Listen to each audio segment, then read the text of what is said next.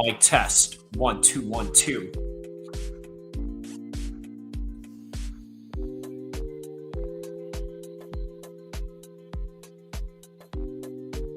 All right, so we got DC, Dominic Cruz, and the English guy as the commentator.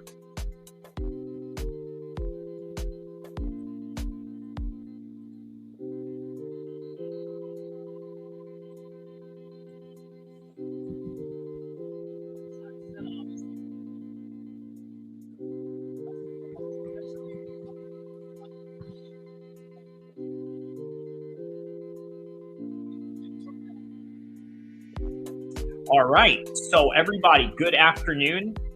You are now tapped into UFC Fight Night Dolidze versus Hernandez, full live stream of which we're going to cover. Now, for those of you that didn't know, I shared the same card as Anthony Hernandez back in 2012. So here he is right now in the highlights. 7-fight win streak, 5 first-round finishers, 3 knockouts, 8 submissions, and is literally 1 win away from becoming a UFC champion or a UFC contender. Now, he's got Roman Dolidze in front of a really tough task to deal with. On top of that, we also got Steve Erceg taking on Event Osborne. Then you got Lucindo taking on Angela Hill, the very active Angela Hill. Team Alpha Male, Andre Fili taking on Christian Rodriguez, Miles Johns versus John Matsumoto. Eric Anders taking on Christian Leroy Duncan in the 185 division. Oh, man. I got to tell you what, man. These are some good fights. Back in the days, right, when these events weren't coming in the rate that we are seeing them right now, we were very appreciative of all the fights that they had going on. But I tell you what, these days, in order for you to really appreciate the fights that are happening in the Apex, you got to be a real hardcore fan. You got to absolutely be a hardcore fan, because a lot of these names in here are not going to excite you unless you are a consistent consumer of the UFC. Okay, so for example, Christian Leroy Duncan, exciting prospect. Eric Anders has been a veteran now for quite some time. Former football player, becoming the, UFC middleweight. I think he also fought at light heavyweight as well. But, very big dude nonetheless. So right now we're just waiting for the first fight of the evening. And, well, let's see here. Okay, we're going to wait for the fights. In the meantime, I'm going to play you guys a video in my channel just so you guys can kind of familiarize yourself with the type of content that I do. Obviously, I do a lot of MMA content, but I also do a lot of street content. Well, let me explain exactly what I mean by street content. Here it goes.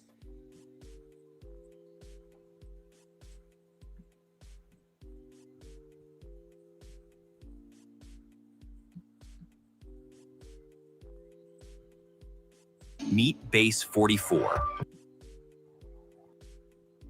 Imagine being able to build an app with your name on it, just by thinking about it. Meet Base 44. As a mixed martial arts channel. Introducing the 2nd generation Blink Video Doorbell, designed to give you complete peace of mind no matter where you are. Racism. And stupid by his own people, but that's neither here or there. Now, the other subject matter that we're going to talk about with this situation is that, was Draco referring to people that were of Asian descent that he was robbing? Yes, he was. But here's another reality. There's a difference between Chinese Asians and Cambodian and Filipino Asians. And I'm going to give you a little bit of some brief history lesson, if not a modern historical context, to understand exactly what I'm talking about. Team on no jumper for alleged racism. Then Stupid Young gets on the line to check it. What starts as a disagreement over past beefs turns into full disrespect. Stupid Young, what's going on, G? I'm live on No Jumper with your man Munchie B right now. Munchie B, the man who been speaking on me for no apparent reason. What's up, Munchie? Oh shit, I ain't too much. What don't make sense, my G? You just mad because me and Draco was boys and y'all didn't get along with Draco. I was never made on some talking about Asian breath stink, bro. So nobody heard the stinky chinky thing. They said it in their music. I mean, I know you blind, but goddamn. All right, I know. All right, I get where you going. You trying to throw some blows? Got something to do with Asian, but it don't got something to do with our breath, you dumb idiot. All right, so let us know what they got to do with. I don't want to say too much on it. Cambodian, Filipino Asians, and I'm going to give you a little bit of some brief history lesson, if not a modern historical context to understand exactly what I'm talking about. When it comes to Asians, especially with the Chinese and the Japanese, they have a sense of superiority about their culture, about their society, about their accomplishments and standings in the world. That is just a known fact. You've seen it.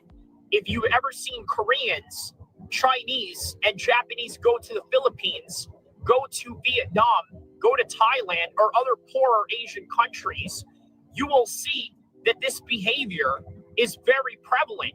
And as such, it creates a tension between Northern Asians, that being the Chinese, the Japanese, and the Koreans, and a tension between the Asians of South Pacific descent, such as Filipino, Vietnamese, Cambodian, Thai, and Lao. The list goes on, right? It's a complete origins, bro. Everybody know what Stink Team was about. They know they was flocking Asians, making Tink bleed and all that. Everybody know what that term means, bro. So what you saying? He not talking about your type of agents. Yes, exactly. That's your rules, bro. How you don't know about this? And you from LA and you done did time with a bunch of others. Like how can you be that? Hold on. Did you do time? Like, I know you lost your vision, but did you lose your mind? Yeah, I did time. Nigga. Where? Niggas that did time. You been to the pen? I've been to a pen and I ain't never been on no 50-50 yard. That's like a mess. All right, call Ralphie.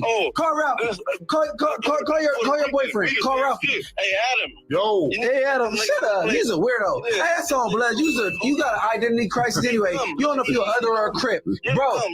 Hey, go play poker with you so he could be big blind. Man, that's bull. Bro. You're confused, bro. Like you and you getting mad because you know you stupid. No, I'm not. I know I'm stupid, young, but you stupid too.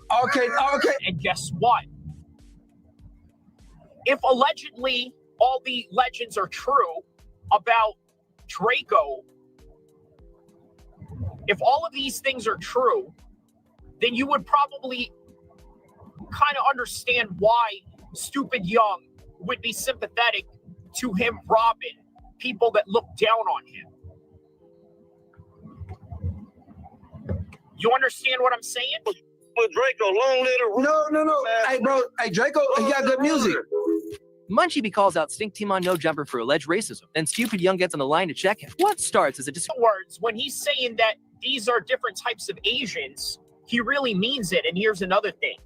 I honestly don't think Munchie B, nor do a lot of rappers, a lot of dudes from the hood, or a lot of dudes from the gangbang world really have a sophisticated education and understanding the intricacies and the gray lines and the nuances that involve Asian culture and internal Asian conflict. You want to know another thing about the Asian boy Crips, all the way from Long Beach to Fresno, and then all the way up to Sacramento, Stockton, and so on and so forth, right? They all have inherent beef with Chinese gangs. I'm not going to mention which one. You got to do your own homework. That is not my job to tell you, right? I mean, obviously, it is my job to tell you certain information when it comes to content, certain context, but then there's just some things I'm not going to go into with Asians that stem from Chinese versus Filipino, Chinese versus Cambodian, Chinese versus Laos, so on and so forth. Look, man, a lot of people are just not down with the Chinese, and that also includes the U.S. government. All right, now before we get to the rest of the video, I need you guys to hit that like and subscribe button because I'm giving you some facts and details on this particular matter that I don't think a lot of people are really well aware of. Now, obviously, I've seen all the takes for this particular story and what everybody is saying in it, and I don't want to disrespect anybody. That is your take. That is your opinion on things, and that's really all there is to it. It's just nothing more than opinions. But what I do offer here is a little bit of some facts and historical context behind everything that not only what Stupid Young is saying, but also what Draco is saying. So here's the rest of it. As a mixed martial arts channel that covers a lot of conflict, we're going to talk about the conflict of Asian boy Crip rapper Stupid Young and now No Jumper co-host Munchie B, who, by the way, is a known affiliate of Inglewood Bloods. Now, the late rapper Draco, the ruler, has a lot to do with this particular story, and I'm about to explain exactly what is happening in this particular story right now, okay? So what you got is Munchie B calling Stupid Young a fake Crip. Now, I don't know why he would say that. I'm going to be honest with you. At certain points, I don't think it really matters whether somebody is fake or real. And I know that's controversial to say, but let me explain why. Because anybody can claim a hood. Anybody can claim a particular neighborhood. And then on top of that, they can act upon certain crimes or certain actions behind that name. So at some point, it doesn't really matter whether somebody is fake or not, just from what I've seen alone. And from the videos and the lifestyle of Stupid Young being documented on the No Jumper documentaries, the guy lives that life. He's got real homies, and I can vouch at the fact of this reality. Okay, he knows a lot of people in Stockton. By the way, a section I'm very familiar with on 8th Street. He's affiliated with MP Nell. He's affiliated with bands. BK bands from Stockton, Southside, all these Crips. So he has a Crip alliance going on that is a known fact, of which you can't deny from him. Munchie B, on the other hand, you could probably say as well, you know what? The guy has real blood affiliation, but how strong is that when the reason why he's blind in the first place is because these guys went and hit up and I mean, come on, man. Really? Let's think about that for a second. Okay, he got hit up by his own people, but that's neither here or there. Now, the other subject matter that we're going to talk about with this situation is that was Draco referring to people that were of Asian descent that he was robbing? Yes, he was. But here's another reality. There's a difference between Chinese Asians and Cambodian and Filipino Asians. And I'm going to give you a little bit of some brief history lesson, if not a modern historical context to understand exactly what I'm talking about. When it comes to Asians, especially with the Chinese and the Japanese, they have a sense of superiority about their culture, about their society, about their accomplishments and standings in the world. That is just a known fact. You've seen it. If you've ever seen Koreans, Chinese, and Japanese go to the Philippines, go to Vietnam, go to Thailand, or other poorer Asian countries, you will see that this behavior is very prevalent. And as such, it creates a tension between Northern Asians, that being the Chinese, the Japanese, and the Koreans, and a tension between the Asians of South Pacific descent, such as Filipino, Vietnamese, Cambodian, Thai, and Lao. The list goes on, right? It's a completely different type of Asian. And guess what? If allegedly all the legends are true about Draco, if all of these things are true, then you would probably kind of understand why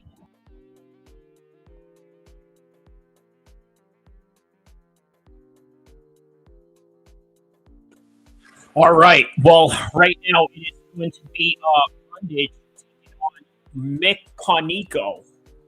All right, which is going to be the first fight of the evening right now, within 28 minutes into the live stream right now. If you want to see the rest of that video, go check it out on my video section right there. And here we are tapped in for the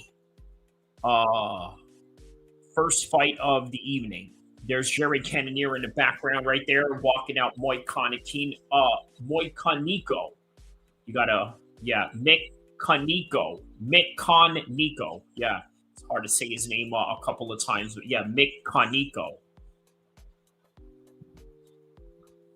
Set to take on Cody Brundage.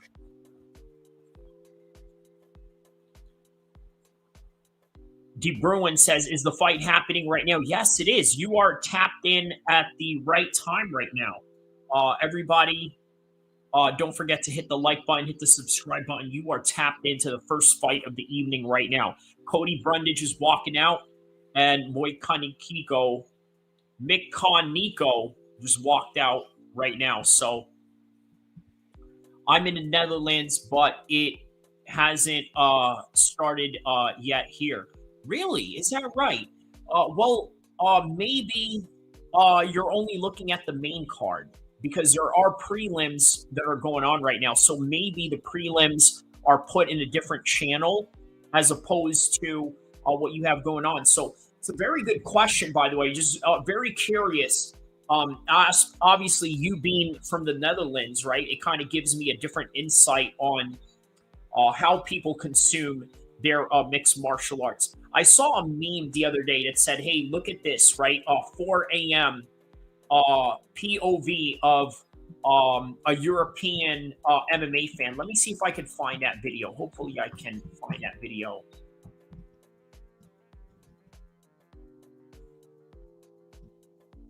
Let's see if we can find that here.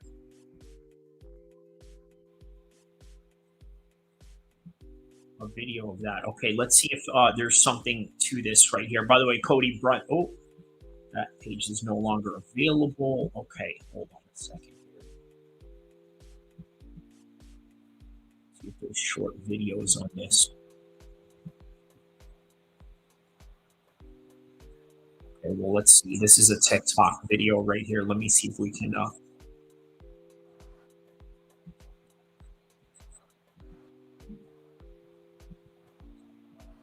And what did I miss? Oh. Can't play that. Nope. Oh, okay. Right here, right here. This is what I'm talking about right here. This is the video I'm talking about right here. I'm going to read your question in a second. Okay, so here it is right here. This is the video, the exact video I was talking about right here. Right here. See, there's the, look at that. This is the exact video I was talking about right here. Oh, we got some music in there. Okay, that's bad. That's bad. We got some music in there. I may get struck for that one. Okay. All right. Now, the first fight is about to commence right now. As the fight is about to commence, I'm going to answer your question right now. So, okay. Your question is, yeah, true. I'm going to watch other channels because the early prelims show in another channel. I will look now. Okay. So there you go. He says, brother, I always wanted to ask you, where are your parents from? Well, my lineage comes from North Africa, so I am of Arabic North African descent. So I hope that answers your question right there. But I live in the good old United States of America. And speaking of United States of America, here's Cody Brundage representing the United States of America, which, by the way, is a Southern accent. I'm also North African. That's awesome, man. What part of are you? Algerian? This, that, or the other? My father obviously is of Egyptian descent, but I was born in Libya. So, what North African are you, to be exact? If you don't mind answering that. So so far, Cody Brundage doing really good on the takedown attempts right here. Morocco, okay, but I'm born here in the Netherlands. Okay, so you're a Dutch Moroccan. That's cool, man. Dutch Moroccan. You know, it sounds very hard. You know what I mean? Like, man, I'm Dutch Moroccan. Like, that is awesome. Like, I mean, obviously that's, you know, normal for you, but imagine, you know, in my American centric mind, like if I was to tell people, yeah, man, I'm Dutch Moroccan, like, ooh, you know, because, you know, Moroccans, they're good athletes. There's a lot of good soccer players, a lot of good boxers, a lot of good kickboxers. Obviously, Badr Hari comes to mind as one of those prime examples. There's a lot of good boxers as well in Morocco. I just don't you know, keep up with their domestic boxing scene as much. But yes, kickboxing, Moroccans are very big. Obviously, Yusuf Zalal, UFC 145er. So speaking of UFC 145ers, Andre Fili, Sacramento guy, lives in my town. Obviously, I've trained with this guy, but yeah. He says, yes, my brother. And he says, yes, more in soccer and kickboxing. The most Moroccans are doing that. Yeah, just trying to like put a little bit of some emphasis on the Arabic accent on that. Yeah, that's true. You know, a lot of the Moroccans are doing that, man. Shout out to the Moroccans, man. You know, probably one of the most athletic people in the Arab world. The Egyptians, we're more of like the talented, charismatic speakers. You know, that's why a lot of the Egyptians tend to go into movies, films, like Ali Abdelaziz, for example, right? Manager of Khabib, Egyptian man. You know, a lot of us are also very good lawyers, the Egyptians. Most Arabs are in general, right? You know, most Arabs are very, you know, educated when it comes to the law, whether they are solicitors in Europe or whether they are, let's say, lawyers in the United States.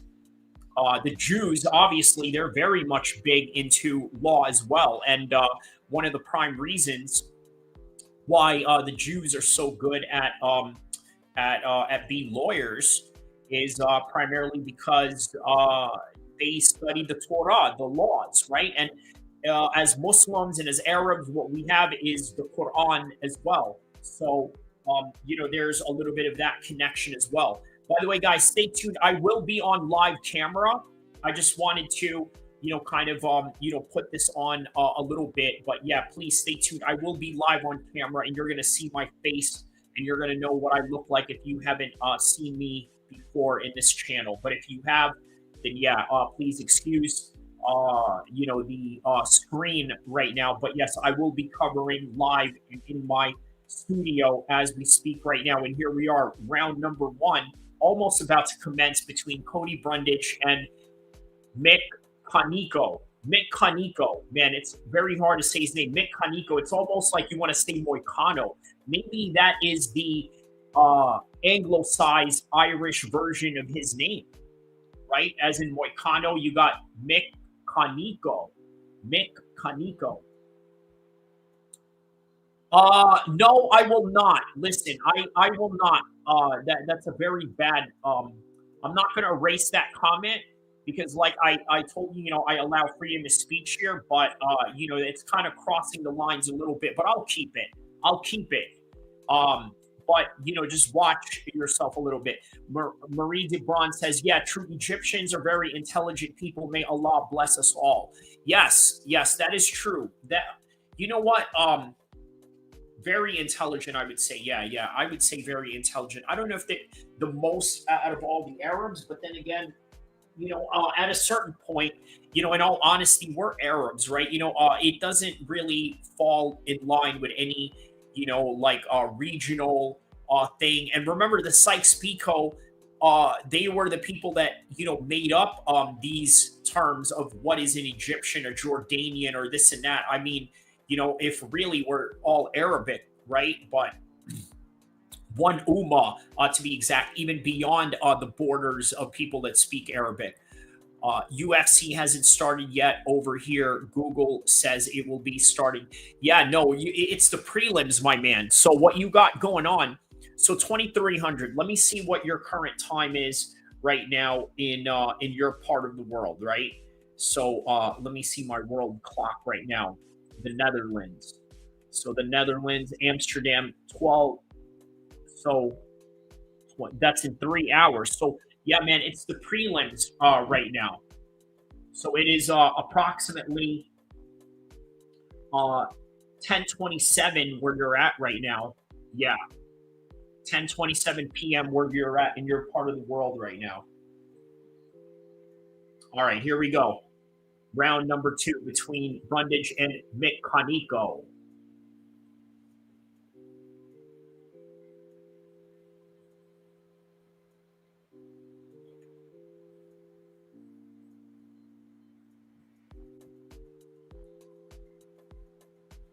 He says, yes, it's always like that here. Are we both North Africans, Arabs, or Africans? Because part where I'm from in Morocco, we are light-skinned like the Spanish people. Yeah, look, people have to understand that North Africa and the rest of Africa, are different. That's just what it is. It's just a matter of regional location and the fact that we are close to, certain, borders of people, that being the Italians, Sicilians, the people who live in Cyprus, people who live in Greece, the Mediterranean branch of the world, hence why you say like Spanish people. Will you be wearing a dashiki? No, I will not. Fresh melon juice. No, I will not. All right, so we got a brawl in our hands right now with Brundage and McConico. But my friends come from the same village as me, but he is dark, very, very interesting man. Okay, very interesting. Okay, so here's Brundage right now with a takedown on McConico. McConico, yeah, McConico.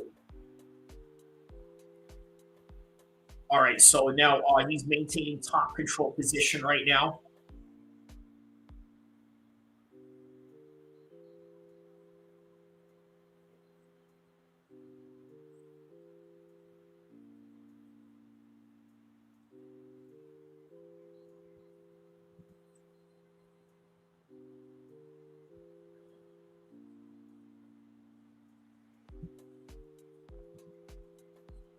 All right, so maintaining grappling positions right here by the cage is Cody Brundage.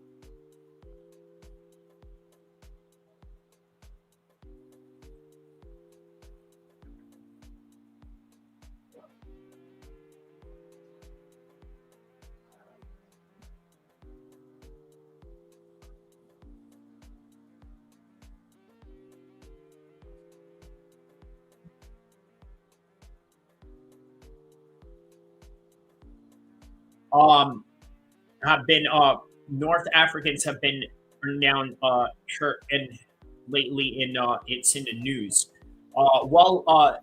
De Bruin, what do you think about that? What do you think about Fresh Melon Juice's comments right here saying that North Africans are burning? I mean, it's a bit of an overgeneralization, right? But the DNA of those men that are committing it, I guess, is being put in the forefront, right? But at the same time, who's to say that they're the only ones that are doing that? I mean, there could be other crimes going on in that country as well. I'm not doubting you. I'm just wondering the frequency or the percentage of it likely happening is, sort of just what I'm questioning. And here's Brundage right now taking down McConico again. He's got the takedown position once again.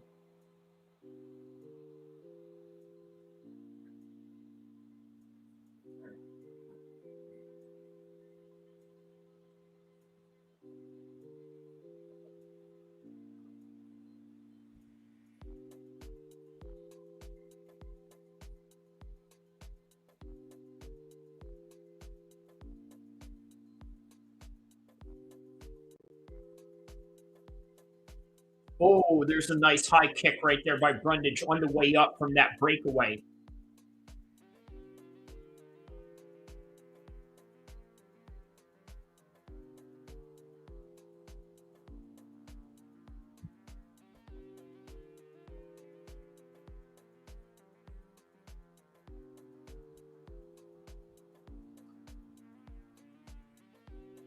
All right, man. Well, that's time right there.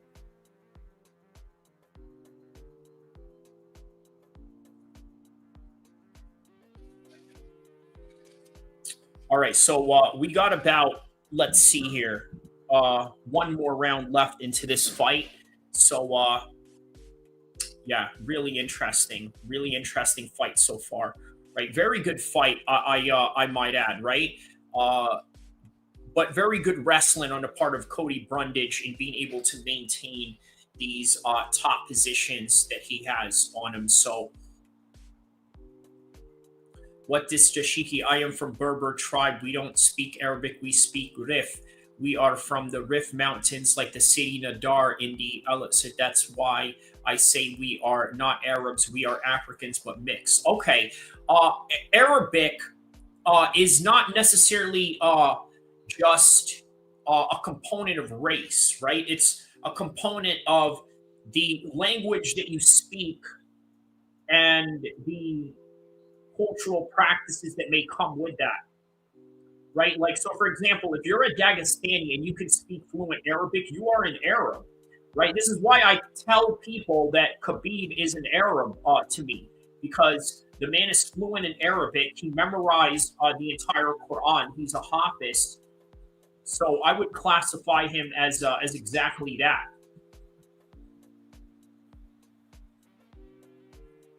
All right, so here we go. Round number 3 right now.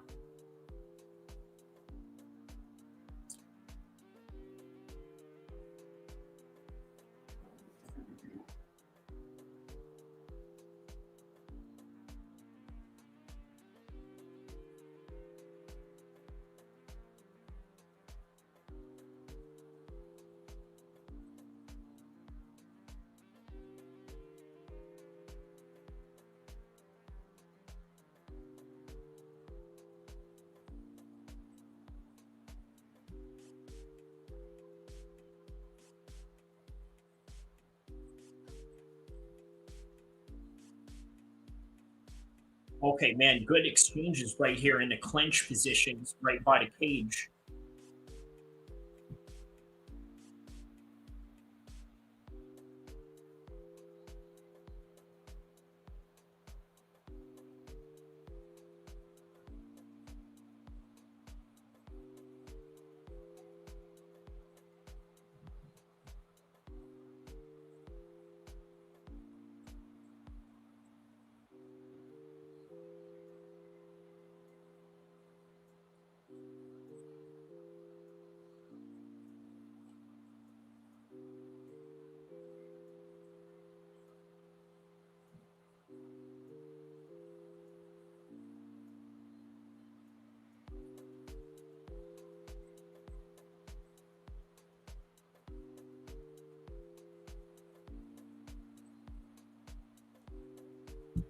All right, so still maintaining the clinch position right now.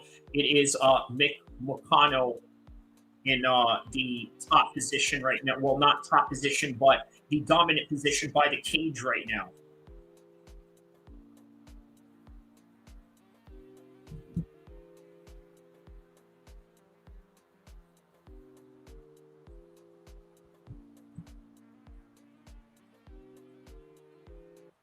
Okay, let's turn off the music for this one. Yes, I learned Arabic in the mosque. We are mixed with Arab blood and Roman blood, African blood, and Iberian blood all in one. Yes, yes, yes. That is what it is. You know, you are of a Berber descent, so you know, yeah, that is the common component of you know, of DNA that is prevalent in North Africa. So.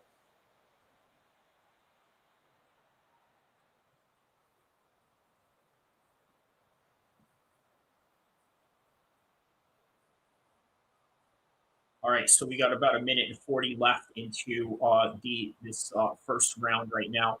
Everybody that's tapped in right now, don't forget to hit the like button, hit the subscribe button, because not only am I covering everything under the sun for you guys on the MMA side, the boxing side, the street side, the geopolitical side, also live streams right here, giving you a play-by-play coverage of what's going on. 1 minute, 15 seconds left between McConico and Brundage. I'm just going to call him Moicano from now on because, like I said earlier, this is the Irish anglicized version of what Moicano's name would be. So McConico, I think, is losing on points against Brundage. The takedowns of Brundage have been very prevalent, but let's see what the judges say with about just under 50 seconds left into this fight right now. Oh, there's a nice high kick right there by McConico.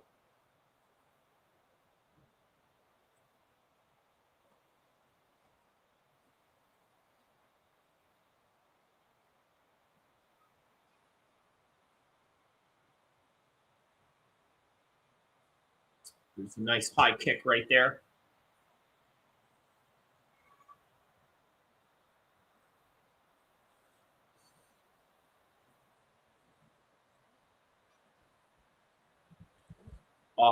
But he says, but we are all brothers, no matter your religion or background, skin color. We come from the same creator. So we need to spread love and unite with each other against all common enemies. Yes. Yes. Well said. Well said, my Moroccan brother. Shout out to you on that, man.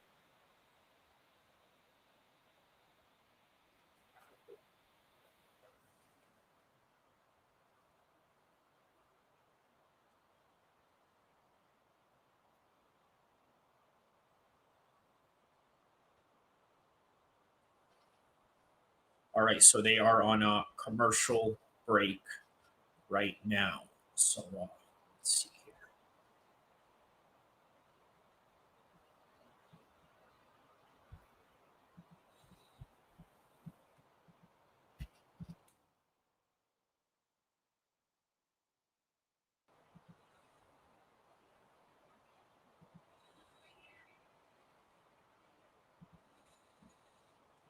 All right, so now we find out the decision.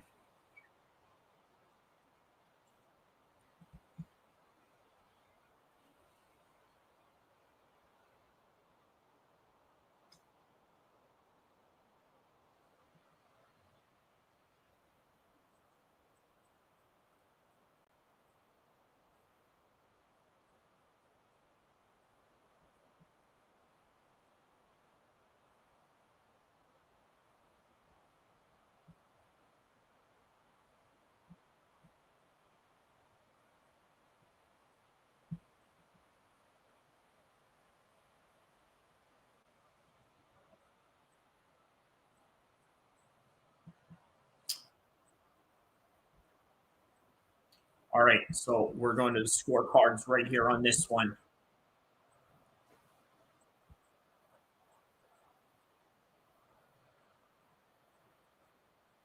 Judge Tony Weeks. Tony Weeks is a judge now. Wow, how about that, man? McConico wins. There it is, man.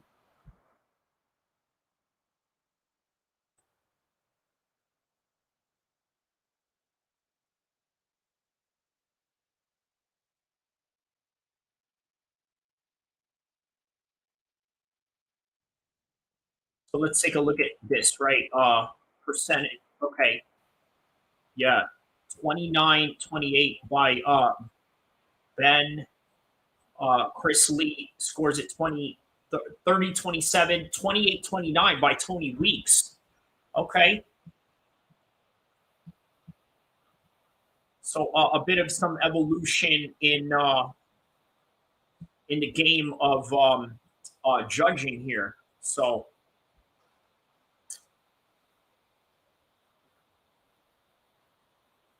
all right, so that is the first fight of the evening. We'll be right back. Okay. Oh, by the way, let's go back to the video that I had playing for you guys, just to kind of give you guys a glimpse of the other types of content that I do beyond MMA in this one. So here we go.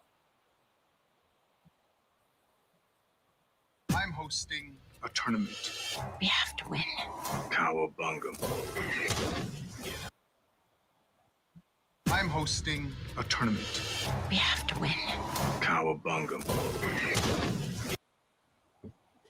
As a mixed martial arts channel that covers a lot of conflict, we're going to talk about the conflict of Asian boy Crip rapper Stupid Young, and now No Jumper co-host Munchie B, who, by the way, is a known affiliate of Inglewood Bloods. Now, the late rapper Draco, the ruler, has a lot to do with this particular story, and I'm about to explain exactly what is happening in this particular story right now, okay? So what you got is Munchie B calling Stupid Young a fake Crip. Now, I don't know why he would say that. I'm going to be honest with you. At certain points, I don't think it really matters whether somebody is fake or real, and I know that's controversial to say, but let me explain why. Because anybody can claim a hood, anybody can claim a particular neighborhood, and then on top of that, they can act upon certain crimes or certain actions behind that name. So at some point, it doesn't really matter whether somebody is fake or not, just from what I've seen alone and from the videos and the lifestyle of Stupid Young being documented on the No Jumper documentaries. The guy lives that life. He's got real homies, and I can vouch at the fact of this reality. Okay, he knows a lot of people in Stockton. By the way, a section I'm very familiar with on 8th Street. He's affiliated with MP Nell. He's affiliated with bands, BK bands from Stockton, South Side, all these Crips. So he has a Crip alliance going on that is a known fact, of which you can't deny from him. Munchie B, on the other hand, you could probably say as well, you know what? The guy has real blood affiliation, but how strong is that when the reason why he's blind in the first place is because these guys went and hit up, and I mean, come on, man. Really? Let's think about that for a second. Okay, he got hit up by his own people, but that's neither here or there. Now, the other subject matter that we're going to talk about with this situation is that was Draco referring to people that were of Asian descent that he was robbing? Yes, he was. But here's another reality. There's a difference between Chinese Asians and Cambodian and Filipino Asians. And I'm going to give you a little bit of some brief history lesson, if not a modern historical context to understand exactly what I'm talking about. When it comes to Asians, especially with the Chinese and the Japanese, they have a sense of superiority about their culture, about their society, about their accomplishments and standings in the world. That is just a known fact. You've seen it. If you've ever seen Koreans, Chinese, and Japanese go to the Philippines, go to Vietnam, go to Thailand, or other poorer Asian countries, you will see that this behavior is very prevalent. And as such, it creates a tension between Northern Asians, that being the Chinese, the Japanese, and the Koreans, and a tension between the Asians of South Pacific descent, such as Filipino, Vietnamese, Cambodian, Thai, and Lao. The list goes on, right? It's a completely different type of Asian. And guess what? If allegedly all the legends are true about Draco, if all of these things are true, then you would probably kind of understand why Stupid Young would be sympathetic to him robbing people that look down on him. Disney Plus, Hulu, and HBO Max. Together for $16.99 a month. It's the ultimate bundle for an unbelievable price.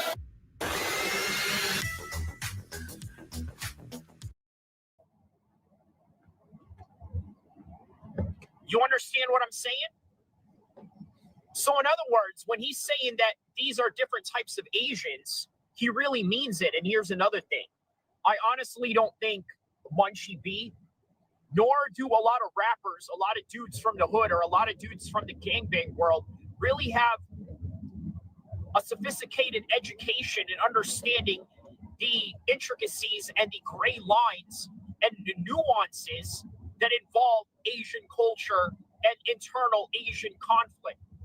You want to know another thing about the Asian boy Crips, all the way from Long Beach to Fresno, and then all the way up to Sacramento, Stockton, and so on and so forth, right? They all have inherent beef with Chinese gangs. I'm not going to mention which one. You got to do your own homework. That is not my job to tell you, right? I mean, obviously, it is my job to tell you certain information when it comes to content, certain context, but then there's just some things I'm not going to go into. But understand this, right? There is even an internal gang conflict with Asians that stem from Chinese versus Filipino, Chinese versus Cambodian, Chinese versus Laos, so on and so forth. Look, man, a lot of people are just not down with the Chinese, and that also includes the U.S. government. Here's another thing you got to understand with that, a little side talk on that particular topic, right? When it comes to the Chinese, they make no differentiation between their government and their culture. It's one and the same. If you insult their government, you're insulting their culture, all rolled into one. That's not how it works if you're Filipino or Japanese or other types of Asians, right? It's just not the same. So once again, that kind of debunks the whole idea of, well, all Asians are the same or this, that, and the other. Obviously, that's not the case here. So I got to tell you, I don't like where this beef is going because, in all honesty, let me tell you where this beef is going. It's going to get violent because, well, I don't wish that on anybody, right? But understand, these guys live just a few drives away from each other. You need to understand that, right? And there are deadly consequences that follow. Maybe there isn't. Maybe it's just a people talking, right? But then you never know. You never know. All I got to say is err on the side of caution. You also got to err on the side of understanding that, hey, listen, the police is looking at this, the FBI, gang task units, and things of that nature. They are all looking into this. So this idea that you're going to go in here and you're just going to talk freely about these particular subjects, by the way, with real situations that have happened between people that are within the opposites of these camps, you need to understand, there's some caution that needs to be taken here. Otherwise, real horrible things could happen, right? Or, you know what? Maybe this could lead into a rap beef, because let's just be honest about this, right? Stupid Young is already the more established rapper between the two of them. Munchie B, he's got okay raps. You know what I mean? I hear some of his raps when he's in the intro to a lot of his podcasts, right? He plays his own music, and I hear this, and I'm like, all right, you know what? The guy can rap. He's got a little bit of a swag to him. He's got good flow. He's got good lyrics. But Stupid Young is the more established rapper. Obviously, did songs with Mozzie. He did Mando, this, that, and the other, and has a lot of experience in that particular field. So therefore, I don't know how it would translate into a battle rap scenario or going diss for this when it comes to going back and forth on diss songs. But on any regard, that is all that is really going on with this particular.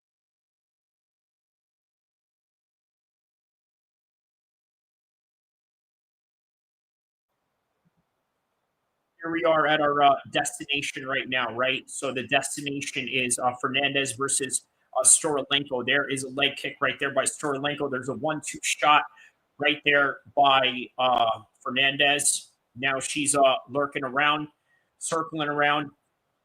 There's another 1-2 shot right there by Stoliarenko. So, guys, don't forget to like and subscribe. I'm giving you full coverage of this full event right here. So hit the like button, hit the subscribe button, and let's get this thing cracking. White steering wheel, that's racist. I don't know what you mean by that, white steering wheel.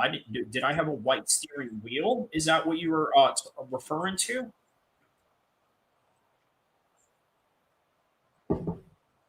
By the way, what's racist are some of the comments that you were making while that video was playing there, Fresh.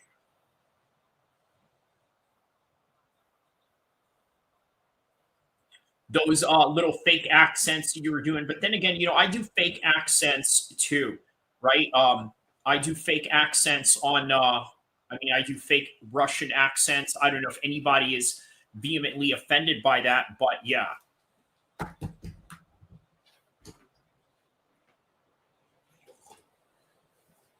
All right, so there's a 1-2 shot right there. Don't forget to hit the like button, hit the subscribe button, guys, as I give you full coverage to this fight. Also, don't forget to hit some super chats as well. Give some super chats. It's comedy, not racist. Okay, fair enough. Fair enough. Let's go through these comments right here.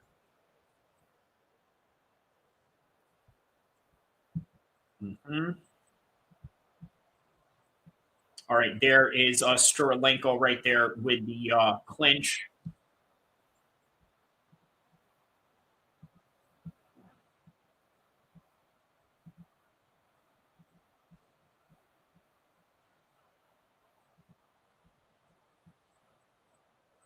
All right, so here we go. There is a leg kick right there by Hernandez. Actually, a body kick, rather. Went a little bit high on that one.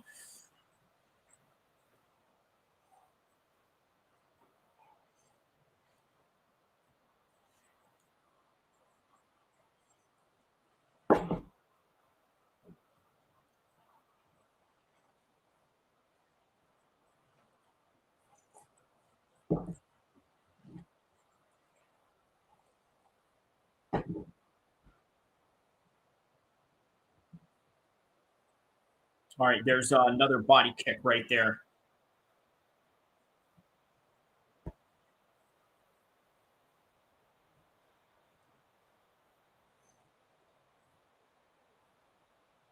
Oh, man, she's continuously hitting in the body right here with these shots.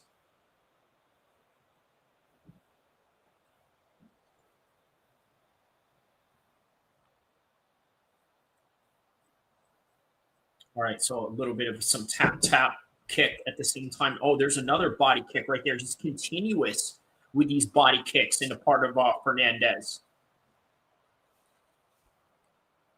So there's round one. We're headed on to round two right now.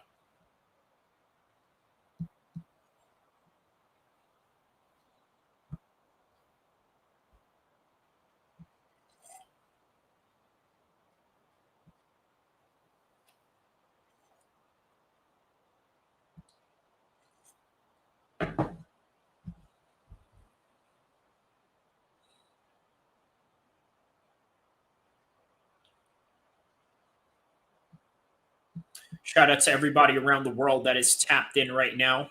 Don't forget to hit the like button, hit the subscribe button. Let's get this thing cracking and popping.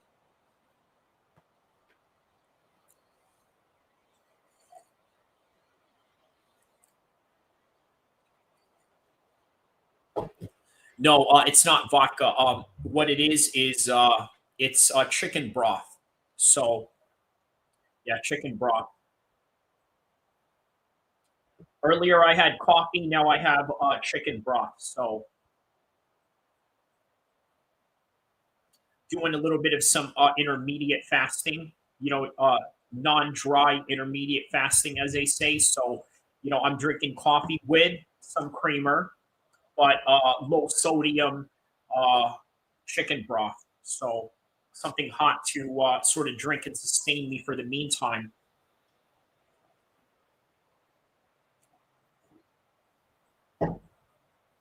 I probably won't eat until the end of the event, because sometimes when you eat a lot, during the week, if you have, a good consistency of like junk food from, 2 days in a row, it's sometimes good to kind of just watch and say, all right, you know what? I'm going to fast today and then I'm going to eat healthy afterwards, right? So it's always good to kind of, switch it up like that, like have fun, splash out here, splash out there, but no one to watch it, right? I think that's, really the best way to, have, weight maintenance over the years, especially when, it is much easier to gain weight as you get older. So, all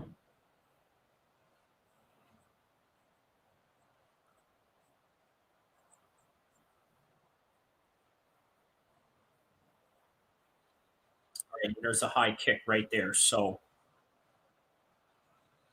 wow. Okay, Stoliarenko is already bleeding from the left side of her eye right now. Right here in this part of the eye is already busted up, bleeding.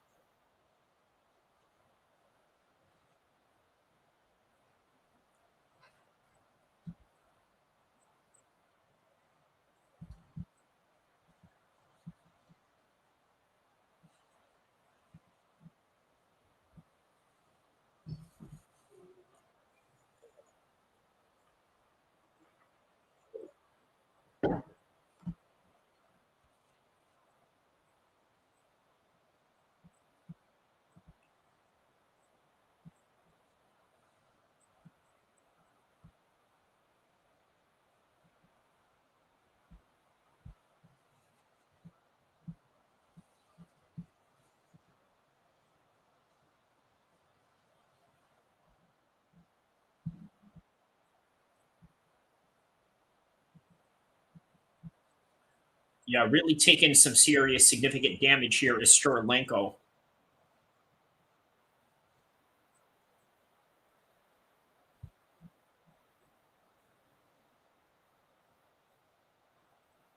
There's a low kick right there, but not much, really going into it.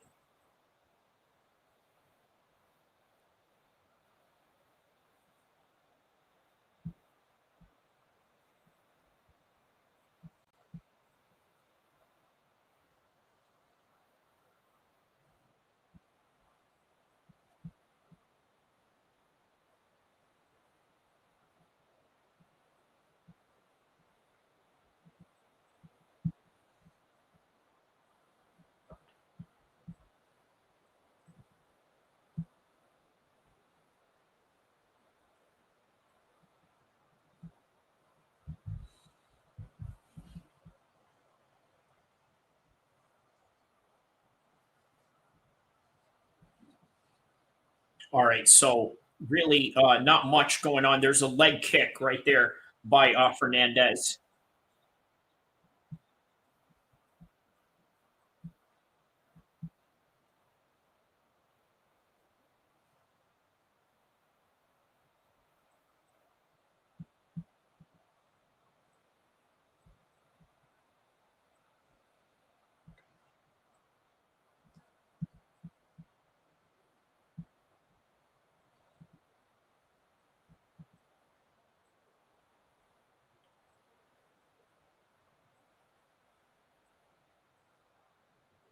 Yeah, DC is instructing, saying that she should try to, reach for the leg every time she goes for a low kick.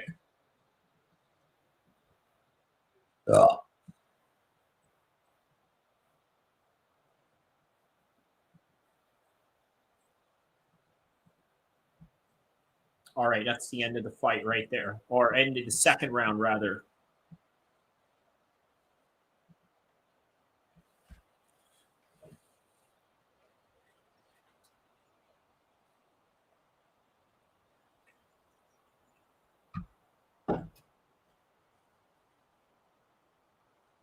What the what?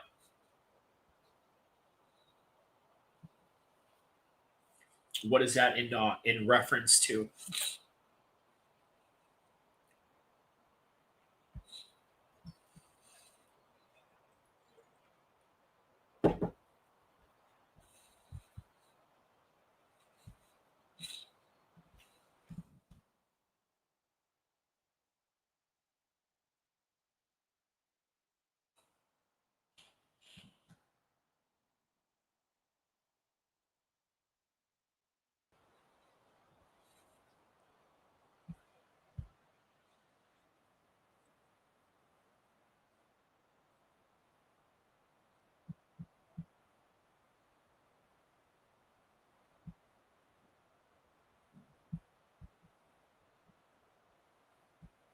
All right, here we go. Round.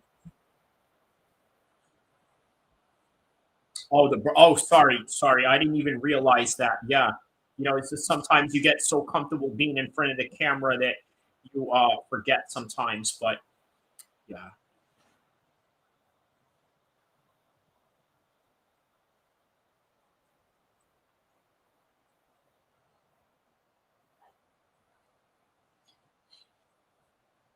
Got to keep on keeping on.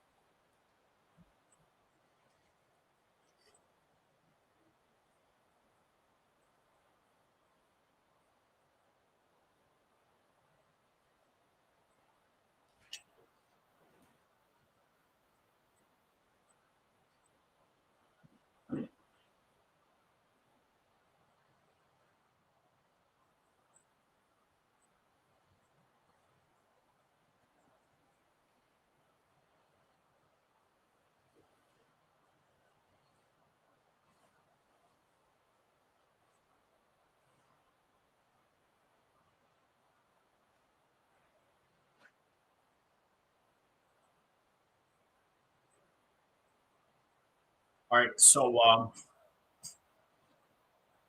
just a bit of a kickboxing match that's really going on with these two right here.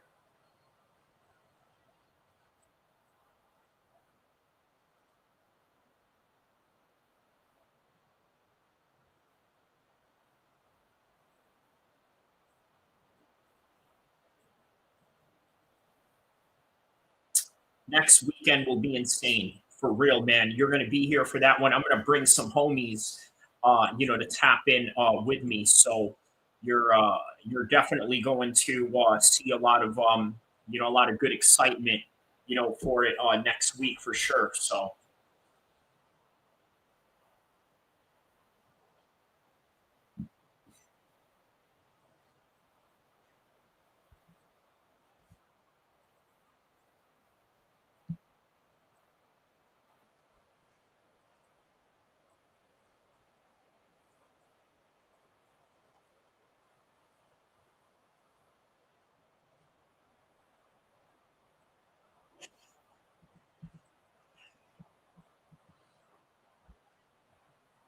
Yeah, brubs. Yeah, he said, yeah, brubs.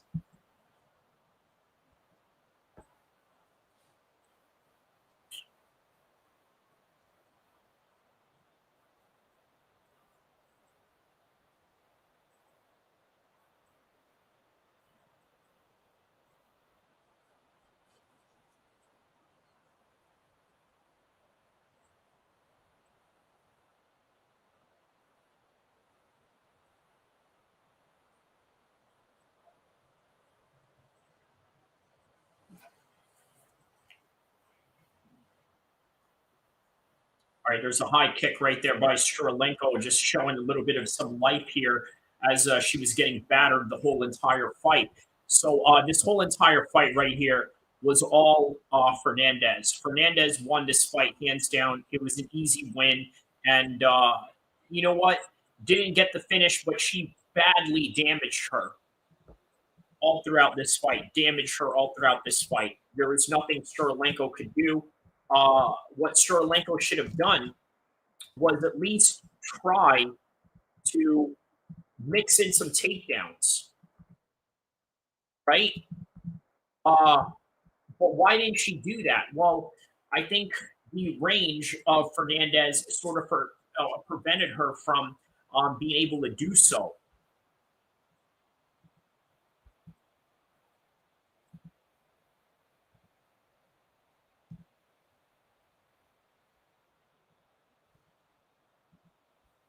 And that was all she wrote right there. There's a little 1-2 shot at the end of the fight. Ooh, and then there's a head kick at the end that tapped her in for good measure.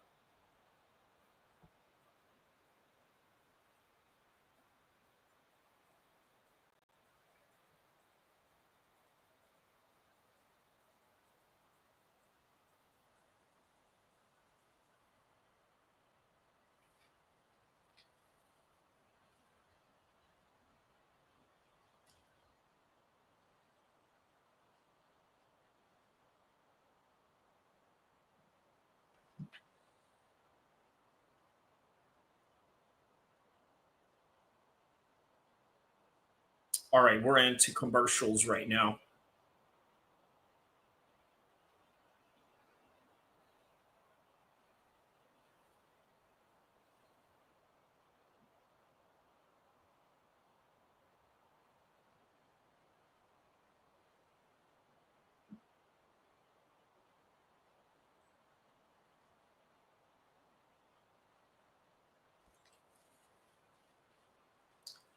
On to the next round.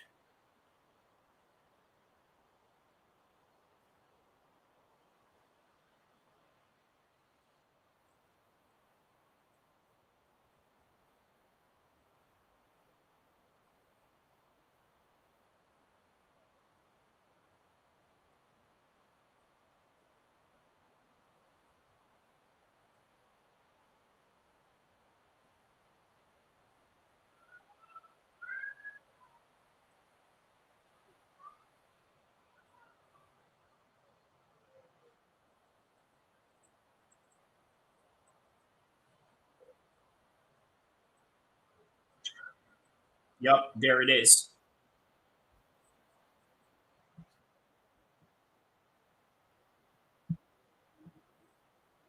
All right, so Fernandez wins that one. 3 straight wins for her so far.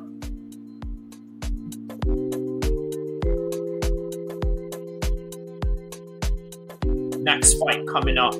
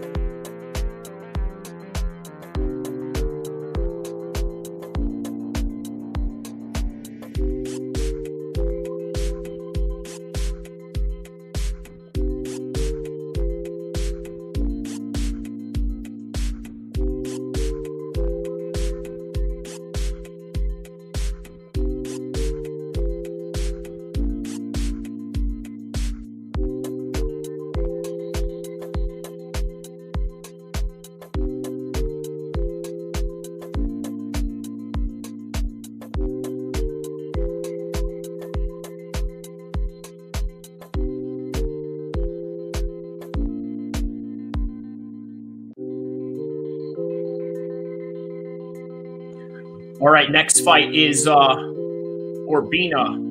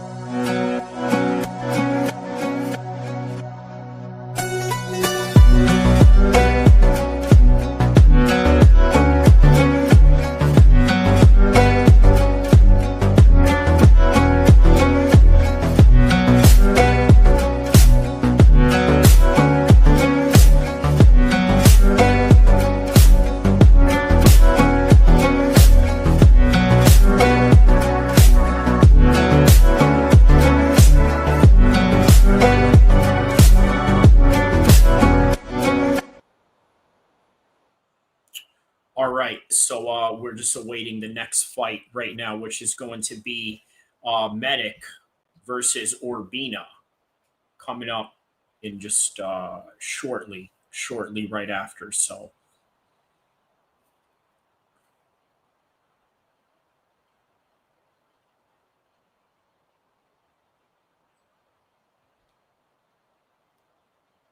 yeah, real interesting matchup coming up. Interesting main event, period. I mean, that's yeah.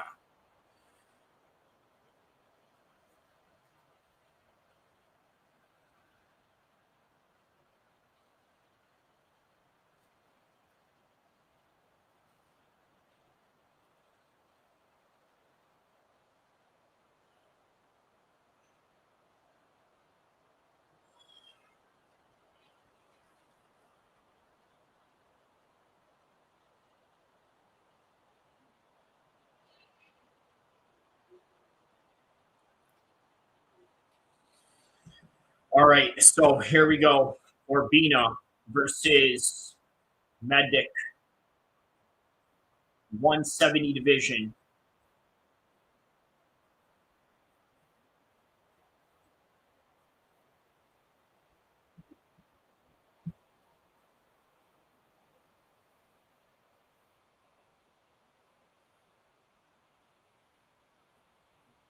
And now, fight fans, here we go with the next fight of the evening. This is Joe Martinez. Are you ready?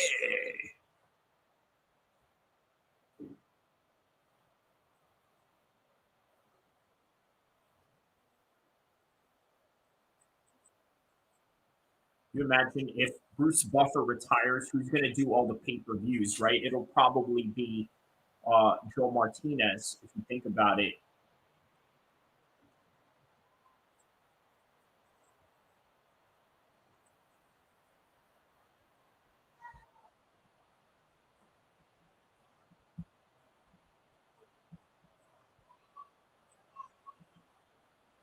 Anchorage, Alaska.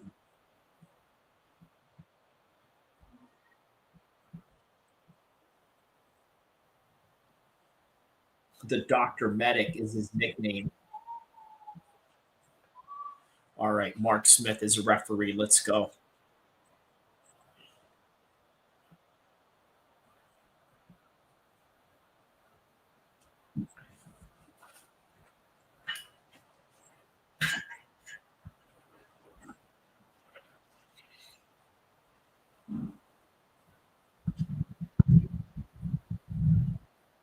All right, round one. Oh, wow. Out of nowhere. Out of nowhere, he just taps him right there. Urbina just taps him out of nowhere.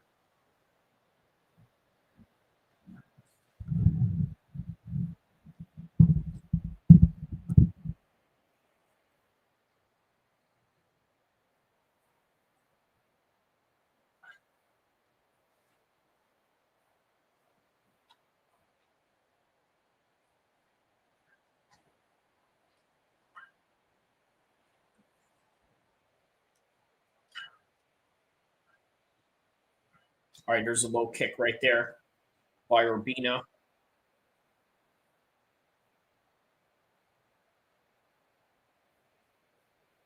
Oh, there's another one. Oh, oh my goodness. He just rocked Urbina out of nowhere. He just knocked him out of nowhere. Wow. Wow. He slept him. He slept him out of nowhere. Wow. He slept him out of nowhere. Wow.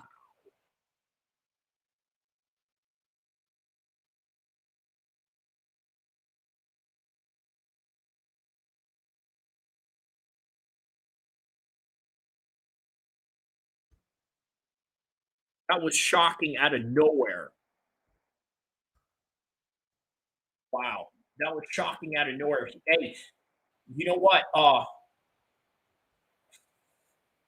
Urbina got him very early in the fight. And out of nowhere, he comes back and wow, man. Very early in the fight. And there it is. He lured him right in there with a straight shot.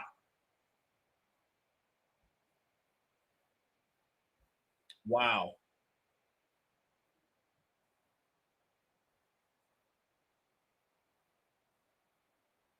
All right, man.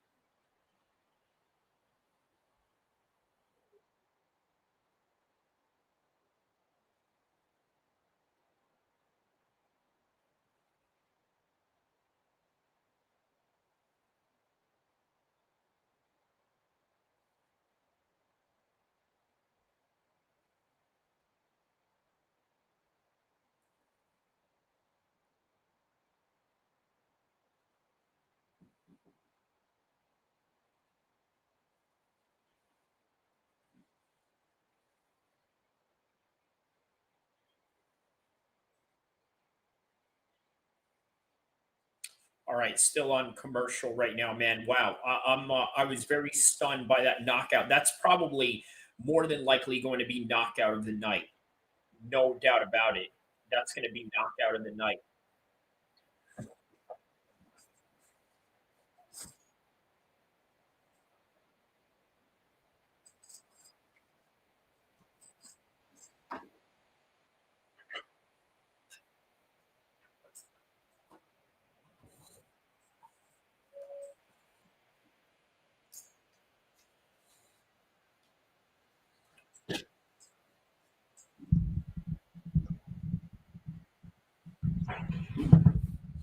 Yeah, very well deserved win on that one.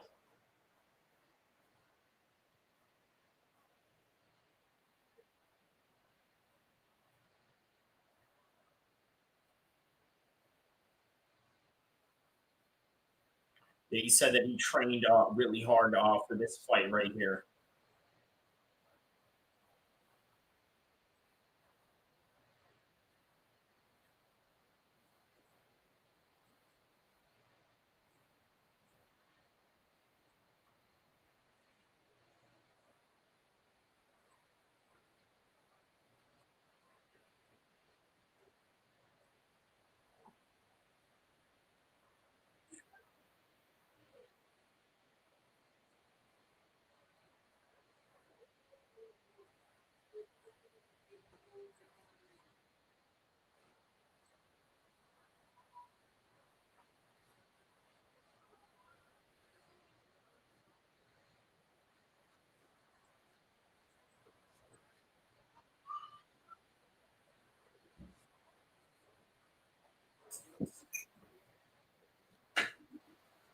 All right.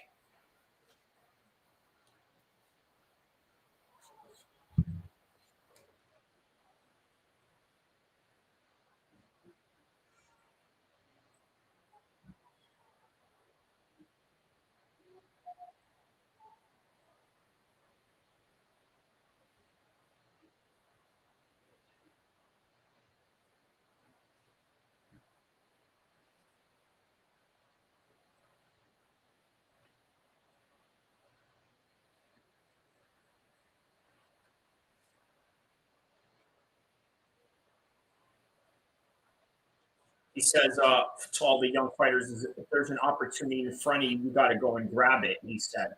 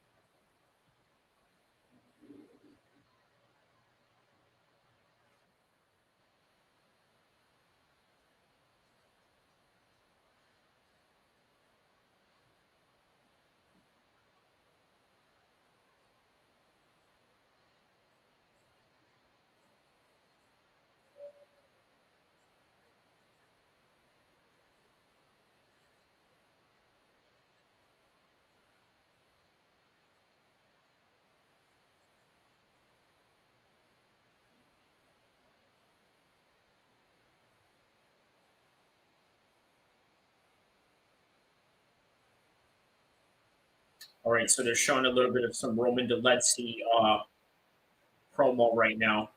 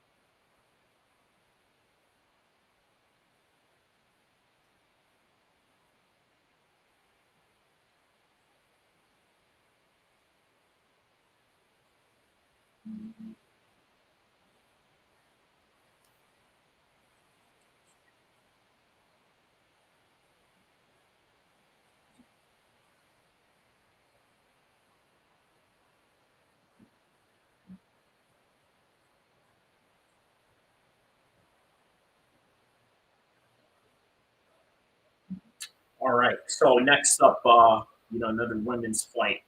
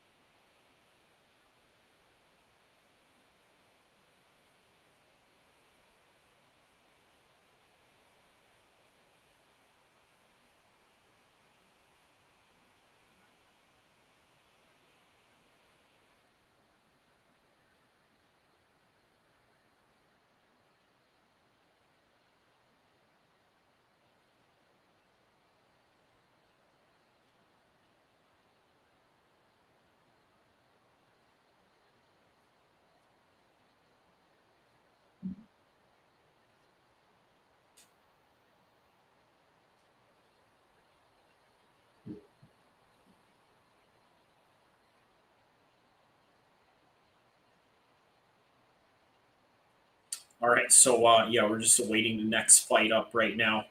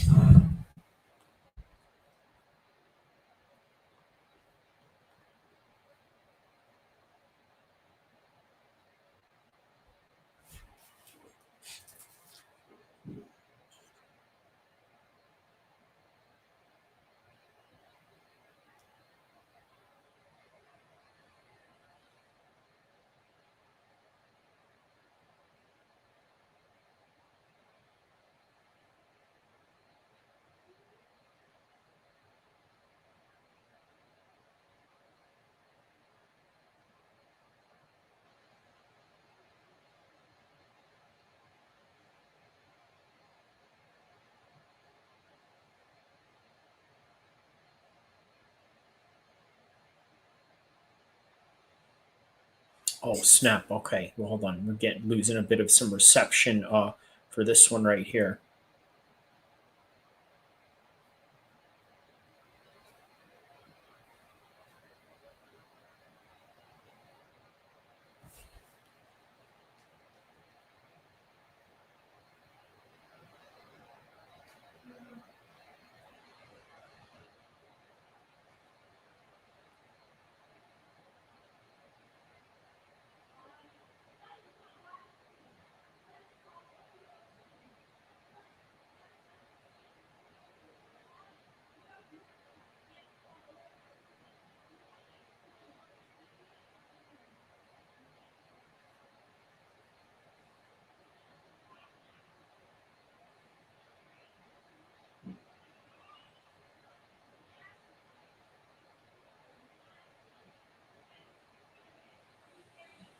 All right. What's going on here? Not getting a reception from this fight.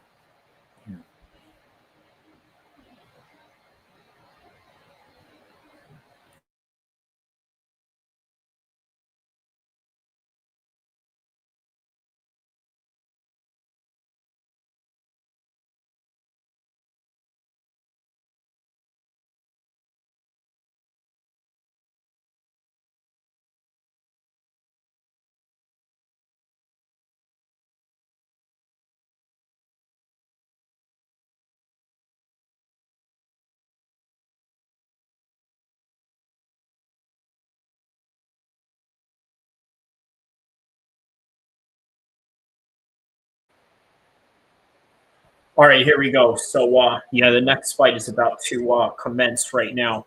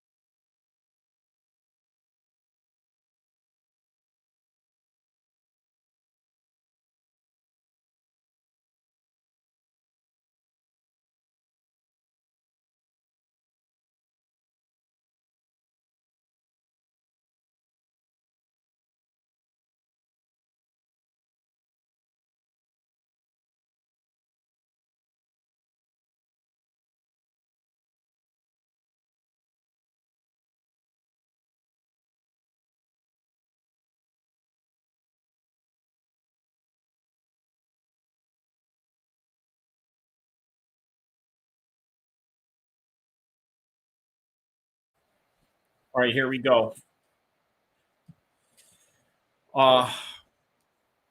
Priscilla Creschuera versus Edwards. Here we go, round number 1.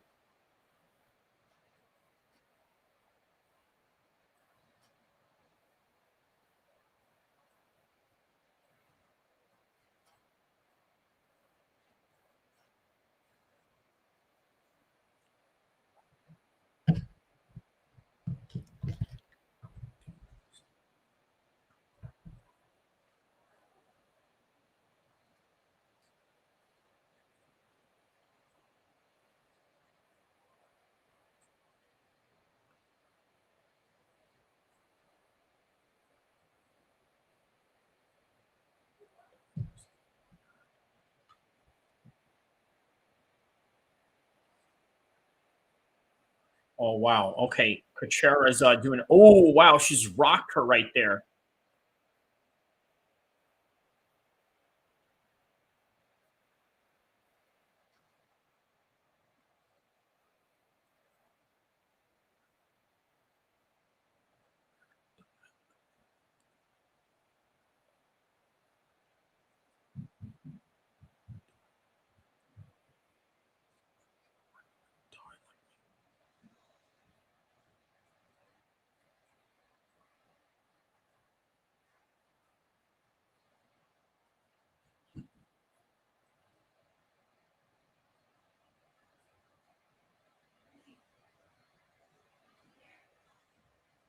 Oh, this is a little bit of a break of action here.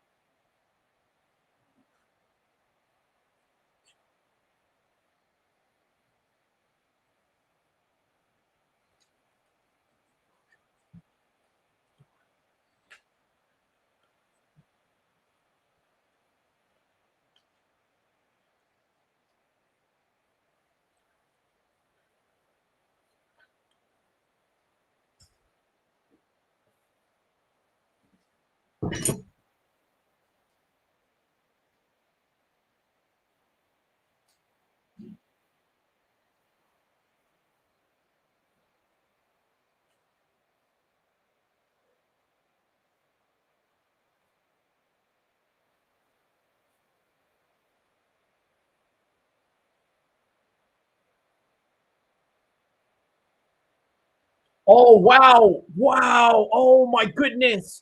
Oh, my goodness. Edwards knocked her out of nowhere. Wow. Edwards gets the win and a knockout. That was out of nowhere. Wow.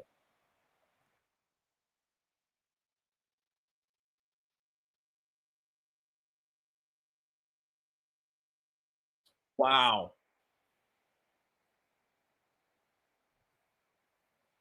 Wow. Yeah, they were swinging on that one, man.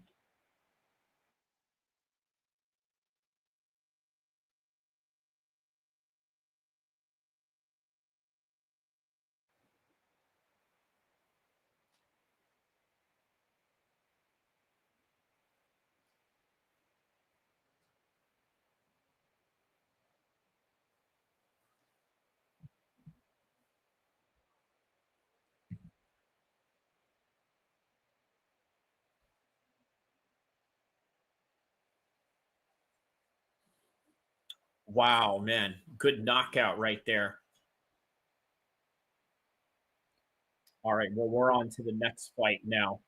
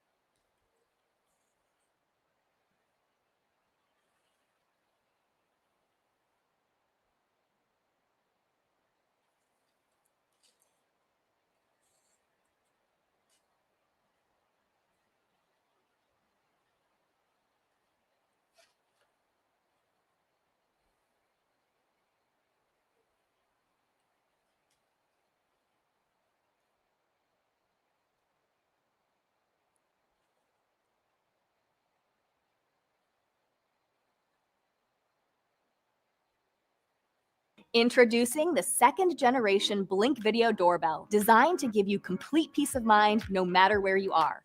With a battery life up to 2 years, expanded field of view, and improved security features, this doorbell keeps your home protected around the clock. 3 AA Energizer lithium batteries and a Blink Sync module are included, so you get up to 2 years of continuous security coverage right out of the box. See everything happening at your door with crystal clear HD video with a head-to-toe view that captures every detail. Whether you're greeting guests or monitoring package deliveries day or night, the infrared night vision ensures you never miss a moment. Stay connected with the two-way talk through the Blink app. Hear what's happening and speak directly to visitors from anywhere. It's like being home, even when you're not. The Blink Video Doorbell's second generation. Advanced security, exceptional battery life, and total peace of mind for your home. Blink and get more. Our program is back, and it's going to be bigger and bolder than ever, providing more support for more women entrepreneurs. 75% of women business owners. They went after Joey Swolls for giving a tribute to Hulk Hogan, and it literally forced him out of the internet. We're going to talk about it. Well, first and foremost, I was going to do a video explaining why Hulk Hogan was not a racist. In fact, I was going to elaborate how he's a classist. By the way, indicative of the audio leak saying that he would rather have his daughter with a rich ninja instead of a broke ninja. A little bit of a Kanye West voice there, if you know what I mean, with his song. But anyways, that's a person who wants their offsprings to be with a rich man. By definition of the English language, Hulk, by that definition, is a classist. So you can call him a snob, a posh twat, all good and fine. But racist, maybe a little bit debatable at this point, right? But yeah, think about it like this, right? The royal family of England are also classist, not necessarily racist, right? They let Meghan Markle, for all the controversies surrounding that, the Duchess of Compton, marry into the royal family, and she's worth millions, right? So they can't be that racist, but they probably do have some kind of, how do I say this, curriculum as to who is allowed in the family. So with that in mind, let's hear what Mike Tyson had to say about Hulk Hogan in that particular regard, right? I'm sure he has some things to say about Hulk Hogan here. What happened with Hulk, the whole N-word situation? I know you know about it already, but yeah, him saying the N-word, saying really nasty racist shit, he's been completely banned from the WWE universe. Do you think Hulk's a racist? I don't think he's a racist. You know, racist gotta be like, I gotta be like, the hell all of them, I hope they all die. I don't want to have nothing. Listen, it's so simple to call somebody a racist now. It's just really simple. It's so easy. Listen, now no one said more disgusting, dreadful things about white people than me. And that is so true. Mike Tyson has said a lot of horrible things about white people, but at the same time, I mean, nobody really calls him a racist for that, right? That's just being real. Now, look, here's the thing with Hulk Hogan. He said what he said, and as a result of that, I mean, you can understand why people have some kind of vitriol hatred towards him in some kind of way, right? Now, let's continue on with what Mike Tyson has to say here. Nothing about a racist in me. But then when we get in that dark side of my mind, that's the only thing we see, the bad side of my mind. So those are the words we say. You see Italian, fucking Italian mobster, get in here, that shit, that.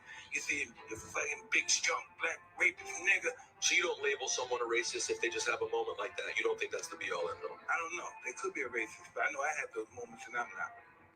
So that's a very good point, right? I don't know if they can be a racist, but I had moments like that, and I know that I'm not. Well, the other argument to that particular scenario is that people don't believe that minorities can be racist towards white people, and I think there's a power dynamic behind that. For example, certain people of a certain race can't affect the outcome or the opportunities that one has over the other, right? So that's kind of where it comes from, where people say you can't have a black person be racist towards white people.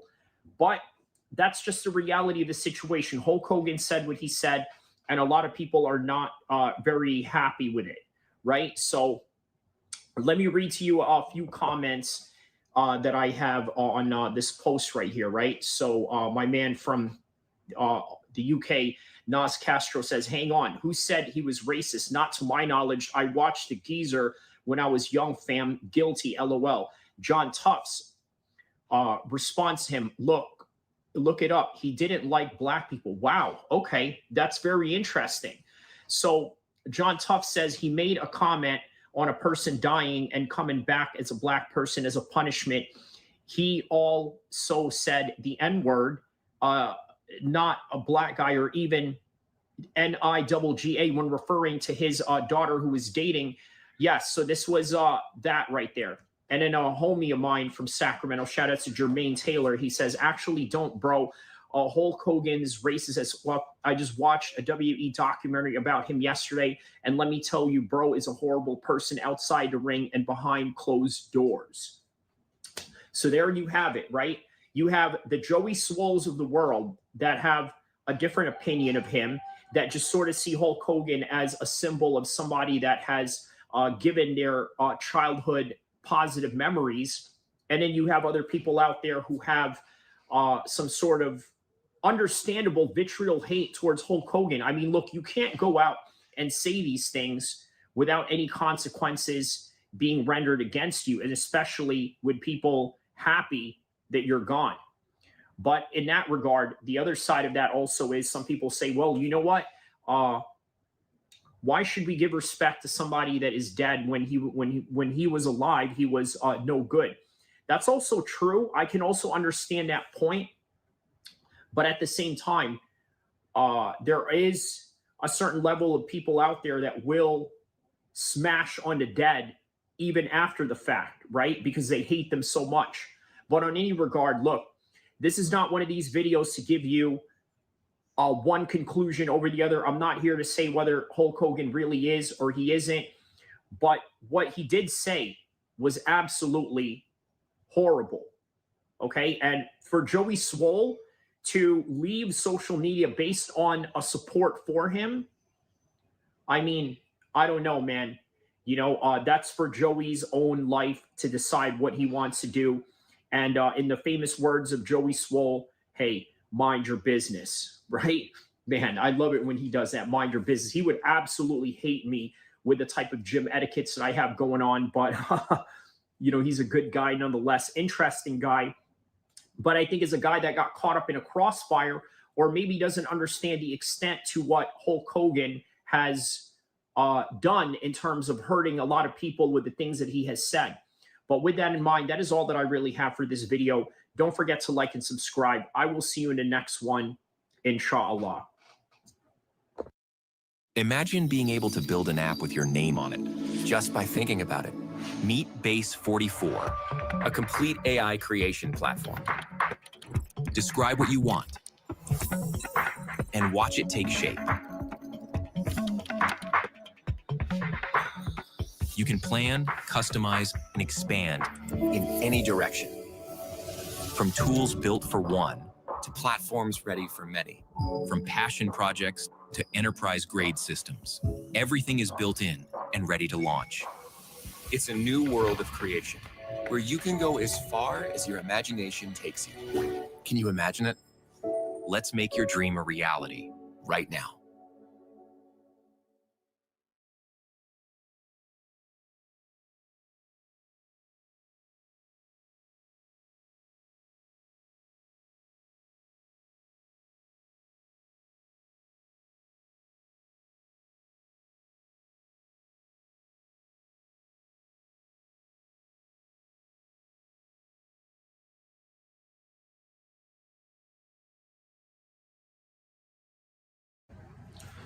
They went after Joey Swolls for giving a tribute to Hulk Hogan, and it literally forced him out of the internet.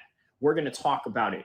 Well, first and foremost, I was going to do a video explaining why Hulk Hogan was not a racist. In fact, I was going to elaborate how he's a classist. By the way, indicative of the audio leak saying that he would rather have his daughter with a rich ninja instead of a broke ninja. A little bit of a Kanye West voice there, if you know what I mean, with his song. But anyways, That's a person who wants their offsprings to be with a rich man. By definition of the English language, Hulk, by that definition, is a classist. So you can call him a snob, a posh twat, all good and fine. But racist, maybe a little bit debatable at this point, right? But yeah, think about it like this, right? The royal family of England are also classist, not necessarily racist, right? They let Meghan Markle, for all the controversies surrounding that, the Duchess of Compton marry into the royal family, and she's worth millions, right? So they can't be that racist, but they probably do have some kind of, how do I say this, curriculum as to who is allowed in the family. So with that in mind, let's hear what Mike Tyson had to say about Hulk Hogan in that particular regard, right? I'm sure he has some things to say about Hulk Hogan here. What happened with Hulk, the whole N-word situation? I know you know about it already, but yeah, him saying the N-word, saying really nasty racist shit, he's been completely banned from the WWE universe. Do you think Hulk's a racist? I don't think he's a racist. You know, racist gotta be like, I gotta be like, the hell all of them, I hope they all die. I don't want to have nothing. Listen, it's so simple to call somebody a racist now. It's just really simple. It's so easy. Listen, now no one said more disgusting, dreadful things about white people than me. And that is so true. Mike Tyson has said a lot of horrible things about white people, but at the same time, I mean, nobody really calls him a racist for that, right? That's just being real. Now, look, here's the thing with Hulk Hogan. He said what he said, and as a result of that, I mean, you can understand why people have some kind of vitriol hatred towards him in some kind of way, right? Now, let's continue on with what Mike Tyson has to say here. Nothing about a racist in me. But then when we get in that dark side of my mind, that's the only thing we see, the bad side of my mind. So those are the words we say. You see Italian, fucking Italian mobster, get in here, that shit, that. You see the fucking big, strong, black, rapist nigga. So you don't label someone a racist if they just have a moment like that? You don't think that's the be-all and all? I don't know. They could be a racist, but I know I have those moments and I'm not. So that's a very good point, right? I don't know if they can be a racist, but I had moments like that, and I know that I'm not. Well, the other argument to that particular scenario is that people don't believe that minorities can be racist towards white people, and I think there's a power dynamic behind that. For example, certain people of a certain race can't affect the outcome or the opportunities that one has over the other, right? So that's kind of where it comes from, where people say you can't have a black person be racist towards white people. But that's just the reality of the situation. Hulk Hogan said what he said, and a lot of people are not very happy with it, right? So let me read to you a few comments that I have on this post right here, right? So my man from the UK, Nas Castro, says, hang on, who said he was racist? Not to my knowledge. I watched the geezer when I was young, fam. Guilty, LOL. John Tufts responds to him, look it up. He didn't like black people. Wow. Okay. That's very interesting. So John Tufts says he made a comment on a person dying and coming back as a black person as a punishment. He also said the N-word, not a black guy, or even N-I-double-G-A when referring to his daughter who was dating. Yes, so this was that right there. And then a homie of mine from Sacramento, shout out to Jermaine Taylor, he says, actually don't, bro. Hulk Hogan's racist as well. I just watched a WE documentary about him yesterday, and let me tell you, bro is a horrible person outside the ring and behind closed doors. So there you have it, right? You have the Joey Swolls of the world that have a different opinion of him, that just sort of see Hulk Hogan as a symbol of somebody that has given their childhood positive memories. And then you have other people out there who have some sort of understandable vitriol hate towards Hulk Hogan. I mean, look, you can't go out and say these things without any consequences being rendered against you, and especially with people happy that you're gone. But in that regard, the other side of that also is some people say, well, you know what? Why should we give respect to somebody that is dead when he was alive? He was no good. That's also true. I can also understand that point. But at the same time, there is a certain level of people out there that will smash on the dead even after the fact, right? Because they hate them so much. But on any regard, look, this is not one of these videos to give you one conclusion over the other. I'm not here to say whether Hulk Hogan really is or he isn't. But what he did say was absolutely horrible. Okay. And for Joey Swoll to leave social media based on a support for him, I mean, I don't know, man. You know, that's for Joey's own life to decide what he wants to do. And in the famous words of Joey Swoll, hey, mind your business, right? Man, I love it when he does that, mind your business. He would absolutely hate me with the type of gym etiquettes that I have going on. But, you know, he's a good guy nonetheless, interesting guy. But I think as a guy that got caught up in a crossfire or maybe doesn't understand the extent to what Hulk Hogan has done in terms of hurting a lot of people with the things that he has said. But with that in mind, that is all that I really have for this video. Don't forget to like and subscribe. I will see you in the next one, inshallah.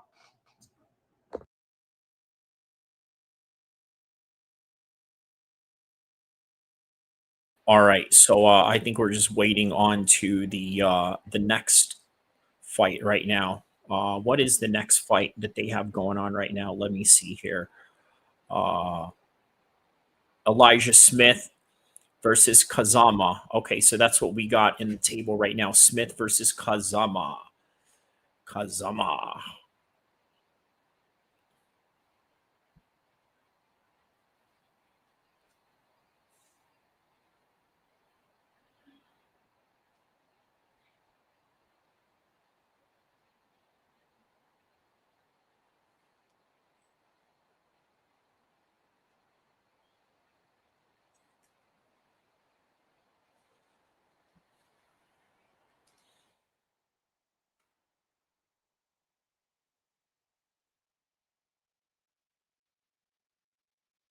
All right, so we got Smith versus Kazama right now.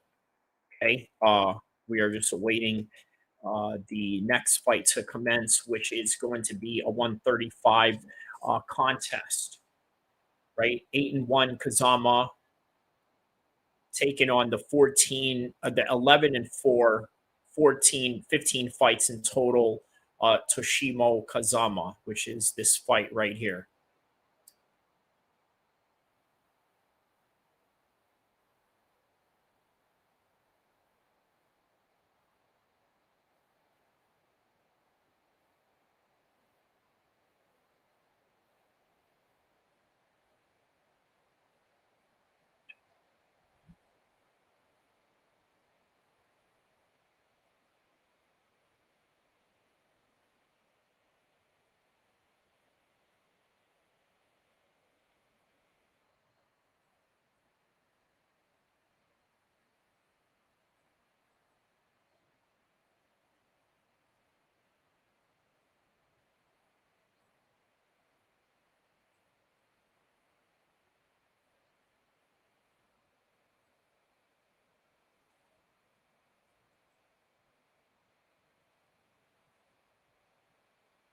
All right, Toshiomi Kazama. Here we go. Ninja, please.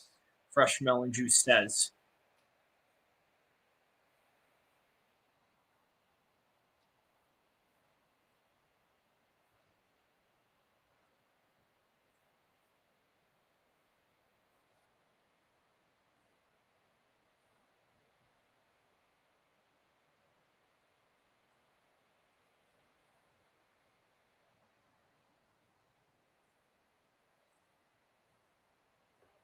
All right, here we go. Bantamweight bout.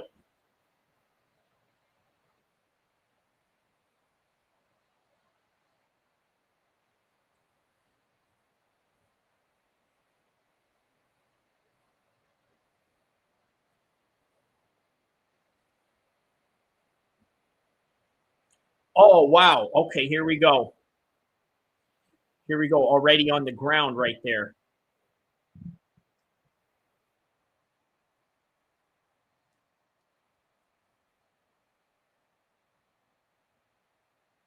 Oh, wow. Okay.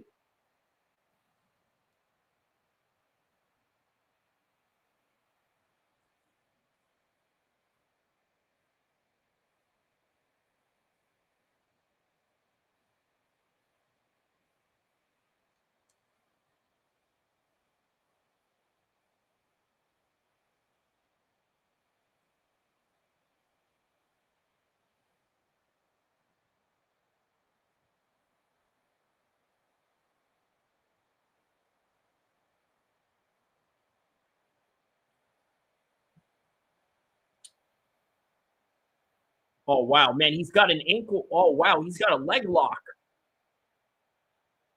Is he going to be able to get out of it?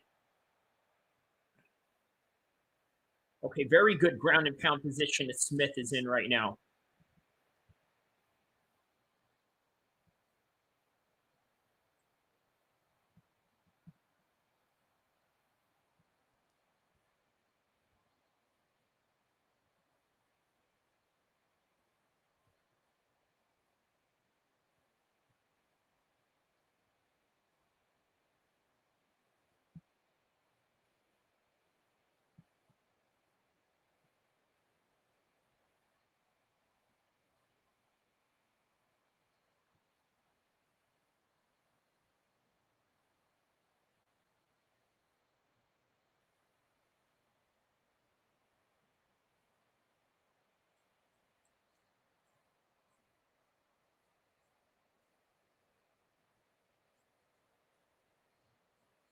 All right, so now we got him on top position right now.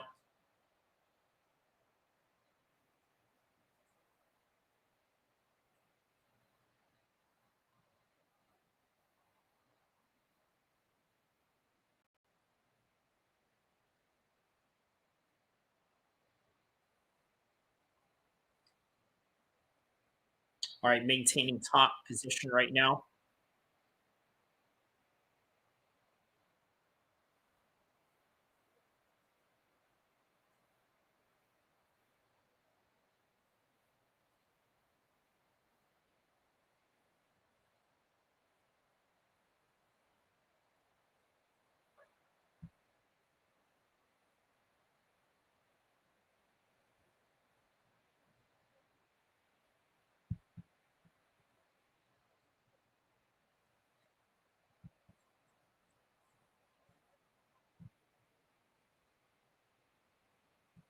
There it is. He's going for it again. Oh, wow. Okay, these are some good ground and pound shots right here by Smith, man.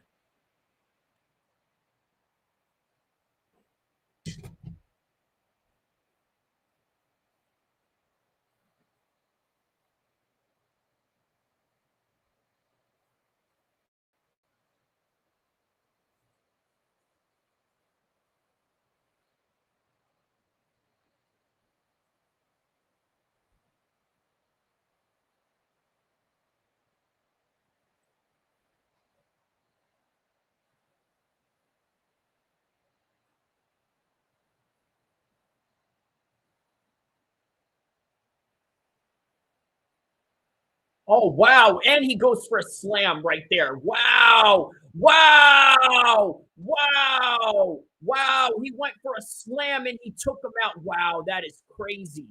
That is crazy. Smith gets a power bomb slam. Wow. Oh, man, a power bomb slam.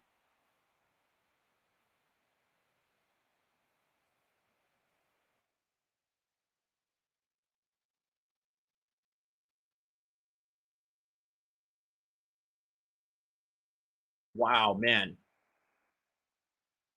And he hit the back of his head too while he was at it.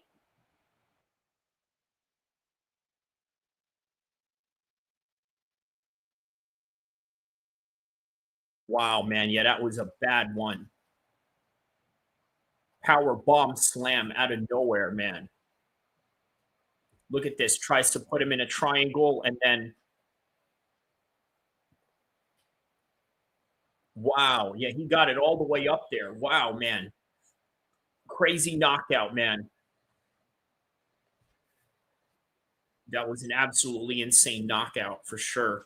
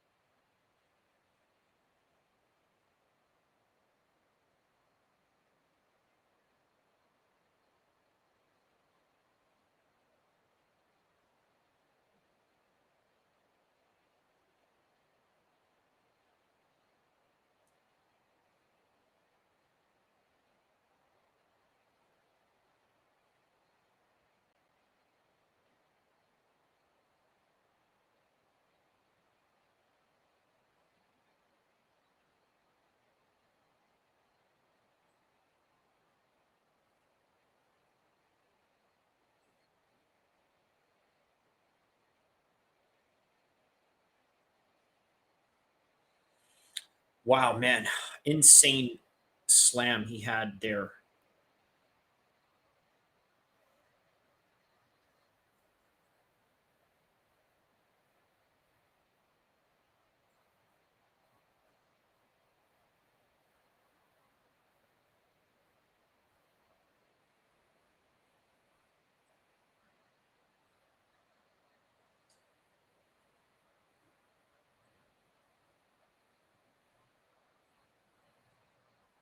Okay, well, at least he's up now.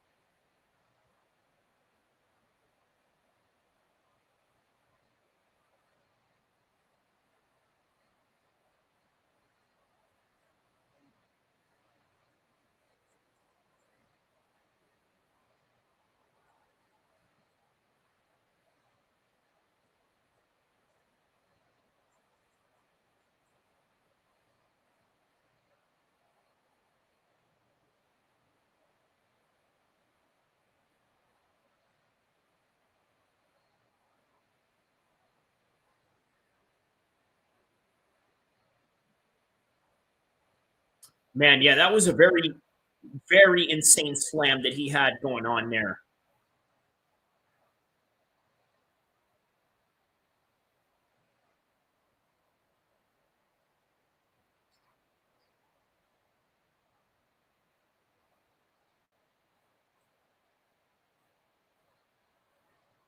He said I had to slam him on his dome piece.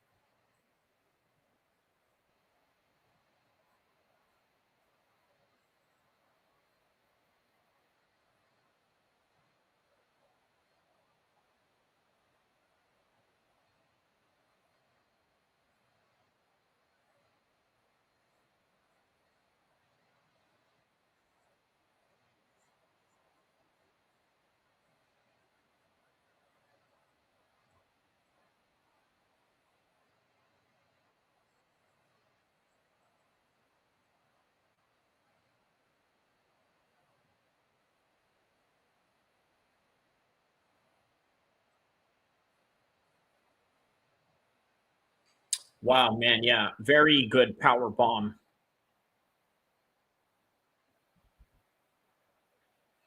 All right, well, on to the next fight. Rory McDonald is back fighting or training for now. You know what? I don't know. I heard rumblings of Rory McDonald coming back, but I don't know if that's going to be a reality in terms of like what level and who and why and all this, that, and the other. So, we shall see.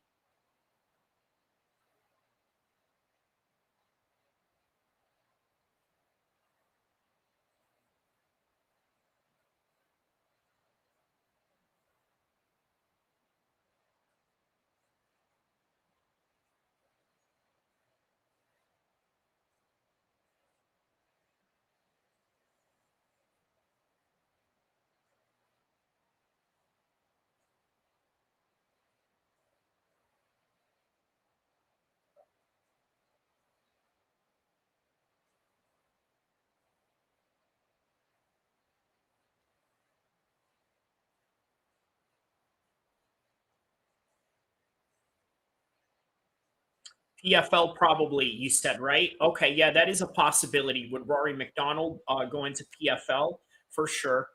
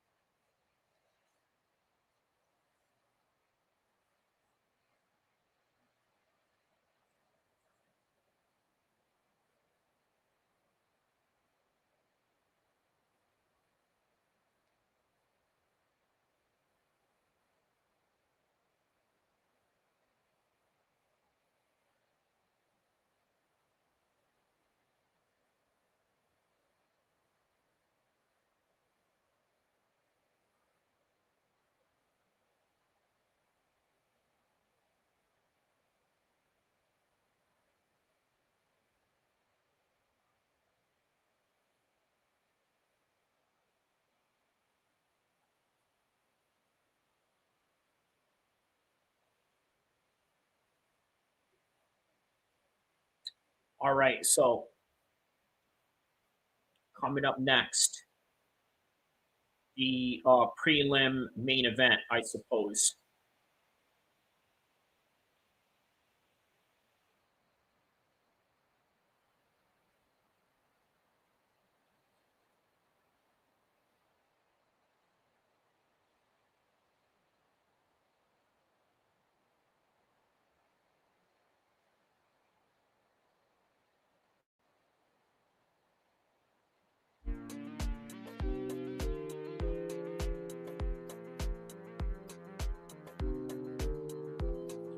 Well, as well as he should, right? If you're a fighter of that caliber, and especially if you're the champion, you would want to believe that you are the most well-rounded guy. So it doesn't seem really that far-fetched, to kind of see that.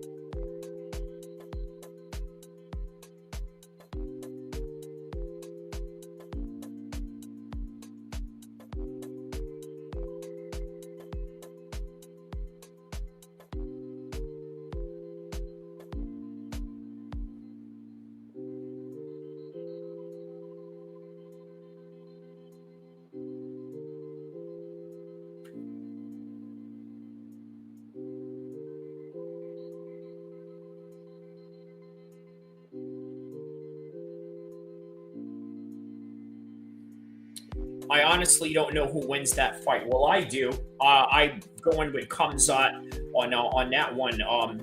Cold-heartedly. I think Khamzat is going to do him in. Right. I think he's going to get the easy win. I think he's going to make it look a whole lot easier than what anybody would have expected, in my opinion. But we shall see.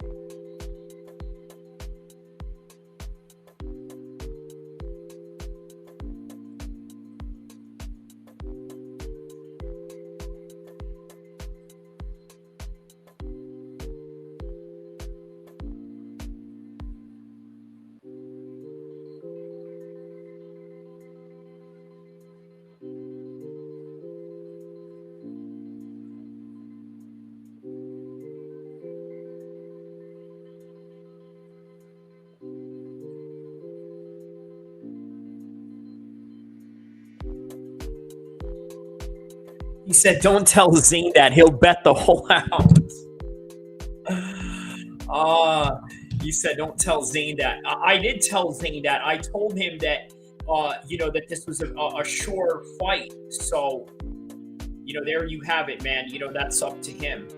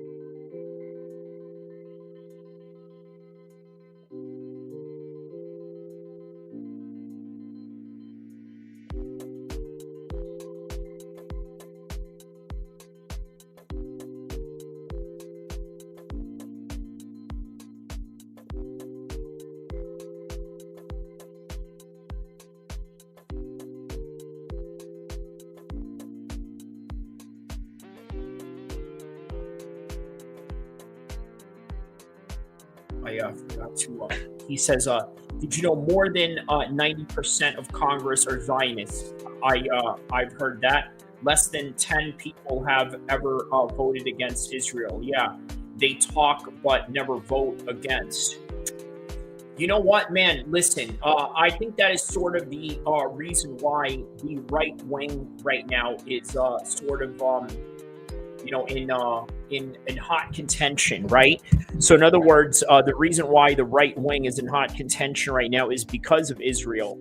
Like, it is basically the right eating the right based on Israel versus Palestinian conflict, right? Because both sides are sort of taken aside from, like, look at Candace Owens, right? Like, obviously a pro-Trumper for a long time, but has lost a lot of Trump supporters who were Zionists. So that's sort of what's going on right now. You know, no, left as well. Oh, yeah. Let's not forget, the left is absolutely responsible as well when it comes to, that particular fiasco with Israel, for sure.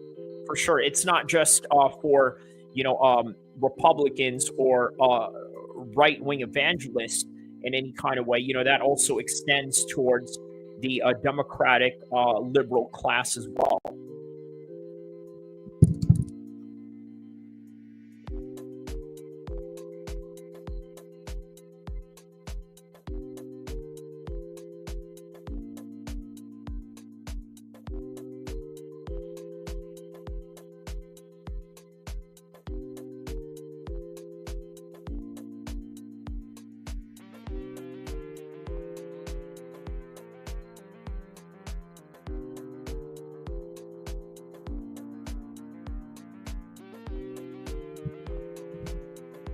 All right, so it seems that we have, let's see here.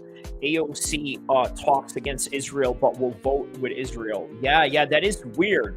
That is weird right there, how that sort of plays out like that.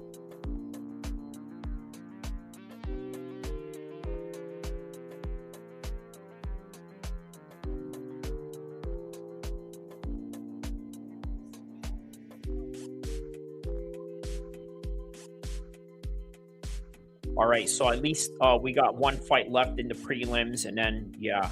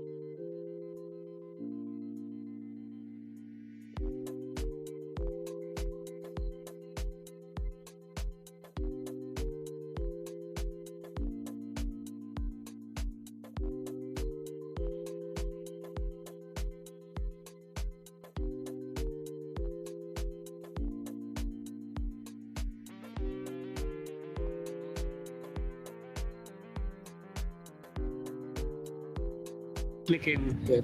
Do you live here? No, sir. I booked a cab. I unfortunately came here. Sir. Okay, because we do security around here. There's been a lot of people breaking in. Yeah, got it, sir. Yeah, what are you doing here? I unfortunately came here, sir. I'm so sorry. Sir. Yeah, but why? I just want to know why you're here. I want to go to some other different place, sir. Are you sure? Yeah, the cab just now. You can see my cab. Okay, what's the address that you put in for the cab? Yes, give me a second. Who were you just on the phone with? One of my friends, sir. I unexpectedly came here. I will show you the cab. What was the address that you put in for the cab? Yeah. Where's it? What's your destination tonight? What's your destination? It's Where are you? Who are you coming to see? My friend, sir. Your friend? Who's your friend? He's an Indian. He used to. He's an Indian? Yes, sir. I'm not asking you where he's from. I'm asking who's your friend? He's also a Indian, sir, who stays in.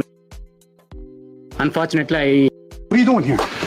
We do security? I'm so sorry, sir. I unfortunately came here.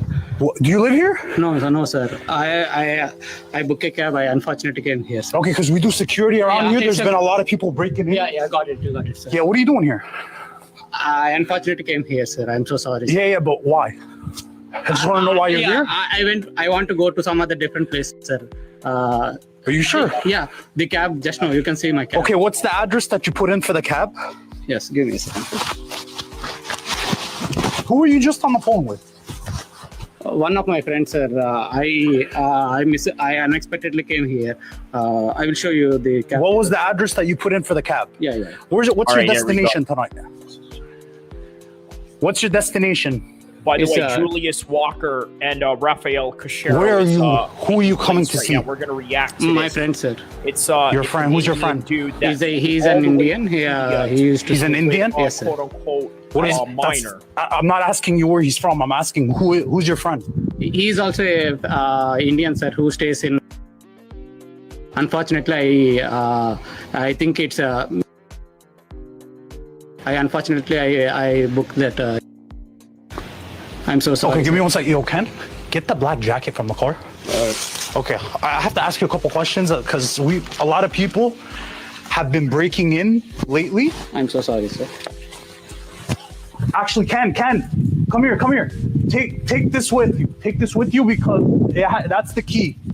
But quick. That's the key.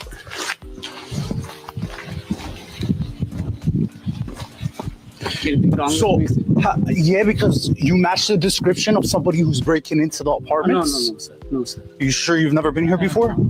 And this is the first time I unexpectedly I want to book like a. How old are you? I'm 32, sir. 32. Yeah. Okay, we have 32. cameras. Okay, no. I am 32, and according sir. to the AI camera, I am you know what 32. AI is? Artificial intelligence. Okay. We overheard the conversation that you were having. And we were able to intercept who you were talking to. So according to our AI, you're on the phone with a resident that lives at this apartment complex. No, sir. Give me a second. So you need to start being honest with me. Give me a second. I am calling you. No. We could intercept the phone call with our AI. So if you keep lying, I'm going to have to call the police. Sir, I'm so sorry, sir. You were on the phone with a girl. No, sir. You can see it's me. I heard the phone call. We intercepted the phone call. Do you understand? I'm so sorry, sir. If anything is wrong, look, there's nothing wrong with meeting with. Sir, listen. If you're a big Indian pimp that gets all the from the world, you have my respect. There's nothing wrong with that. Sir, I'm so sorry, sir. One thing my guy. Yes, sir. Listen to me. Okay. If you are one of those pimps that gets all the ladies, my respect. There's nothing wrong. One thing. I don't need any lady, sir. I'm already. There's nothing wrong. It's not illegal to go for a lady. One thing. I am already married, sir. I don't need any. Oh, you're married. Yeah. I want to say like. I type like. That what I'm searching in Google. So you had the taxi driver take you to a completely wrong address? It's freezing. Unfortunately, I have entered a wrong address, so that I came here. Come to the wrong address. I entered. Okay, I'm waiting on the. Actually, you're good. Okay, so back to what I was saying. We have AI cameras. It's actually new technology. Okay, my uncle, he's the Prince of Dubai, and he gives this technology to the local jurisdiction. He's just getting my jacket because it's cold. Okay, my uncle is the Prince of Dubai. You understand? And he and his team have developed technology that picks up artificial intelligence on phone calls and things like that. We intercepted you having a phone call with a female. We looked up her number. She lives at this residence. No, I don't. She does. Hey, stop the bull. Okay, here, let's take the conversation over there because I don't want to wake up the people that are sleeping. We're not gonna hurt you. We just want the truth. Yeah, got it. Because if you keep lying, then it's not gonna go well. No, sir. So you need to just be honest with me.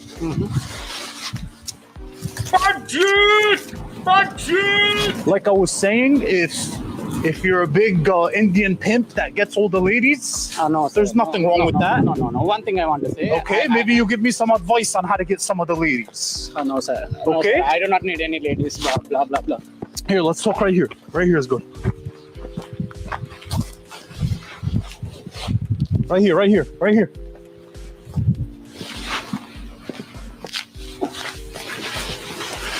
Back to what I was saying.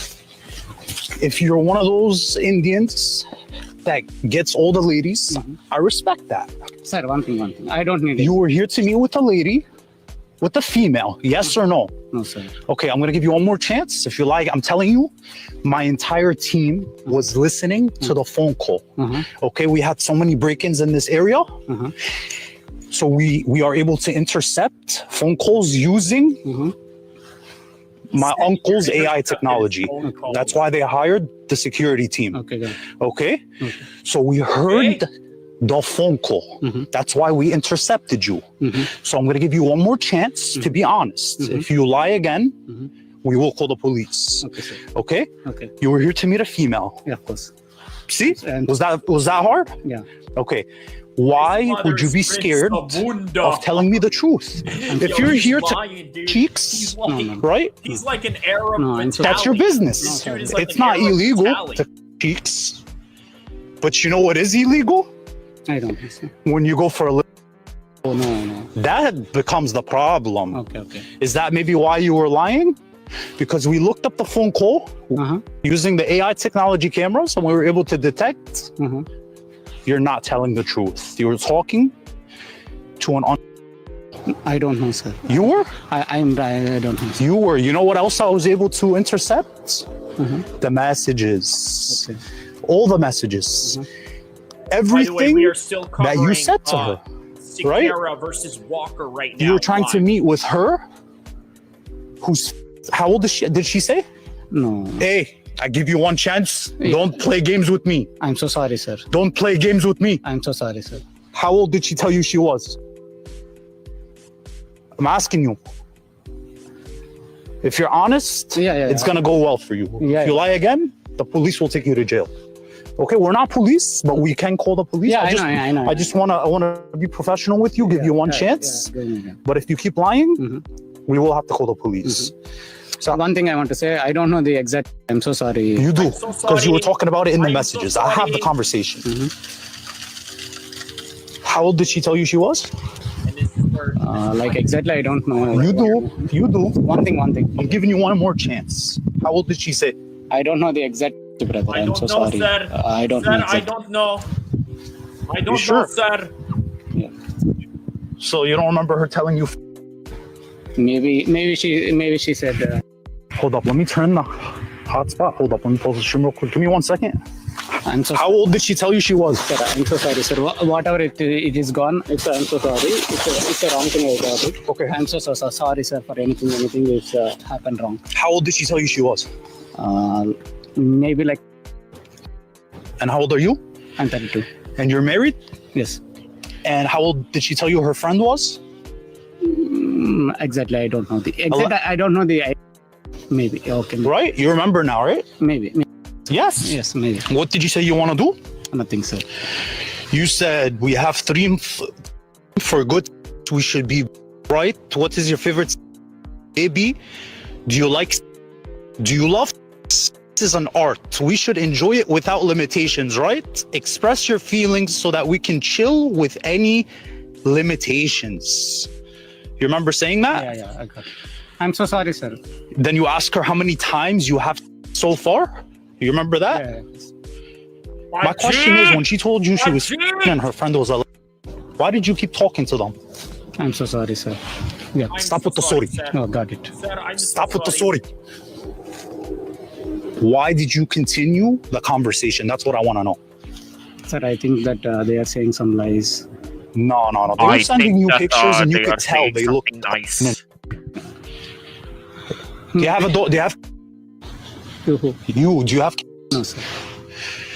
How would your wife find out? How would your wife feel about this if she found out you're about to cheat on her with an and a? I'm so sorry, sir. It's embarrassing to me. How do you think she would feel? No. Huh? No. Your wife. No, sir. If she found out, No, sir. how do you think she would feel about this? Huh? I can't say any words, sir. She would leave you. Yeah, it's gonna be hard to. You would destroy your reputation, right? Yes. What do you do for work? I'm doing some part-time jobs, sir. What do you do? In restaurant. Don't lie to me. I'm doing a part-time job in restaurants. You work at a restaurant. You work at a restaurant. You ask her what is your favorite. I'm so sorry, sir. I got it. Disgusting. You tell her you smoke. It will increase. I'm so sorry. Intention? What's intention? I'm so sorry, sir. What's that? What does that mean? What does that mean? I'm so sorry, sir. I'm so sorry, sir. Stop with that. I'm so sorry. Yeah, got it. What does that mean? You go, when do you first have? Stop with the sorry. Stop with the sorry. You confirm she's. You keep getting with her.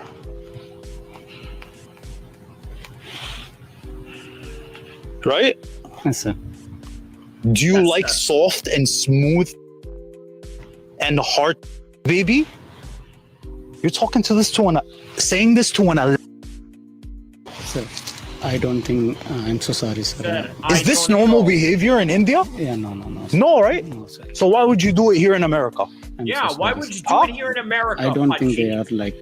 I'm so sorry. No, you knew. So sorry, sir. Okay, call the police. He's gonna keep lying. I try to give him. Sir, I'm so call the police. Sorry, sir. Sorry. Stop We're gonna call the police. He's like, sorry. Stop playing. Sorry, sir, I'm so sorry, sir. Please. Be honest with me. Sorry, sir. Yes, sir. I'm so Please. Show me sorry, the. Show me the. Sir, please, sir. Show me the.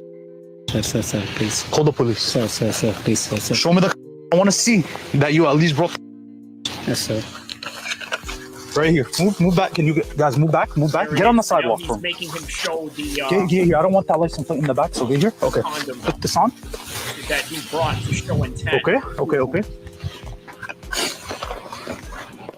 You go. I'm so sorry, sir. Hang on. So she tells you her friend is. Sir, please, sir. You goes. You ever lick her? Okay, now they're getting a little graphic here. Is she interested? 3. Can I have both pics of you?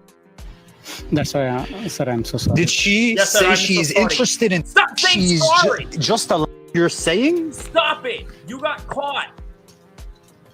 Can you show me her mask? So you wanted to see an. No, sir. That what I if she is so that I can know if they send the pics. You say it's okay to do 3. Do you have any experiences in 3? I'm so sorry. Do you licked any so far? Do you watch?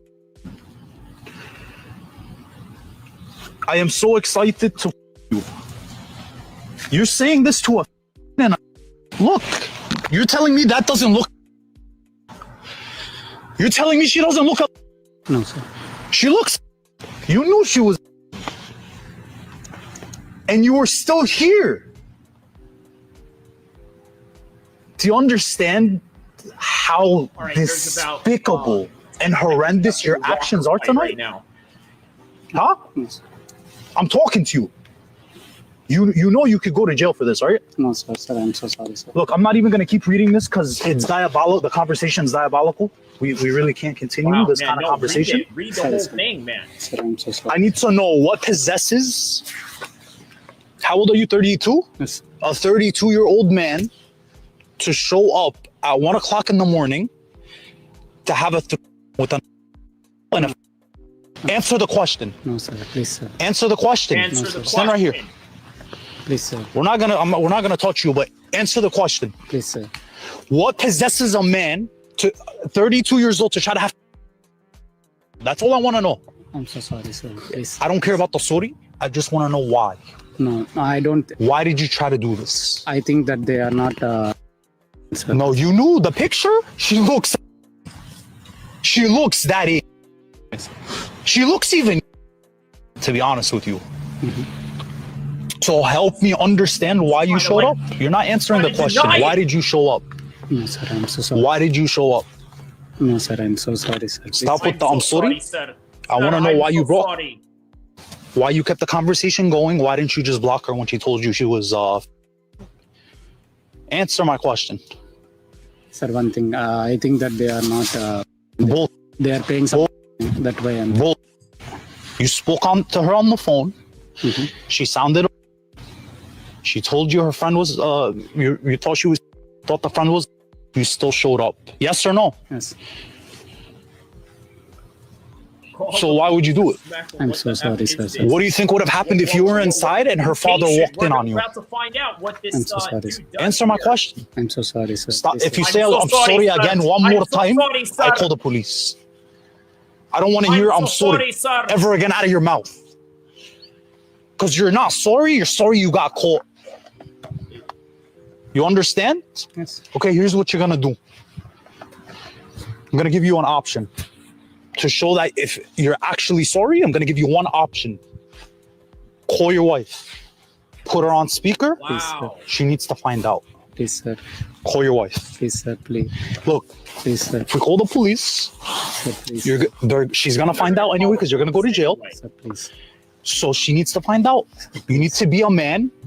Sir, please. Learn from your mistake. Please, sir. You need to call your wife. Sir, please, sir. Okay, that's it. Give me the... Here? Sir, please, sir. No. I'll call the police. Sir, please, sir.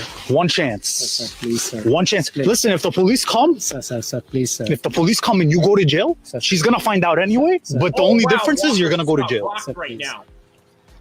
I'm not making any promises, but I'm letting you know if you call your wife, Sir. it's gonna go a lot better for you. Sir, please, sir. Stop with the police. Sir. Okay, that's it. Sir, please, sir. That's it. That's it. Please, sir. Don't touch me. Sorry. If you touch me again, it's not gonna go well. Don't try to touch. Sorry, sir. Sir. Call your wife. Sir, please, sir. Are you gonna call her? Yes or no? Final question. Sir, please, sir. I'm not doing this, sir. Please. She's gonna find out. Sir. She's gonna find out. Either you call her. Wow, man. Or when you go to jail, she's gonna find out. You're better off calling her right now so I can explain the situation to her. Sorry, sir, please, sir. There's no more sorry. You committed multiple felonies. If the police get involved, you understand you're looking at 5 to 10 years in prison, right? This is no joke. Sir, please. You should have thought about that. You knew it was wrong, right? You knew it was illegal. Yes, sir. You knew it was illegal. So why would you show up? I'm so sorry. You're sorry you got caught. You're sorry you got caught trying to have. Can we be honest with each other? You're sorry you got caught. I don't. Call your wife. Please. Wow. There's no sorry, there's no please. There's no sorry. It's either you call your wife or we're gonna have to call the cops. Hold up, give him one chance. Meanwhile, man, this No, hold on. I'm gonna give him one chance. really good. Hurry up, because it's freezing right now. What do you want to do? Say anything, sir. Please, sir. Don't call to my wife, sir. I can't. Call your wife. Sir, please, sir. Okay, that's it. Sir, call the cops. Sir, please. You can call them. Go over there and call them. Sir. Wait. Are you gonna call her? Last chance. Please, sir. Last chance. Please, sir. There's no please. She's gonna find out anyway. Sir, Dude, you made us wait like almost 3 hours. Call her, dude. This is gonna go better for you. It's gonna go a lot better. The people that cooperate and tell them that it goes better for them. We put in a good word for you. Say you were being cooperative. Yeah, because the police listen. I'm not gonna make you. The police are gonna have to find out. I like it though. It's good. So I can put in a good word for you. Sir, please. I can try to say that you were cooperative with the investigation and all that. Yes, but you gotta call your wife. the ones that listen and cooperate, it goes a lot better. Sir, instead of police, can you suggest anything so that I can figure out? Sir, I'm telling you, call your wife. That's gonna go a lot better for you. People that cooperate, sir, it goes a lot better for them. Sir. There's Would no you rather her find out by the cops calling her, because she's gonna find out. She's gonna find out. Cops call her. She's gonna find out one way or another. So this is your final chance. Please, sir, one second, sir, please, sir. Instead of calling to police, give me any other suggestions. So I'm trying to give you an opportunity, sir, to help yourself. Sir. I am giving you one opportunity. Sir, please, sir. So call your wife. Sir, it's gonna be. Call your wife. Sir, please. You're not gonna call her? Sir. Yes or no? Say yes or no. Please, sir. All right, bro. I'm too cold for this, to be honest with you. So just go make that call. Yeah, go call the police. That's it. All right, we'll so let the police deal with you. Right now. You think I'm joking? You think this is a joke? No, you think this is a joke? No, sorry, sir. Are you gonna call her or not? Sir, please, sir. Are you gonna call her or not? Sir, please, sir. Instead of calling my wife, I can do anything, sir. Call the police now. Make him back. Please, sir. Make him back. You have 2 seconds to call her. Please. 2 seconds. Make him back. Okay. Sir, please. There's no please. Sir, please. Now you're gonna go to jail. Sir. I just want to understand when she told you she was. Why did you continue the conversation? Why didn't you just block her? Sir, I'm so sorry, sir. Why didn't you just block her? Sir, it's my right, sir. I'm so sorry, sir. I can do anything. What's the age of consent in India? There is 18? Yes, sir. So you knew that the age of consent here. You knew the age of consent, right? I know in India. Okay, so in America too. So why, when they told you they were, did you continue the conversation? Did you try to have a three with All right, so the match. So sorry, It's not about being sorry. I just want to understand why you didn't just block them. Why did you continue the conversation? Sir, it's my bad, sir. I'm so sorry, sir. Why did you continue the conversation when they told you? Please, sir. Huh? Please, sir. You're not answering my question. Are you gonna call your wife? Please, sir. No, sir. You're not gonna call her. Sir, please. Okay. Please, sir. When you get arrested, she's gonna find out. I'm letting you know. And the only difference is you're gonna be looking at felony charges. Do you have citizenship in this country? No, sir. What do you have? I'm a student. Student. Oh, he's Even better. Even better. You understand now you're pretty much gonna get deported, right? People like you that commit these kind of crimes, they get kicked out of this country. Is it worth your studentship? Is it worth it? So why would you do it? Why would you come to our country and try to rip it up? Huh? I'm sorry, sir. I can't do anything. Call your wife. Please, sir. Look, I'm not gonna force you to call her, but I'm letting you know this is your one and only chance. It's gonna go a lot better if you call her. Please, sir. Call your wife. Sir, if I call, I will get divorced, sir. Please, sir. If you call what? I will get divorced, sir. You will get what? Divorce. I can't hear you. I will get divorced, sir. What's that? Divorce, separation. Divorce. Okay, you don't think if the police come and arrest you, she's gonna find out? She's gonna find out. So I'm trying to give you one chance to call her. All right, Walker wins by a decision on that one. While that We didn't give the police the address yet, so you have one chance. Please, sir. There's no more please. Sir, instead of that, I can do anything. I don't want you to do anything. I want you to call your wife.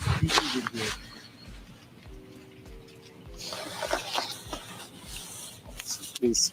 Call her. Okay, Cal, hold up. Go over there. Go. Cause call her quick. We don't have to give that. We didn't give the address yet. Call her. He didn't give that. You have 10 seconds. Here, hold the line.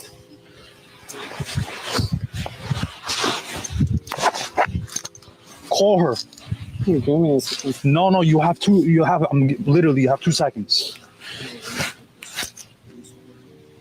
Why are you texting her? Not texting, sir. I'm searching the name. Call her. What's her name? Okay, call. It's an Indian number, sir. Maybe it don't go. If she don't listen, I'm letting you know. If we don't talk to your wife, we're gonna have to get the police. So you can play all the games you want in the world, but you're gonna call her. Put it on speaker. She speaks English, right? Of course. She speaks English, right? Put it on speaker. Call is not going, sir. That's what I'm saying. Okay. Yeah, give the police the address. He's playing games.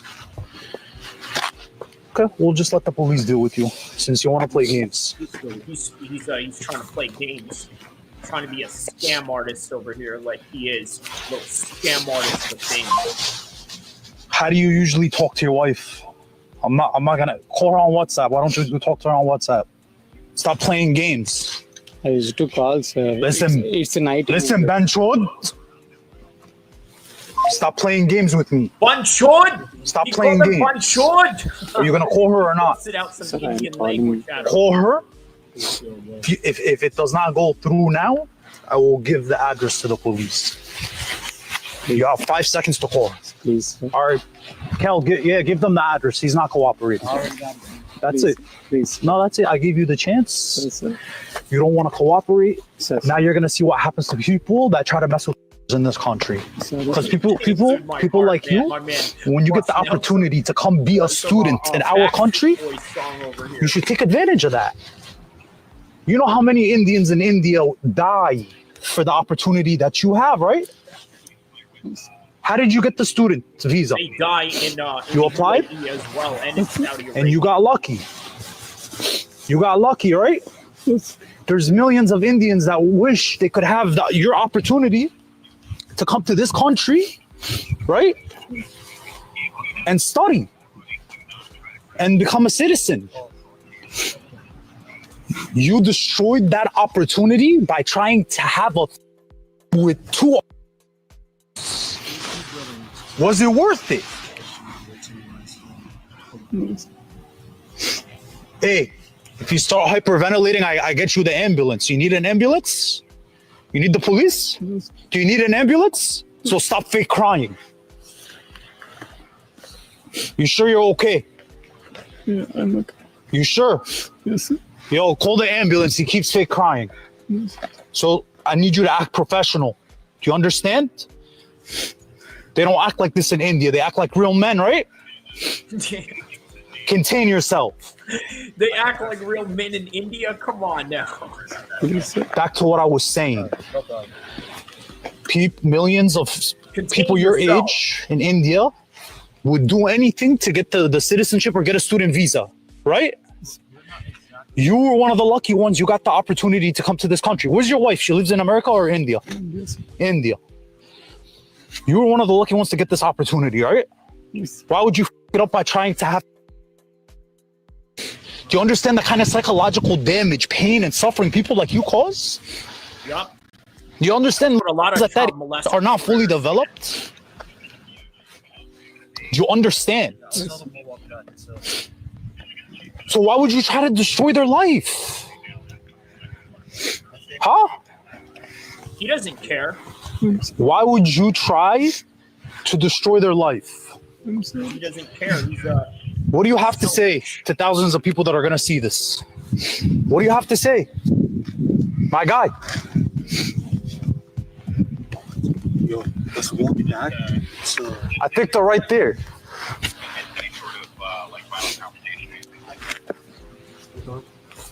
When this video gets posted, it's going to get back to your neighbor, your friends, your employer, your wife, and when you go to jail, she's going to find out.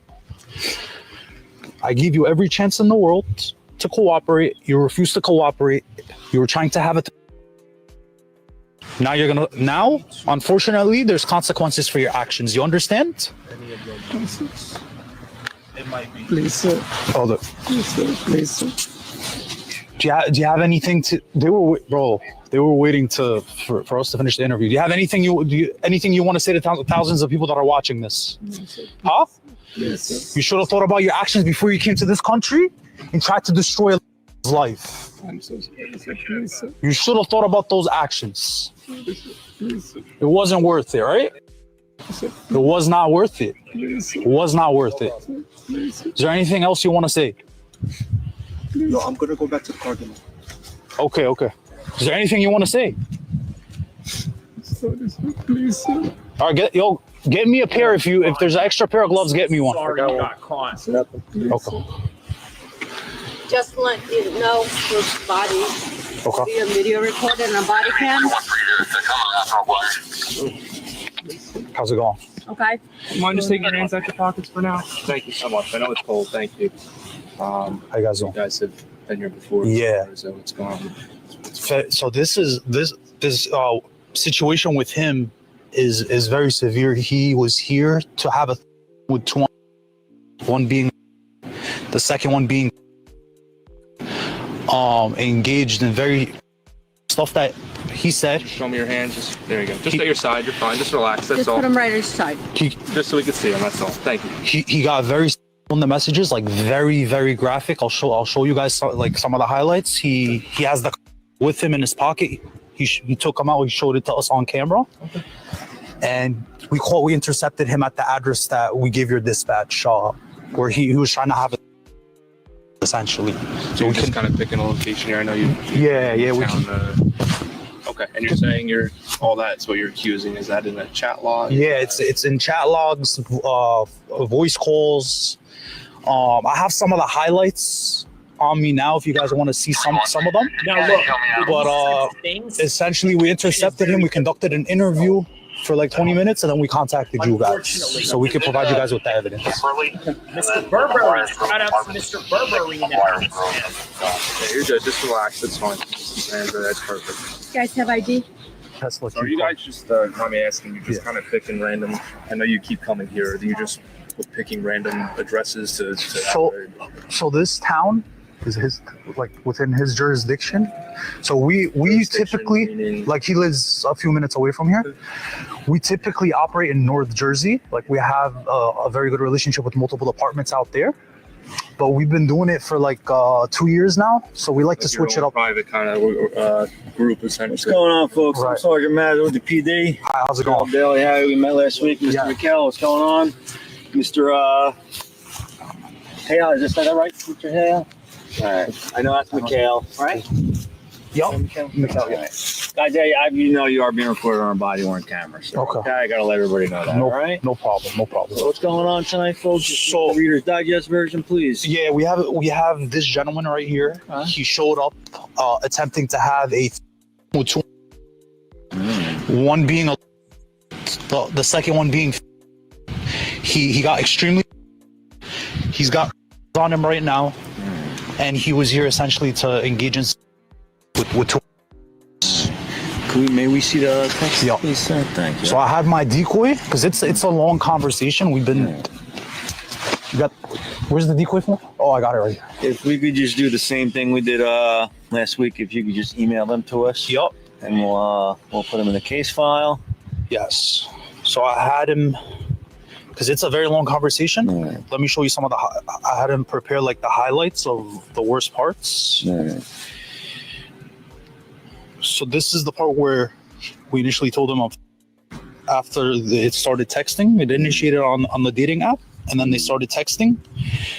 But I've been with older guys. Is that okay? Really? How old are you? But I always talk to older guys. He goes, cool. Right away. For good, we should be right. What is your favorite baby? Do you like? Do you love? And then it just continues getting. He says, can I see your pic once? We have another screenshot of it. And that's him. That's him sending the text. Yeah, that's him. He goes. He wants to do. What's your favorite? He's talking about smoking. Increase intention. I don't know what he was trying to say there. Intensity. I think. Yeah. When do you first have? Look again. This is the third time he confirms. You're saying you're. Just to confirm. Just to confirm. He says I'm gonna bring. He has the on him. How do you know this gentleman has this person? He showed us. He showed you. He took him out. Yeah, he took him out. We have it on camera. And then what is that, Fresh? What is the jambalaya with stream? Explain the context who told him behind that if you. And he was completely okay with that. I have that here too. Who brought that up? Him or Decoy? The decoy said something to the effect of she's with her friend. Okay. And then he He goes, what makes you more not cool? What makes you more like licking or he goes, really? Is she also interested? He goes, so she goes, yeah, my mom works at the hospital. Is that why they met here? Somebody in the hospital working overnight to the hospital. The mom works overnight at the hospital. That's what they claim. Home alone. So he goes. Right, man. We're still gonna cover the fights. And then it just keeps going. It's like typical stuff. All right, same thing as last week, Mr. If you can meet us right at headquarters, we'll download all this stuff. Okay. Mr. Comments up top. Roya, is that correct? All right. Oh, this is like one of the photos of the. That you sent to Mr. Roya? Yeah. It's not an actual. It's a Facetune app that. All right, it's an AI thing. Yeah. Okay. All right, Mr. Roya. Is that true, sir? Did you come here to meet up with these? Yes, sir, but I don't think they are. What's that, sir? I came here for that only, sir, but I don't think they are. I came here, sir, but I don't know why I'm doing it. Oh my goodness! They are saying that they oh my goodness! But I think they are not. It's my fault, sir. I think that they are more than. It's my fault. I'm so sorry. But you texted them that you knew they were left, then we'll get to the next fight.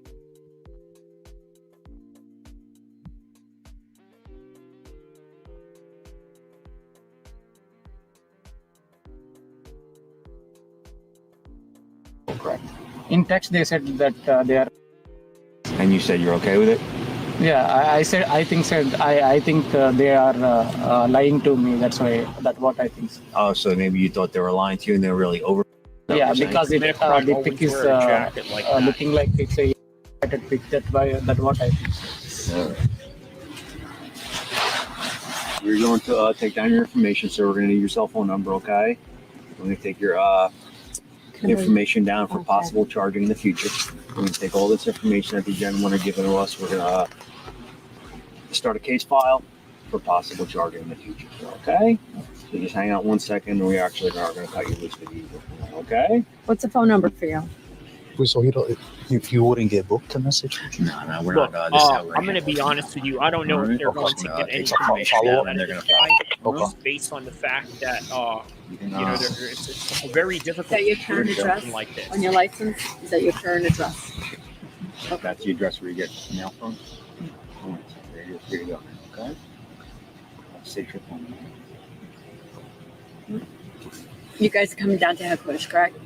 Yeah, what do you to say? What to upload the? Yeah, to upload all the that, so we can forward it. Okay. Mm-hmm.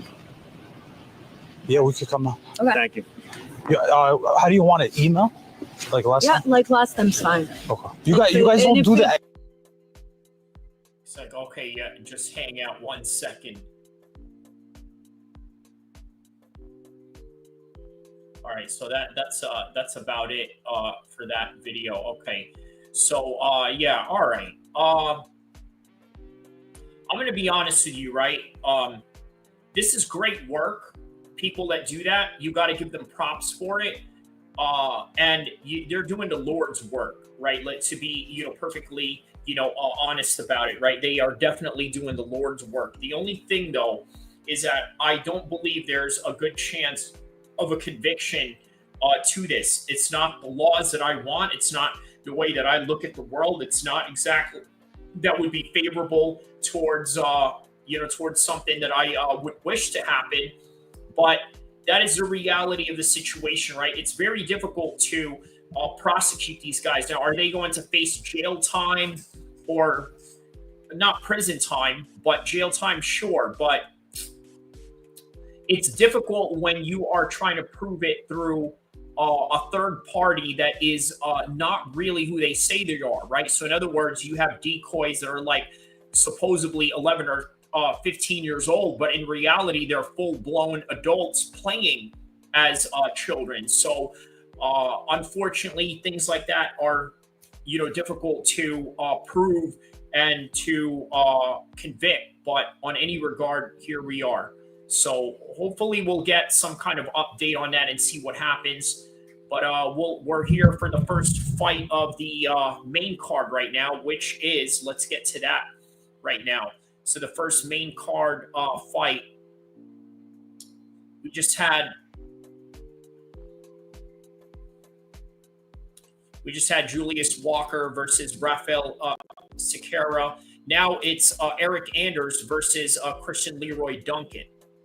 So that's the next fight we got coming up right now.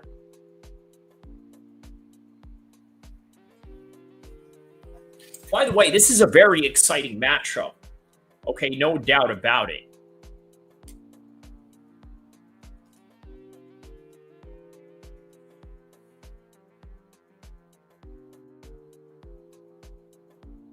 Duncan versus Anders could easily be a fight night main event anywhere.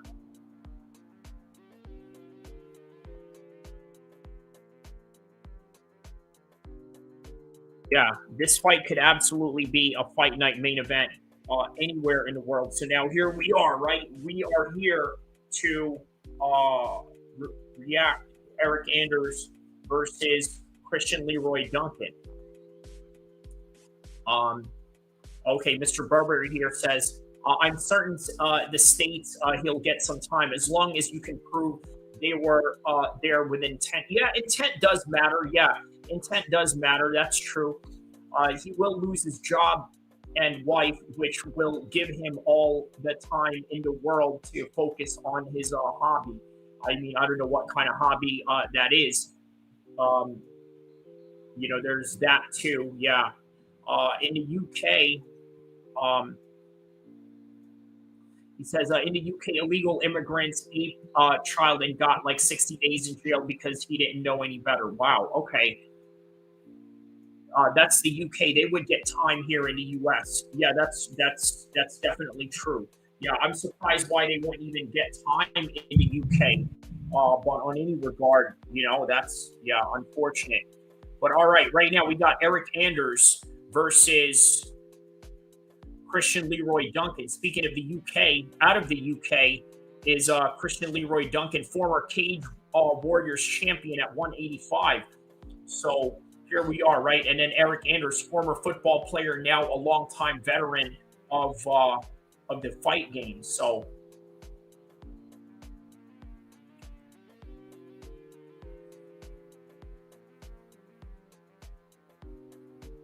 okay, there's some nice kicks right there by Christian Leroy Duncan.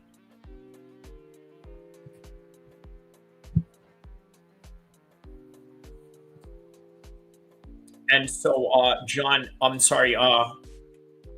Cormier was asking, hey, do you guys play basketball over there in the UK? And John Gooden says, well, Christian Leroy Duncan does. So, Mr. Burberry got Duncan over Anders. I say that as well. Yeah, I say that as well. I think this is his time. And Eric Anders is the veteran. But a little bit over the hill, perhaps. So,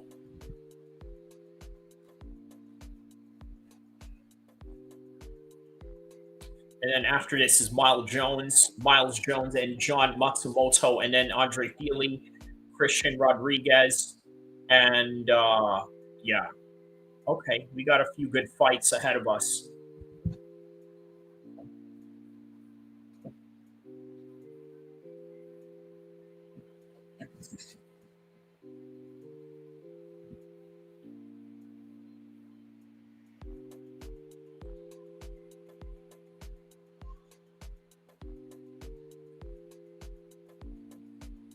Yeah, Eric Anders definitely hits hard for sure.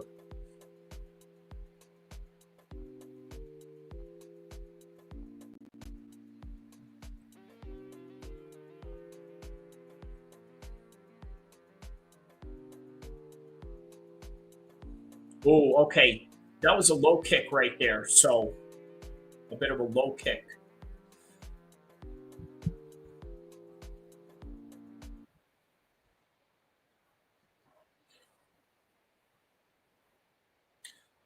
All right, referee Mark Smith giving him a warning right now.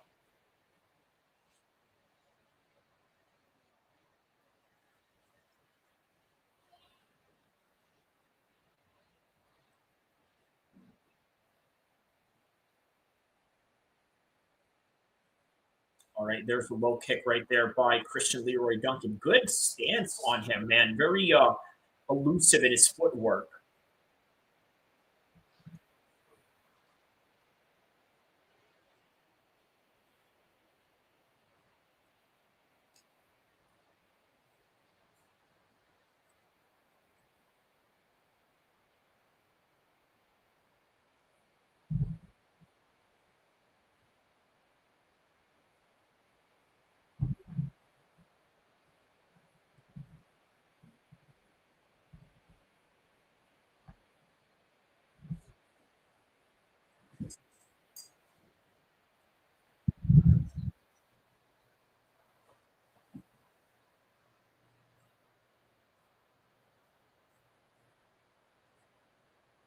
All right, so Anders is right on top of Leroy Duncan right now in a body lock position, right up against the cage. Both men standing in that clinch position right now.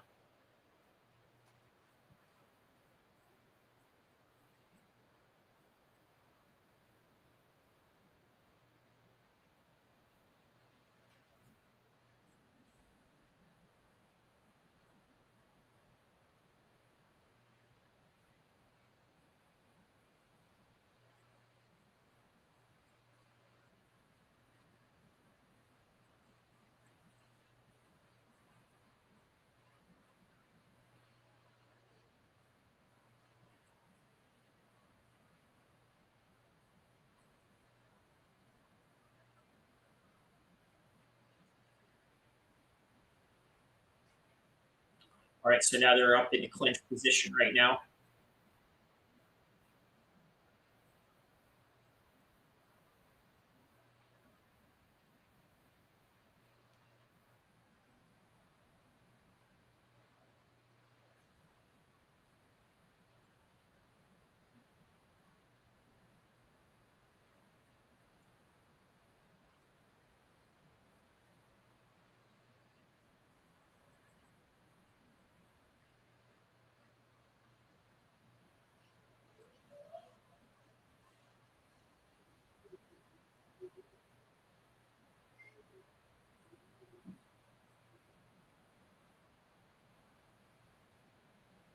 Oh, wow. Christian Leroy Duncan just rocked him right now. Christian Leroy Duncan has finished Eric Anders. Just like that, he finished Eric Anders out of nowhere. Out of nowhere, man. He finishes Eric Anders out of nowhere. Wow. Wow.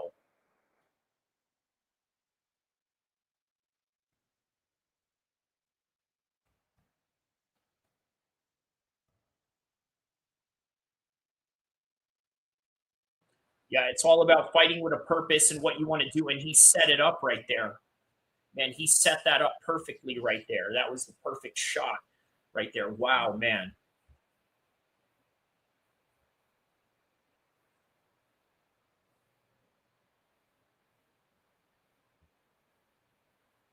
Just like that, right? Yup. Just like that. Just as what we predicted. Yeah, I knew he was going to finish him. I knew he was going to finish him. I think, yeah.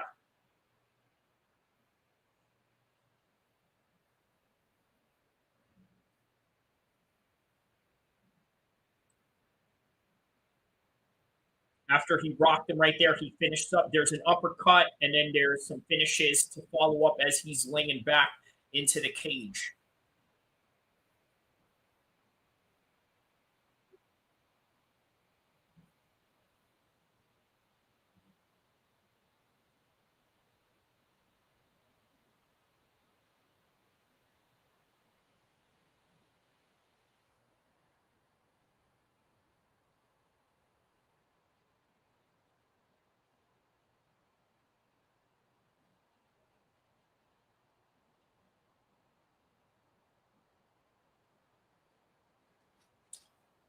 Yeah, man, just like that, man. Easy win.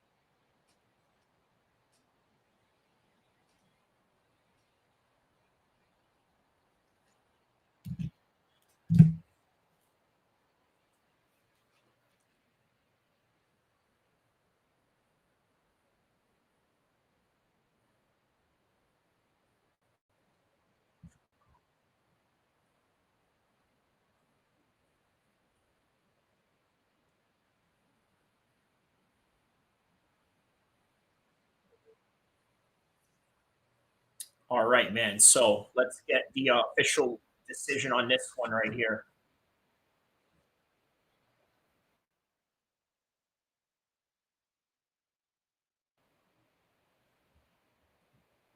Christian Leroy Duncan gets the win. JFK was the last American president. Okay, so you know what? I'm going to go back to some of the comments that you had up there. They were quite interesting. Let me go back to that right here real quick. Okay, going back to the Zelensky comment. Okay, so Director Zelensky is melting down over the meeting he is apparently completely rejecting concessions of. Okay. He wants the final victory and is alleging betrayal by Trump and U.S. Why? Because peace means elections, and election means it's over for him and his gang. Yeah. So okay, those we read those other ones as it was going on. So yeah, you're right. He was the last American president. Look, it's no secret why they took out Kennedy, and the big reason why they took out Kennedy is because they knew that Kennedy wanted to go after the boys. Okay, so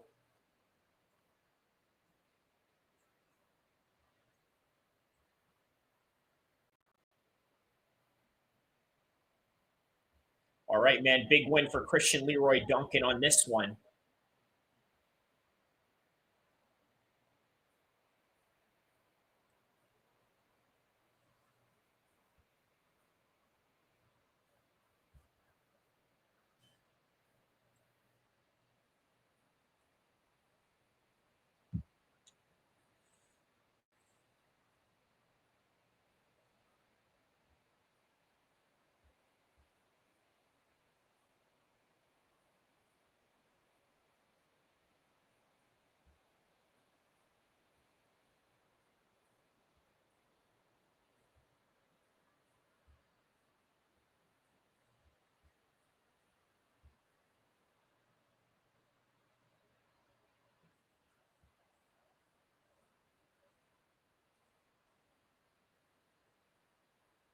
Oh wow, how about that? The Aaron Pico another Saturday, thing. Another fight. The Aaron Pico fight, Aaron Pico debut. Right? All right, that is be the right back. Fight for today, and then the week after that, it is Dolidze versus Anthony Hernandez. By the way, a guy who I had shared a card with, and then after that, obviously, it's roller coastering you into the biggest pay-per-view of the summer, which is Kamzat versus DDP.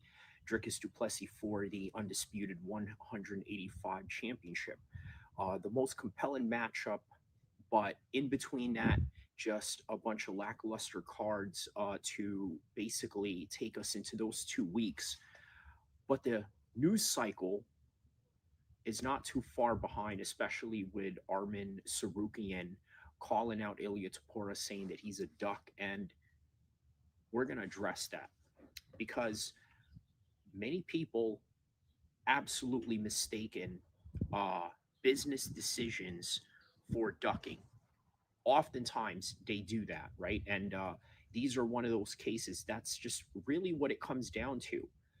Sometimes some people have to make certain business decisions based on what is for their best interest in the short term and maybe even in the long term, or depending on what kind of time frame they are trying to accomplish. Like, for example, if I'm trying to get this much at this particular time, or am I trying to go through the longevity, or maybe you're trying to go through the legacy route. Well, here's the problem, right? Well, obviously Arman had his chance. He obviously pulled out, which, by the way, gave Moicano a chance, which is crazy to say that Moicano was a former title challenger. Do you realize how much clout you can use, even if you lose? Okay, you can use that and say, I was a title challenger for the undisputed championship of the world, and you are Moicano, and you did that by default.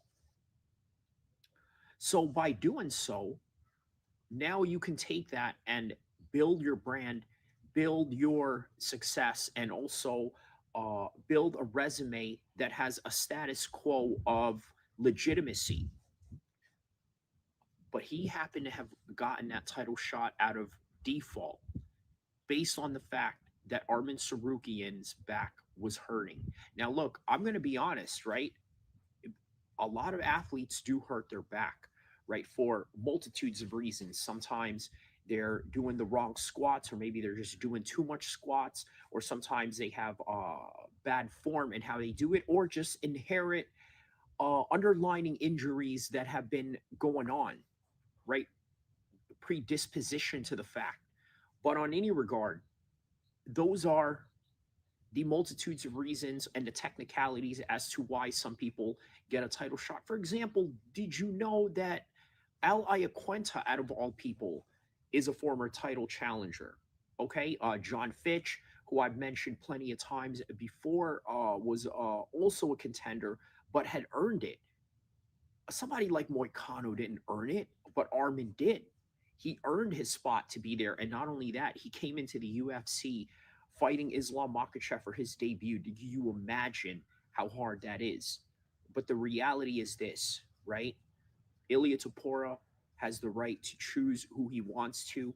But at the same time, who else is there? You say that this guy is unreliable. Well, who is to say that due to that single variation that happened on that day that affected his back in some kind of matter, somehow indicative of what is going to happen later down the road? But yeah, that's just really what it is by the end of the day, right? Selective politics. And that's just what you have to do in MMA. That's just what you have to do in your career in combat sports, is maximize it to its fullest potential. Because let's be honest, to the hardcores, it would be a great matchup. But at the same time, for people that are casuals, it doesn't have the same magnitude as Islam Makhachev versus Ilia Topuria, or even Ilia Topuria versus JDM. Because what if JDM happens to beat Islam Makhachev? And I remember Izzy saying something to the effect of, well, I think JDM is, well, of course, he's going to say that he's an oceanic regional guy. But on any regard, yeah, that is all that I have for this one. Don't forget to like and subscribe. I'll see you in the next one, inshallah. If you want to build an app and have no idea how to code or where to start, check out Base44. I built this daily habit tracker that helps users log small wins, track their mood, reflect on past entries, and see how far they've come. It's fully functional, and I didn't write.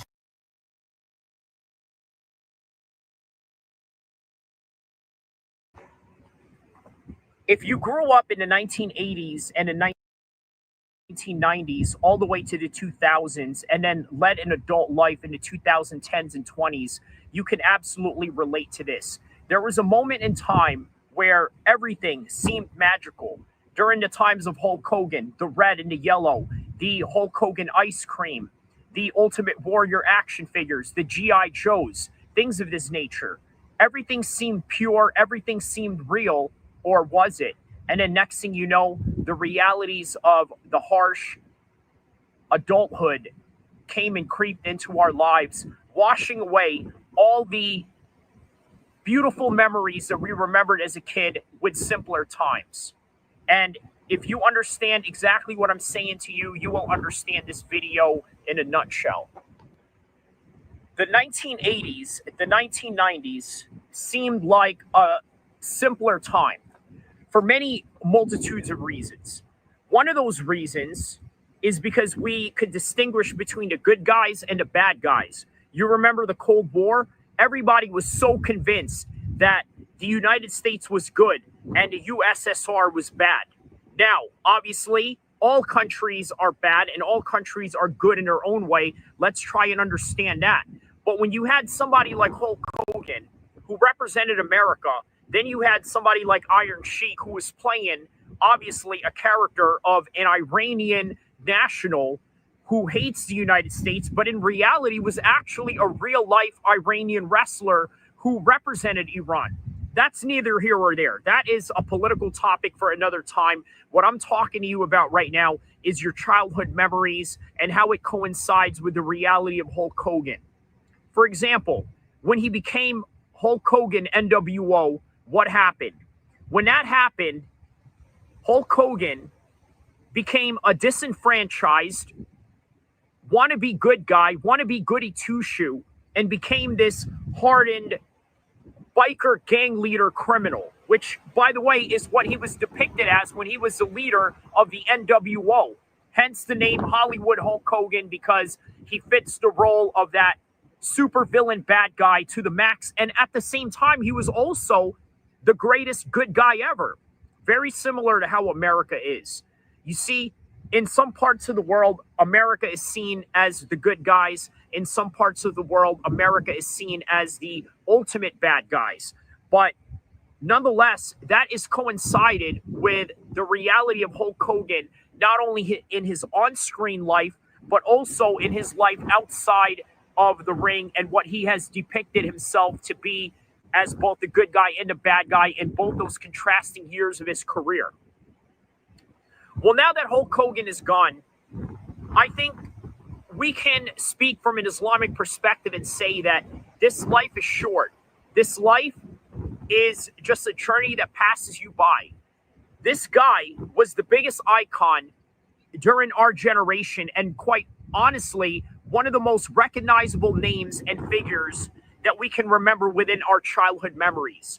Somewhere down the line, the joys of childhood, the innocence of childhood, got replaced with the ideas of having to pay your bills, having to keep up with your mortgage, on top of the fact that you had to worry about the things that you never had to worry about as an adult. And then you can look at that from the difference between the boomers and how they were able to buy a house for, let's say, less than 100 grand, maybe even 30 grand. And now the very minimum, most houses are $500,000. I'm talking about like decent houses that are one level, maybe 2 rooms. We're talking $500,000 in a good city. That's what you would find. But back in the days, everything seemed good. Everything seemed like, you know what, everything was working. It was the way that it was. Everything that seemed fair is no longer fair in that particular light. That is just the world that we are living in today. Also, if you really want to talk about how innocent times were back then, think about this, right? The Iraq War. 2 different contrasting eras, right? 2003 and 1991. What is the difference? In 1991, you had a clear enemy. Okay, you remember Sergeant Slaughter when he defected to the Iraqis just to fight Hulk Hogan? That was a clear enemy, and it was a clear operation. Go in there, take out the bad guys, this, that, and the other, and then we're out of there. Next thing you know, we're now in an era where, let's say, 2003, right? The Iraq War invasion. What happened? Wasn't so simple, was it? Now you're stuck in there a couple of decades later trying to mitigate all the tribal issues that were going on there. The world got complex. That is the next thing that I'm going to talk to you about. How the world got complex and how the world was simple back then, especially in the days when Hulk Hogan was at his prime. Without having to go through the chronological order of Hulk Hogan's career, the one thing that we can take from that is back then it were much simpler times, and now we're living in more complicated times. His career, his life, the way that he was big during the reality show era of the Jersey Shore and the Kardashians and whatever reality show was going on in the mid-2000s, he embodied all of that. He embodied every single part of that in every generation that he was a part of, but he also embodied the joyness of simpler times in the 80s and 90s, and also the complicated times in which he has lived today. And look at the way that he died. I'm going to tell you from an Islamic point of view of understanding life and understanding the trajectory of one's life in this dunya as you transition into the afterlife. It really brings a grim, humble reality to how a lot of people die. You see, many people are making jokes about Hulk Hogan dying right now because of the fact that he was canceled. Now, is it warranted in any kind of way? My answer, I don't know. That's for you to decide. I'm just here as a reporter giving you the news, giving you the content and everything in between. So don't forget to like and subscribe. I hope that I gave you a great monologue regarding Hulk Hogan and how he relates to the generations that have lived through his greatness and that have witnessed it, but also correlating how their life has changed along with Hulk Hogan's life in the era that we are now facing in, as opposed to much happier times than before. With that in mind, don't forget to like and subscribe. I'll see you in the next one, inshallah.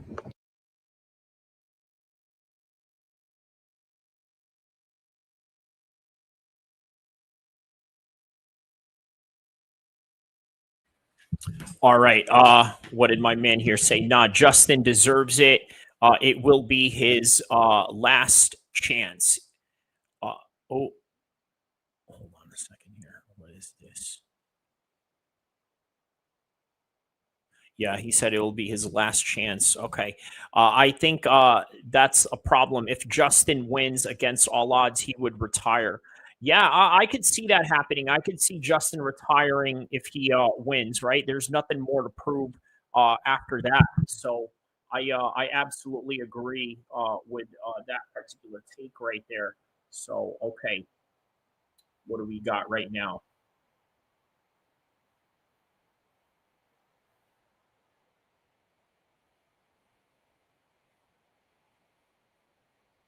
Okay, so Miles Jones versus Matsumoto.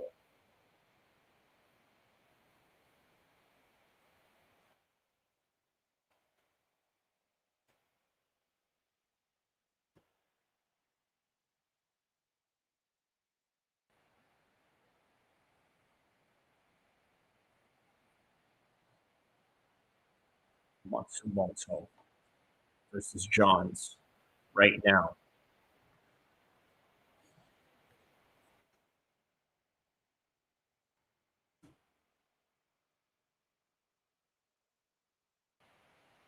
Matsumoto!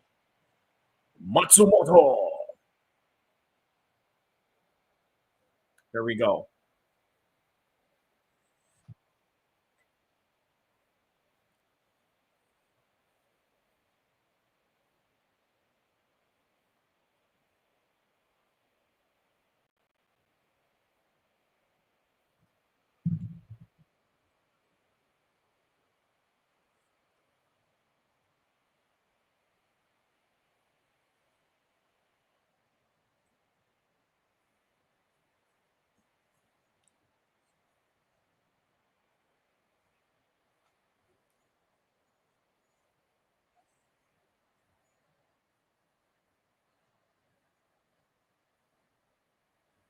All right, here we go. Round one between Matsumoto and Miles Johns.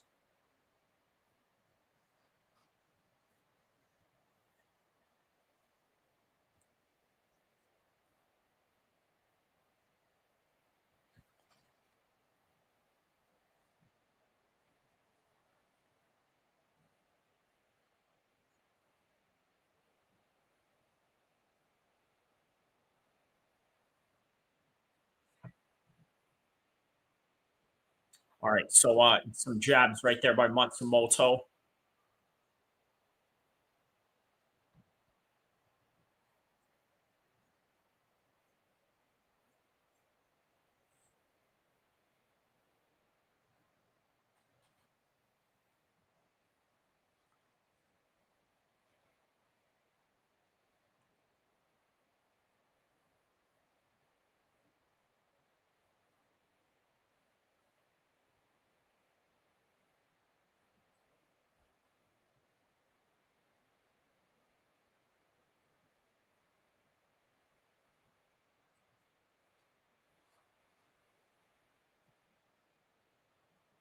All right, so here's a takedown right here by Johns, trying to maintain this top position right now.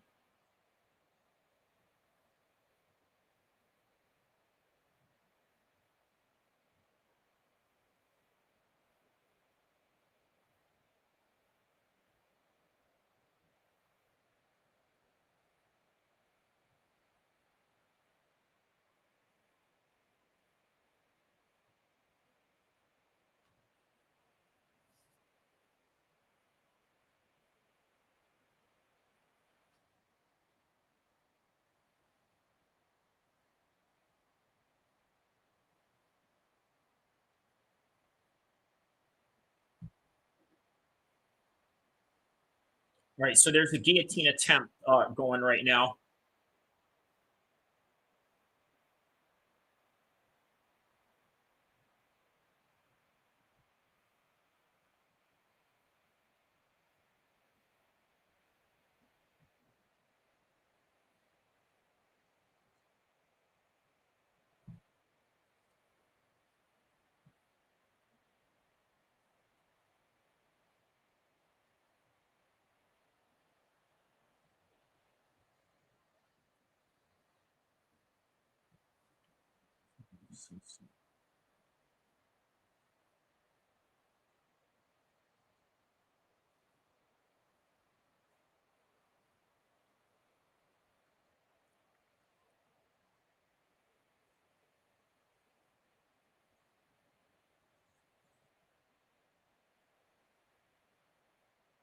Okay, there's a high kick right there by Matsumoto.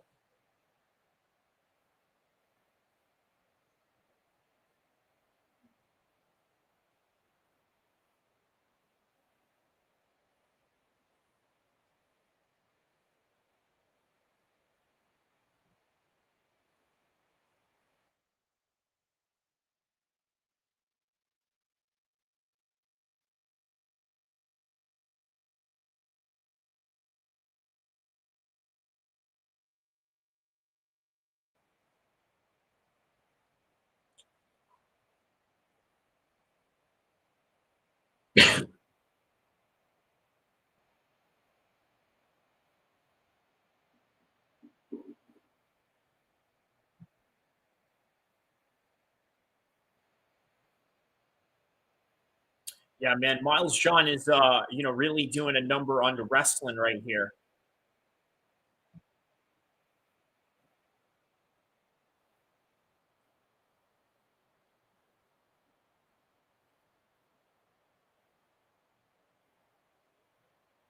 Yeah, Matsumoto is a very economical style of fighter, right? But with the way that Johns is going at him with this, constant wrestling pace. Now here it is, a wrestling of his own, but John stuffs it immediately.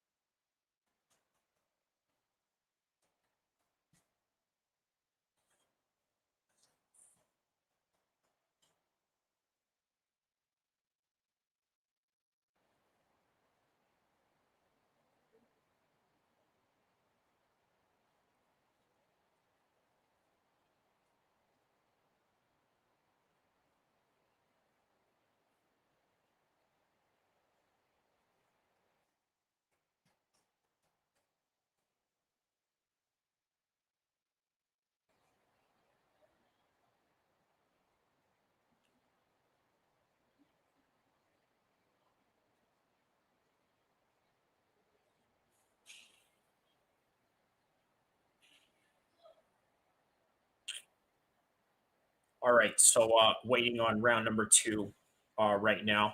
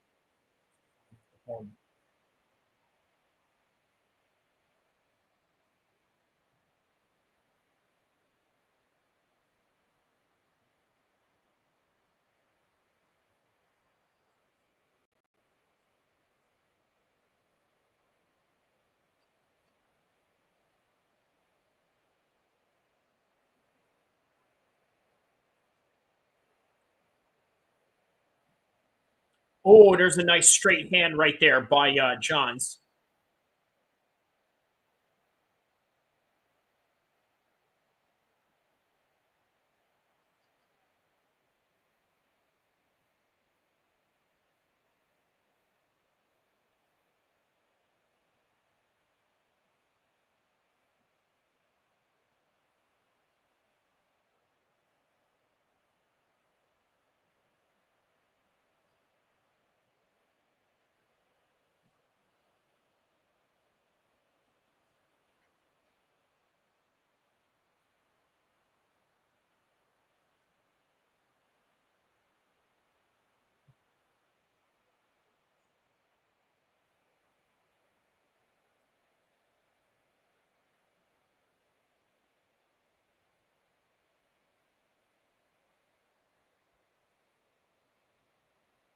All right, there's another takedown by Miles Johns right here.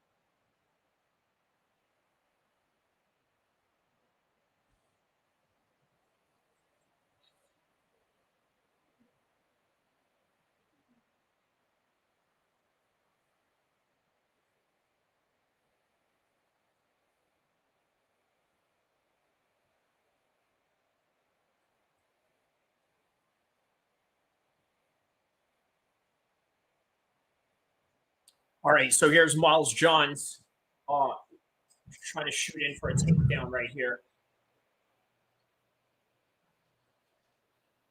20 seconds left into the second round right now.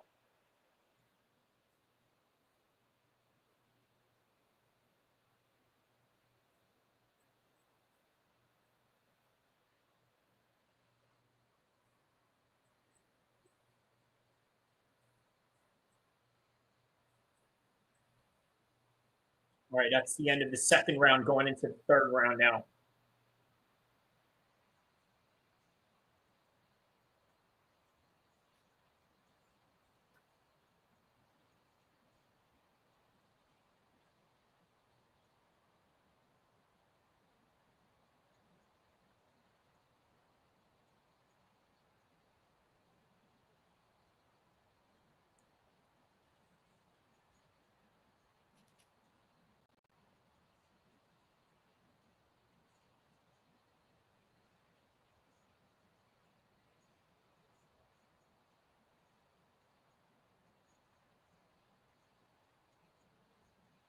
All right, man. Third round. Miles Johns might just do the same thing over again.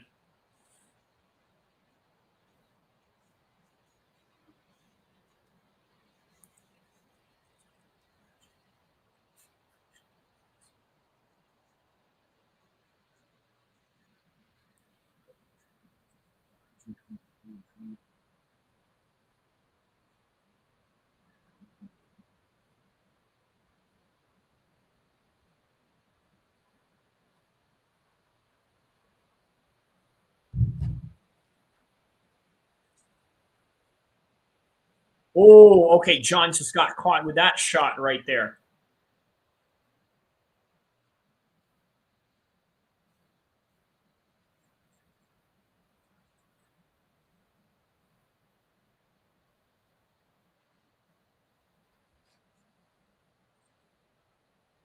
Switching stances by Matsumoto right here.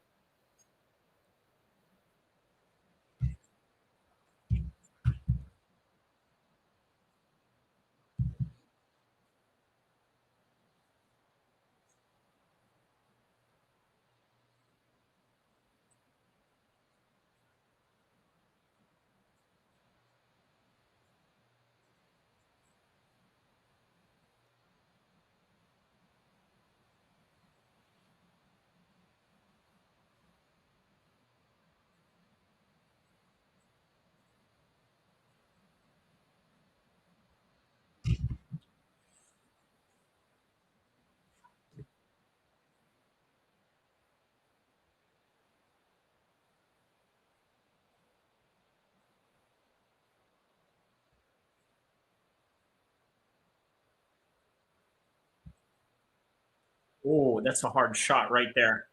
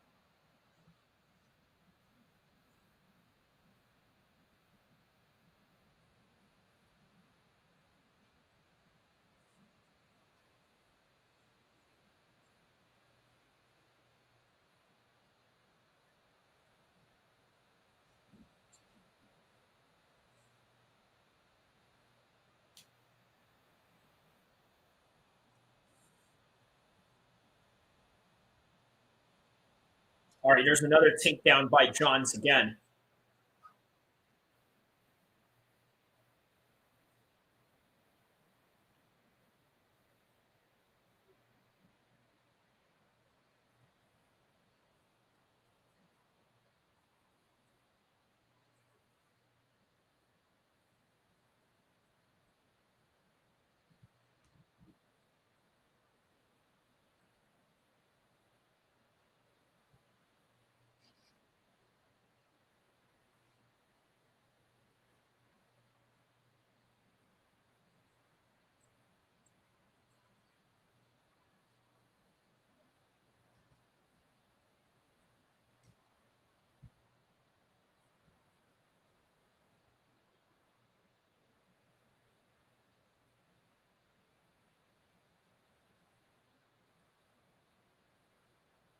All right, so they're clinched up again. 18 seconds left. Yeah, Miles John won this one right here.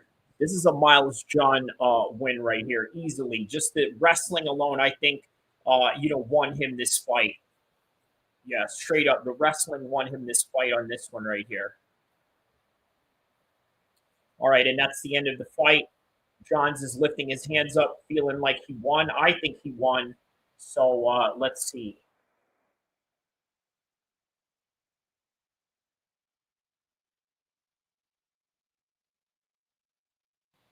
Yeah, good fight, man.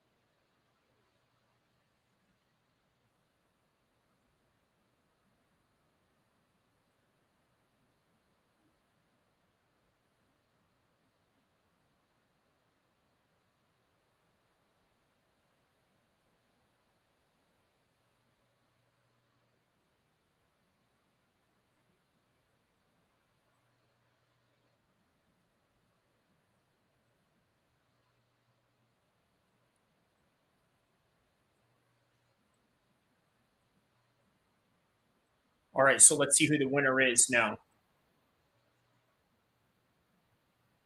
Wow. Matsumoto wins, man. That's crazy. I never would have imagined, man, that Matsumoto would have won that one, man.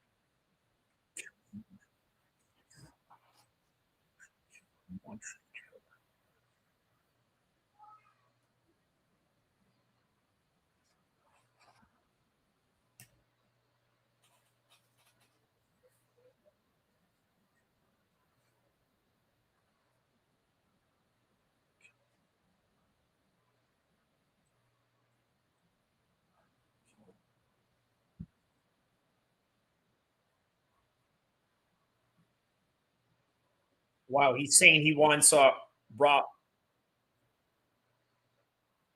He's saying to Rob Fun he wants to fight him again.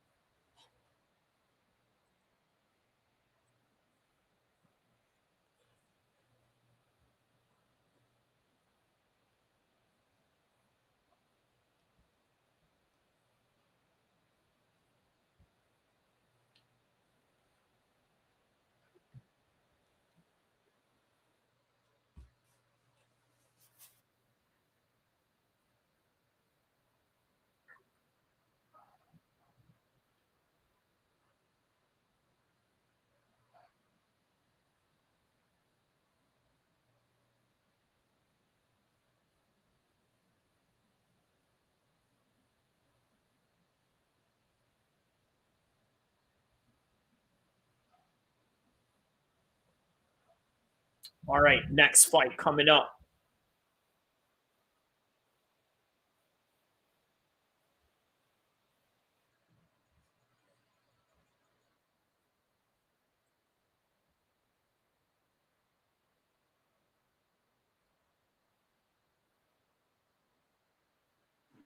It's all happening too fast. What, you nervous about the wedding? No, it's the house, dude. We got approved. Bro, don't stress. This house, it's the one. Speak. I try to believe that everything happens for a reason, and that, you know, at the end of the day, God has a plan for me. He has a plan for us all. And so I'm just trying to stay optimistic. I feel like I've put in a lot of work to get back to this point, and I feel like I have to reclimb a ladder. John, I'm just wondering.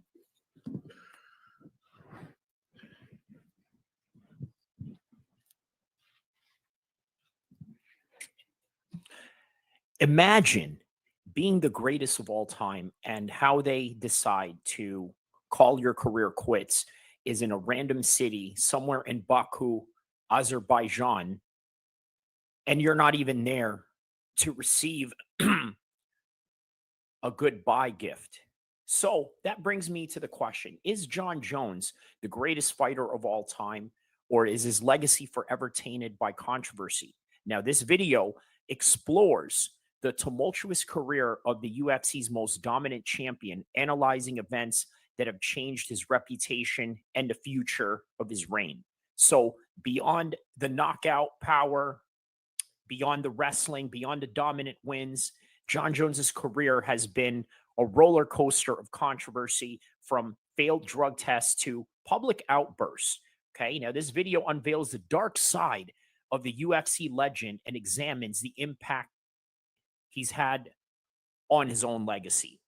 So Jon Jones went from pretty much a prospect, okay? A prospect and a prodigy to a controversial champion, okay? Jon Jones's story is one of triumph, turmoil, and constant battles with his own demon. And this video dives into the personal and professional struggles that have defined his career, leaving viewers to decide whether he is a villain or whether he is a hero. Now, obviously, one thing you got to understand about the UFC, right? Nobody is absolutely bigger than the program. Absolutely nobody. After that Azerbaijan announcement by Dana White, all of a sudden, the ball kept rolling. The company keeps rolling. Take a look at this. UFC 319. What do we got? Khamzat and Dricus du Plessis. UFC 320. The guys that are fighting for Jon Jones's belt and the legacy that he leaves behind at 205. Alex Pereira and Ankalaev once again for the second time. In that same card, Merab versus Sandhagen. And on that same card, you have Yuri versus Khalil Roundtree, which, by the way, is keeping the former division that Jon Jones competed in at a stacked, competitive architecture that we are seeing in that division right now. And then how could we forget the replacement of Jon Jones at UFC 321 in Abu Dhabi, where Tom Aspinall sets to take on Cyril Gane. And then, of course, you got Islam Makhachev, who, by the way, took the pound-for-pound #1 ranking from Jon Jones, and that's probably now being contested by him and Ilia Topuria. In other words, the game goes on. It moves on. So how did we get here? Let's start from the very beginning, okay? From the very beginning of Jon Jones's career, all right? So it was on August 8th, okay, less than 4 months after his pro debut. Jon takes a 6-0 record into his first octagon fight as a replacement, 2 weeks' notice, beating Andrei Gusmov by unanimous decision in a prelim bout at UFC 87 in Minneapolis. The main event that night pits George St. Pierre versus John Fitch. By the way, one of the craziest fights that George St. Pierre has ever been, and it's crazy how John Fitch doesn't have the type of name that he does in his post career, but that's neither here or there. You know who else was on that card? Co-main event, Brock Lesnar records his first UFC victory, unanimous decision win against Heath Herring, and that was right before Brock Lesnar had lost to Frank Mir. Okay, so as we move on, okay, December 9th, John Jones loses technically. Okay, he was dominating in a bout. John Jones is disqualified by referee Mazzagatti for using a 12-6 elbow that hurt Matt Hamill to the point where he cannot continue. Now, much controversy ensues, including UFC president Dana White bitterly slinging insults at the ref. Okay, so 2011, let's get to 2011, the most exciting parts of John Jones's career. Before he wins the world championship against Shogun Rua in New Jersey, he had to help a lady whose purse was being snatched, and only for him to apprehend the culprit and waiting for the police to arrive, right? So that's John Jones in a nutshell when it comes to the heroic side of his life, right? So previously unbeaten Ryan Bader at UFC 126 improves to his record 12-1. Immediately afterwards is informed that in just a few months he will be replaced by the injured teammate Rashad Evans in a title fight against Shogun Rua. So what does Jones do? He goes and beats Shogun Rua at age 23. By the way, becoming the youngest UFC champion in history. Now, UFC 128 main event in Newark, New Jersey is actually Jones's second victory of the day. On the morning of the fight, he turned into a superhero, as I told you before, foiled a robbery nearby Patterson. At that time, I remember he was saying that he was out there trying to meditate, right? He was trying to meditate. He was trying to find a waterfall of some sort, right? Doing some, I don't know, some Eastern techniques of meditation, what have you, whatever Greg Jackson had him going on. So he chases down the suspect while his coach were out for a run. Okay. And surprisingly enough, we found out that day that Greg Jackson spoke Spanish because he apparently was communicating with the lady in Spanish, but this, that, and the other. But all right. So the controversy continues on. And by the way, what a great time that was during March of 2011, right? I remember that vividly. Welcome to the next edition of the Game Changer Bat Lab, our unique bat rating system that's built to help athletes find the right bat for them. Oh my God. And for all my old school guys, for those of you that don't remember, Uriah Faber was also in that card, fighting Eddie Wineland, which I believe, by the way, was Uriah Faber's UFC debut, right? At that point, he already had 20 to 30 some odd pro fights, but it was his UFC debut because WEC had been purchased by the UFC, and as a result, they inherited all their rosters. So it became Uriah Faber's first fight in the UFC officially when WEC was brought in. Now, obviously, during that time, I was living in Sacramento, okay, and also not only living in Sacramento, I was also training and fighting out of Sacramento, if you guys remember. So yeah, man, had some experience training with Team Alpha Male, had a few amateur kickboxing matches, MMA fight.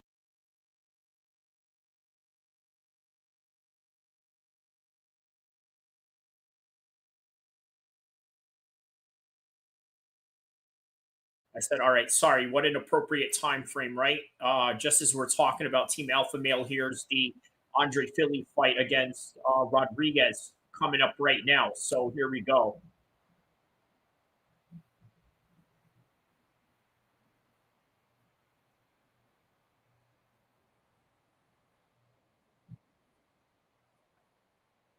All right, man, Andre Fili getting announced right now.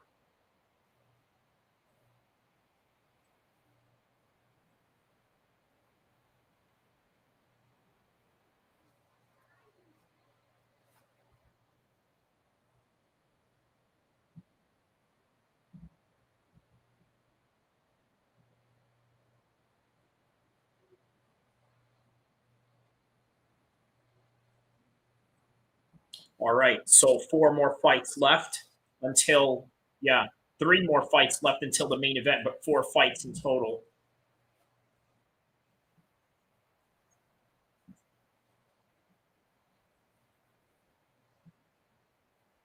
All right, here we go, round 1.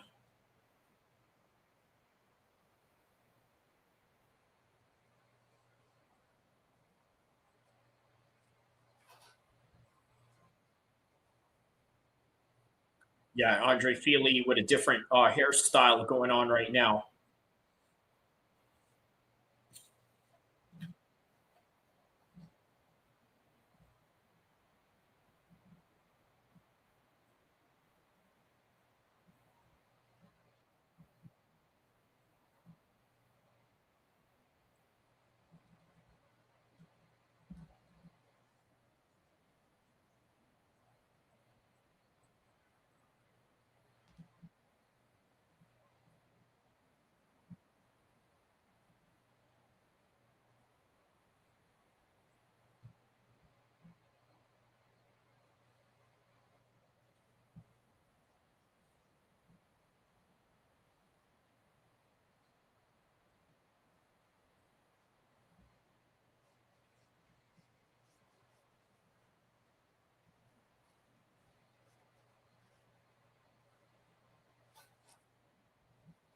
There's a jab right there by Andre Fili.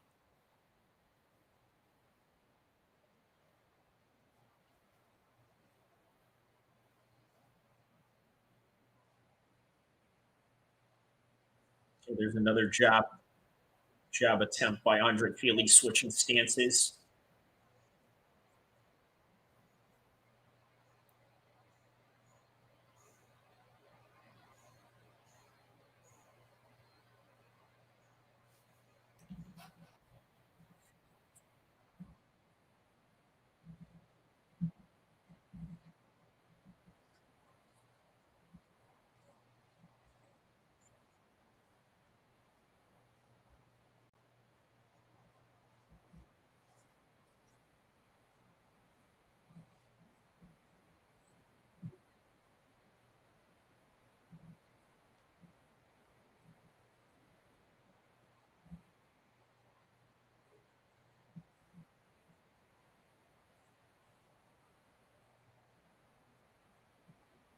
Yeah, he's making Fili,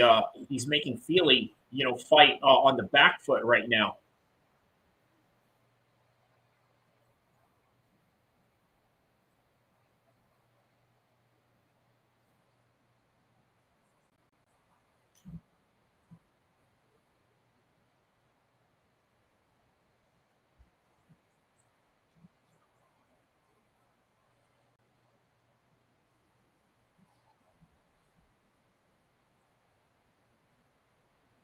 Oh, wow, he just hurt him in that shot right there. Andre Fili's looking to finish him off right here. Oh, there's a high kick right there, and he missed.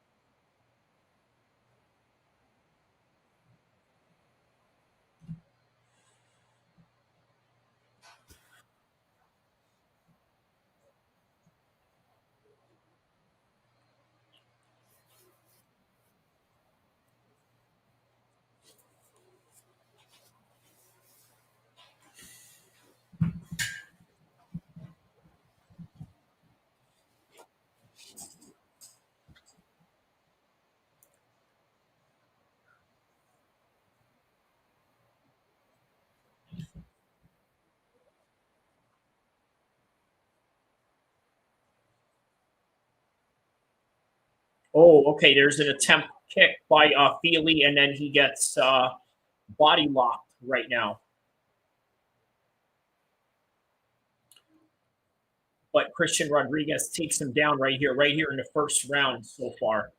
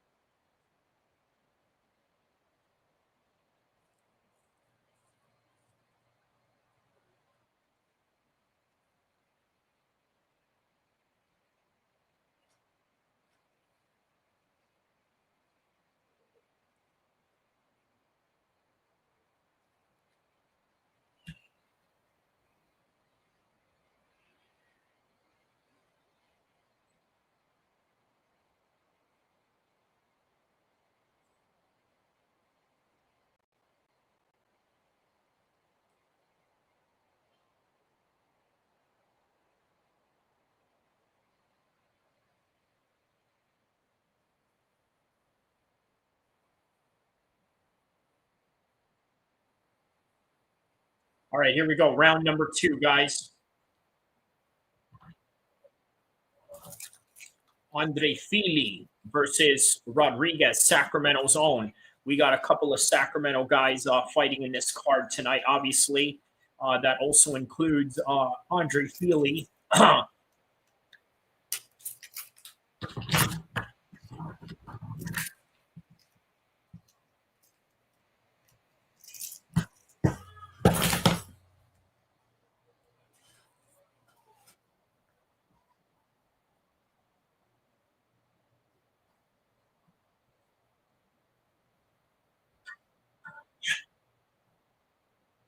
All right, here's a single leg attempt right here by Christian Rodriguez.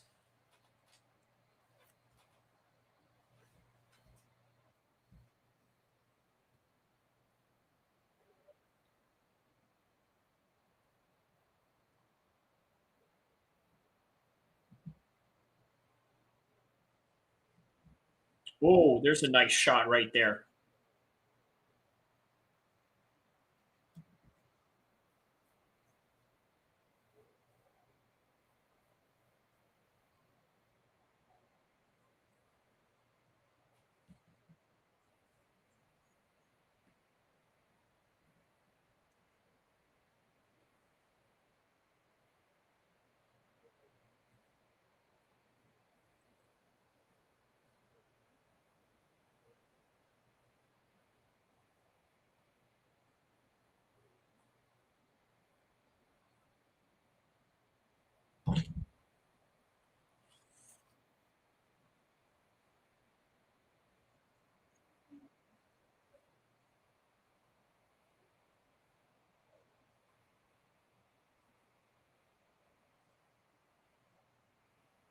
All right, there's a leg kick right there by Fili, switching stances.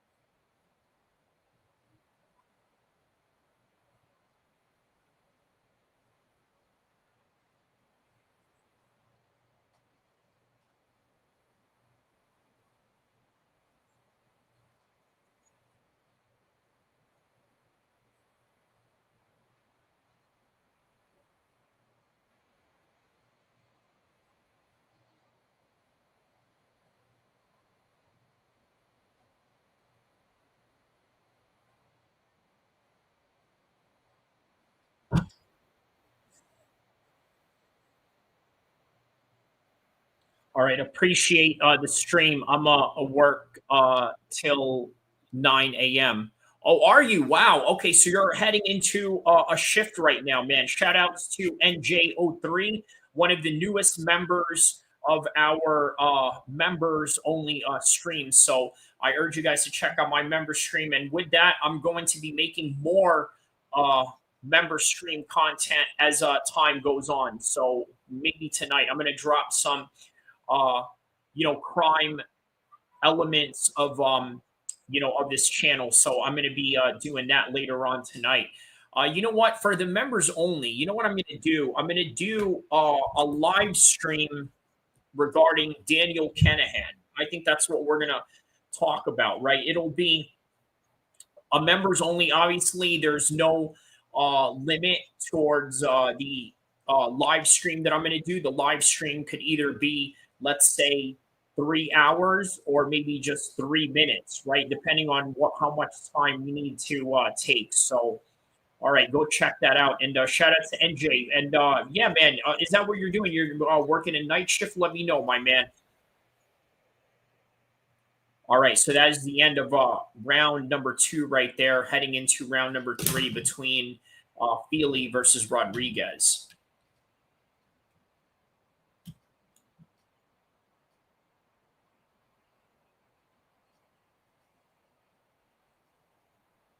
Yeah, Oh, okay, gotcha. Okay, so working the night shift on that one. All right, my man. All right. Well, yeah, with that in mind, hopefully I can, kind of keep this entertaining while while you're out there in the in the field and whatnot. And you know what, just for you, tonight I will be cutting up a members only. So I'm gonna get that going right there, and then I'm going to upload it. So yeah, man. Or maybe just, you know what? I'm going to do a members only live stream. How about that? That's what we'll do. We'll do a members only live stream. Oh, wow. There's Andre Fili right there. He just took him down. Wow. Yeah, that was a hard takedown. We're just, 2 minutes into the 3rd round right now.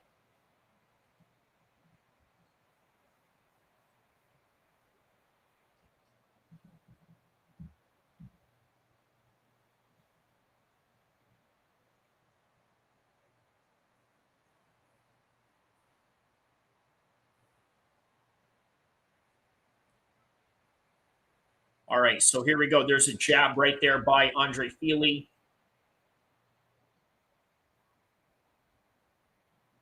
Yeah, Andre Fili's doing a really good job of these jabs right here.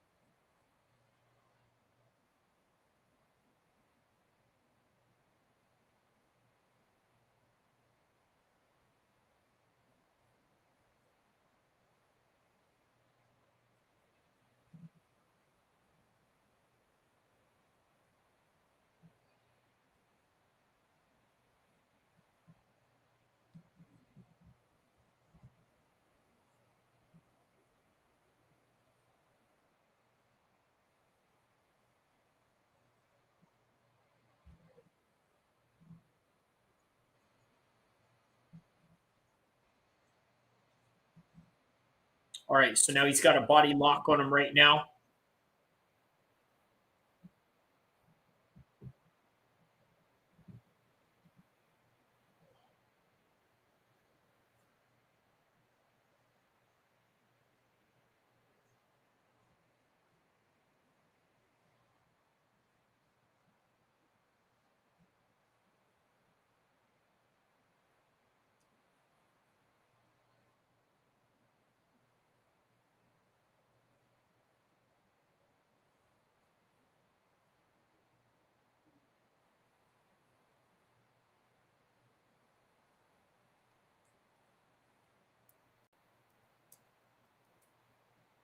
Yeah, real head hunting on the part of Andre Fili right here. All right, we got 15 seconds left into this fight right now.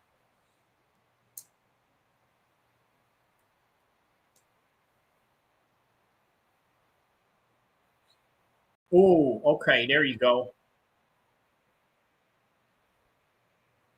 All right, that's the end of the fight right there. Let's see who wins this one.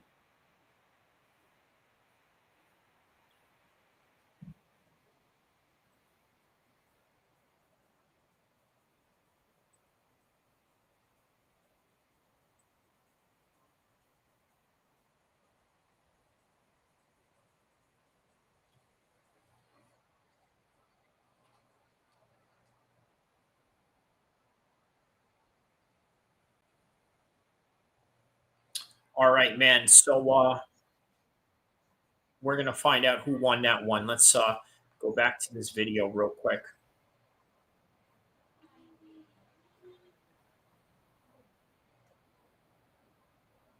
And here we are coming full circle together. You remember that time Uriah Faber and John Jones were doing the Dougie, if you guys remember that little dance from back in 2011. Now look at young John Jones and Uriah Faber at that time. Oh my goodness, man. What a fun times that was back in the days, right? Really fun times, great times in Team Alpha Male. Obviously, great times for John Jones because it was the time that he had become the undisputed light heavyweight champion of the world, right? And man, it could have been better times. It was absolutely peak times for MMA, especially comparing the world of MMA right now. Talking about literally 2010. Okay, so this picture right here that you're seeing me training at Team Alpha Male, when Team Alpha Male was in I Street, by the way, at downtown Sacramento. Yeah, that was in December of 2010, and then been training there from December 2010 all the way when I had witnessed Uriah Faber get ready for his UFC 128. All right, so let's find out who the winner of this fight is.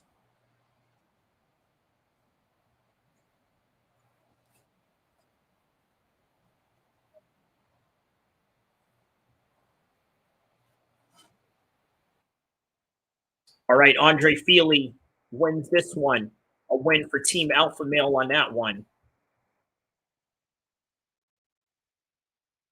Good win for Andre Fili. Tough, yo, listen, that was a tough fight, but nonetheless, tough fight or not, he did the damn thing and won fair and square, man. Shout outs to Andre Fili for this win right here. Andre Fili now has 13 wins in the featherweight division. And he's shouting out his kid right there.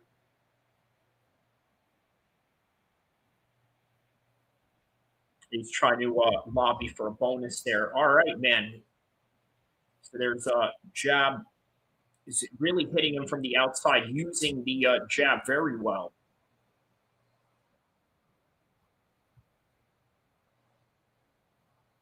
Yeah, he said that he brawled a little bit. He actually heard Daniel Cormier's commentary on the side, which, man, I'm telling you, Daniel Cormier sitting in cage side can be a real, what do you call it, a real cheat code. But shout out to Andre Fili on that win. Back to this video right here.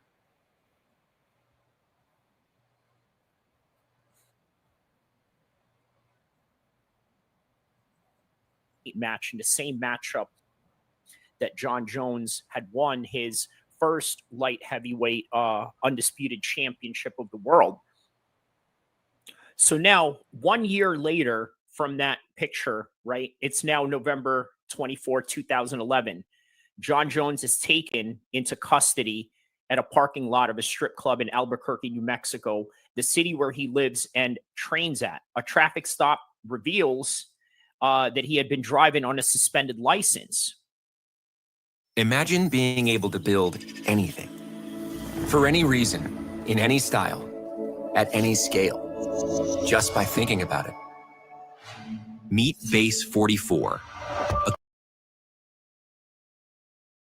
complete AI creation How about this? Charges were later dropped. Okay, and we're talking about from the time of 2011 to 2014 is a timeline that we're talking about right now, right? But this one right here, where his charges were dropped due to a suspended license, was in 2011, right? You want to know my speculation on that? Here's my speculation on that, right? John Jones at the time was a local hero to Albuquerque, New Mexico. Think about it. He put Albuquerque, New Mexico on a map. He's not from Albuquerque, New Mexico. In fact, it's not even a glamorized city in a way where people from Europe or these fighters from England or Ireland or Australia are breaking their backs to come to New Mexico out of all places, when you could train in New York with the Longo team. You could train in Los Angeles with 10th Planet Jiu-Jitsu, along with other top MMA gyms in California, including, of course, Team Alpha Male.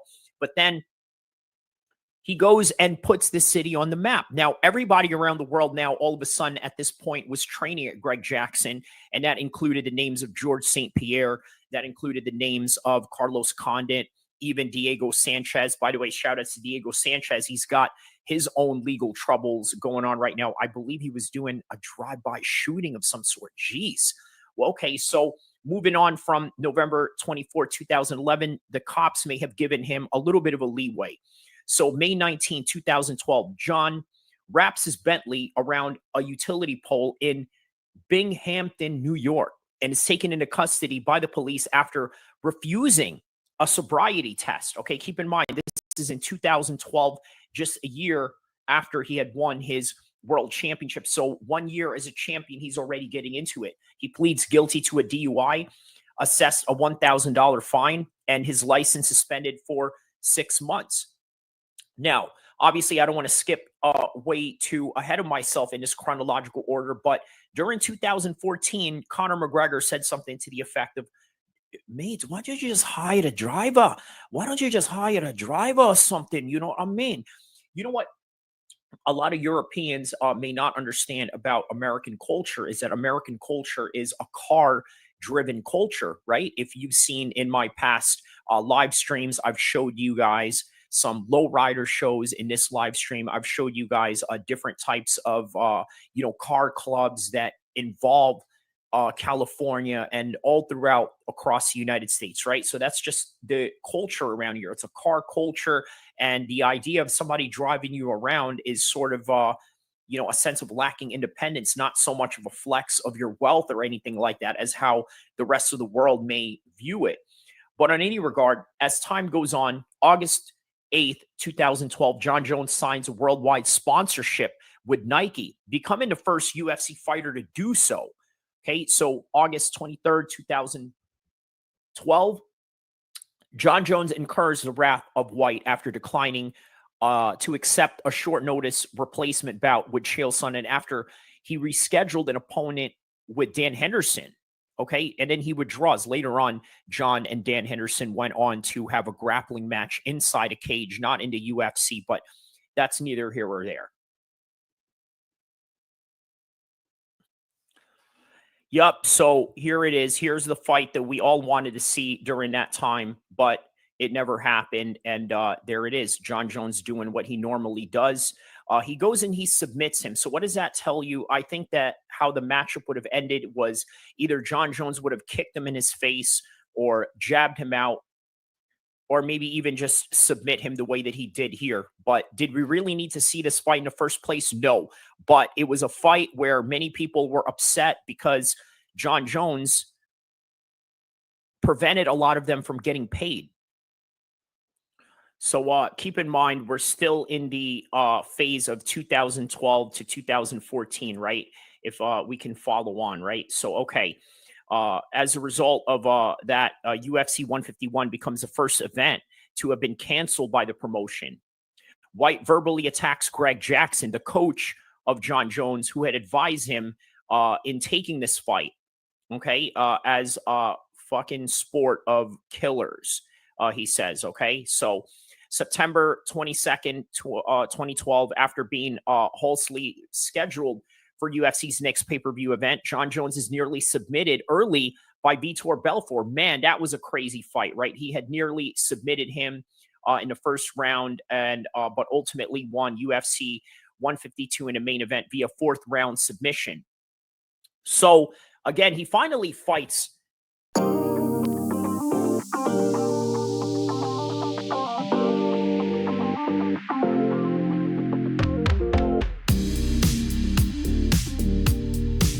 Chael Sonnen, right? Finally gets his date in the cage with Jon Jones and nearly ends up as the champion. Despite Jones dominating while mauling Sonnen at UFC 159 headline bout, Jones disclosed his big toe was broken, okay? But nonetheless, he was able to finish him in 27 seconds, just ground and pound.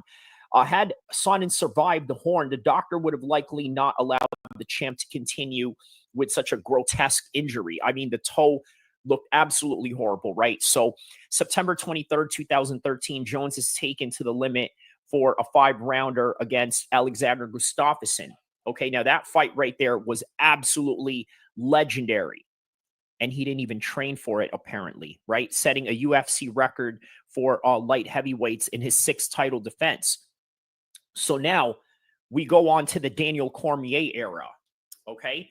Accused of writing homophobic slurs to a Swedish fan on Instagram, Jones said after the quote-unquote homophobic slurs, he said that his phone was stolen and was hacked.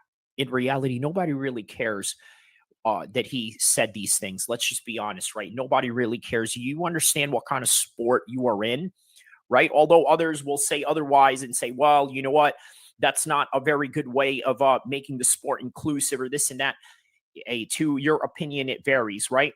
August 14th, Jon Jones appears with Daniel Cormier at a Las Vegas news conference to promote their scheduled title fight. The two ended up brawling in the hotel lobby floor later that day, and they interviewed via split screen. Following the interview, Cormier is heard saying he wished he were allowed to go to where Jon Jones was so he can spit in his face.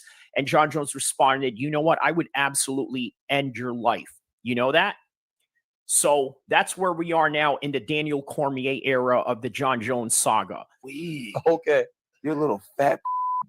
You're a John. Oh my God, you're so weak. First off, you hit like a if you even hit me. Yeah. I hit like a but I didn't hit you. You didn't. You didn't, because I didn't even feel it. Oh man. I felt Melky's punch more than yours, you little fucking punk. Oh yeah, you're so mad. I can hear it in your voice. Okay, John. I'm taking everything September 27th. Oh my goodness. Hey, are you still there?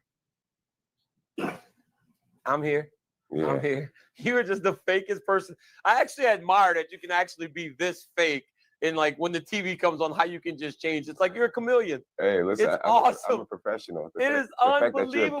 It's unbelievable. The fact that you're a hasn't changed. It's unbelievable. It's unbelievable how fake you can really be.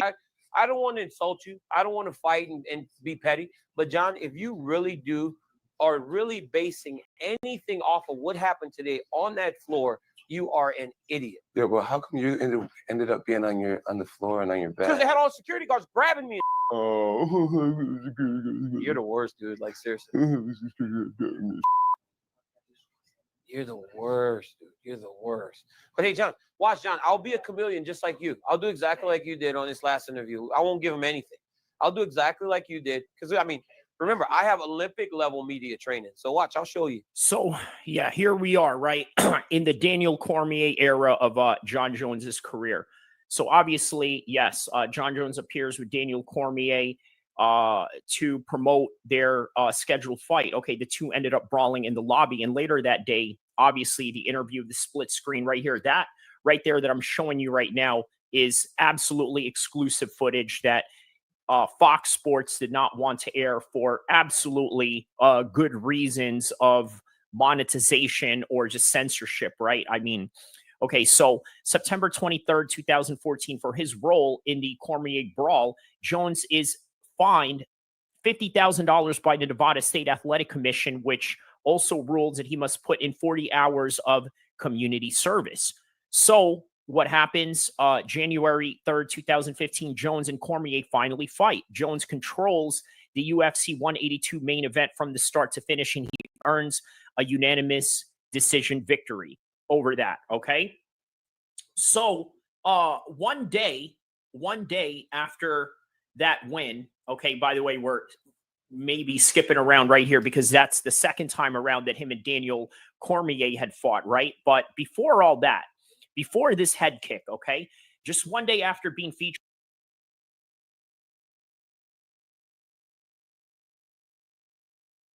All right, so here we go.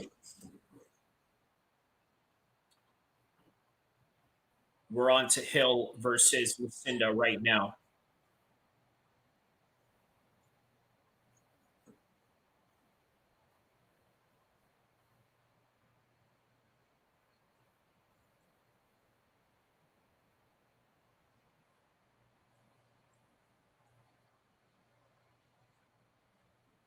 All right, so round one so far, Angela Hill versus Lucindo.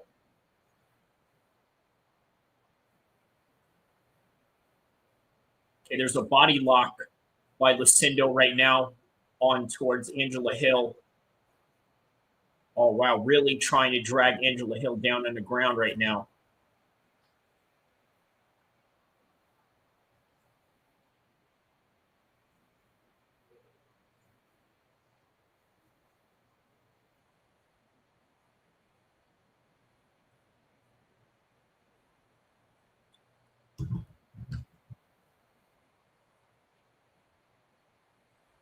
All right, let's see now. She's got the body lock locked in.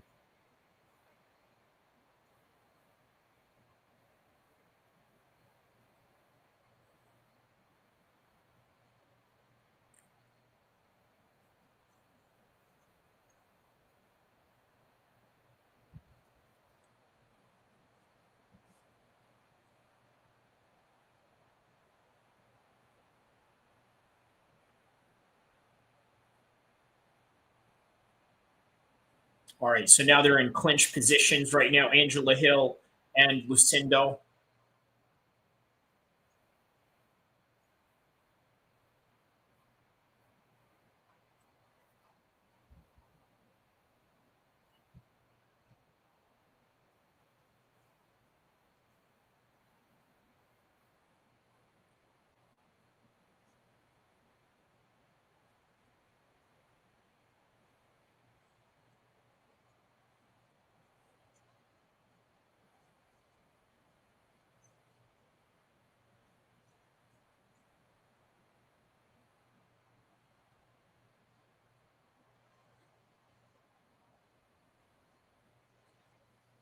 Oh, Angela takes some shots in that one.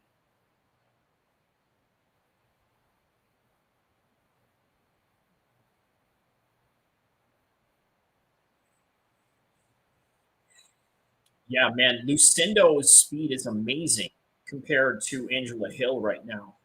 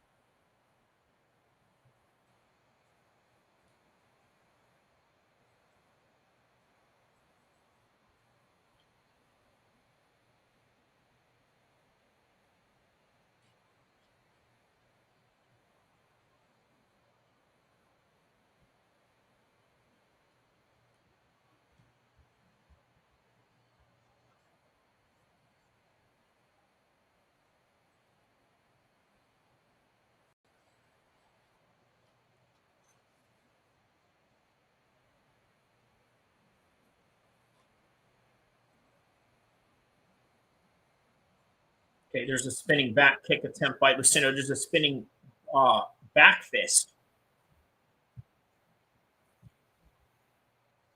Oh, wow, and takes Angela Hill down in the last second. Great first round.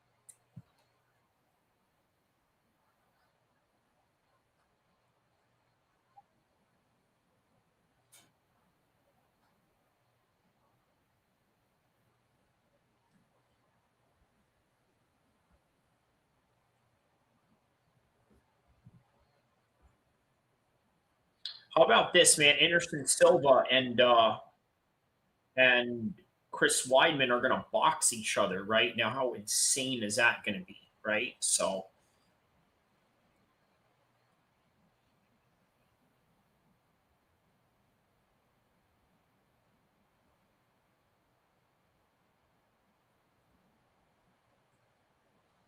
all right, round number 2 coming up.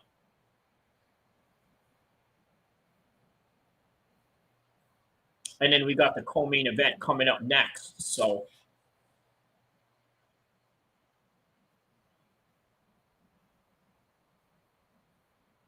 ooh, some hard shots right there.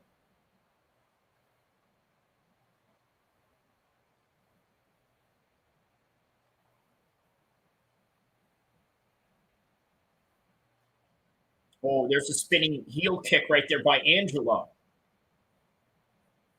Now they're in the scramble exchanges. She's got a guillotine on her as she was trying to take Angela down. Now Angela got the guillotine on her. Ooh, this is tight.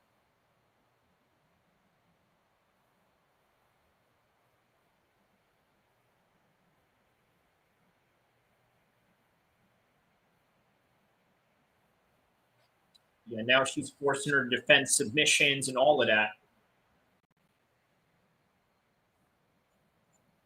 Yeah, so far I think Lucindo is probably winning this fight over Angela Hill for sure.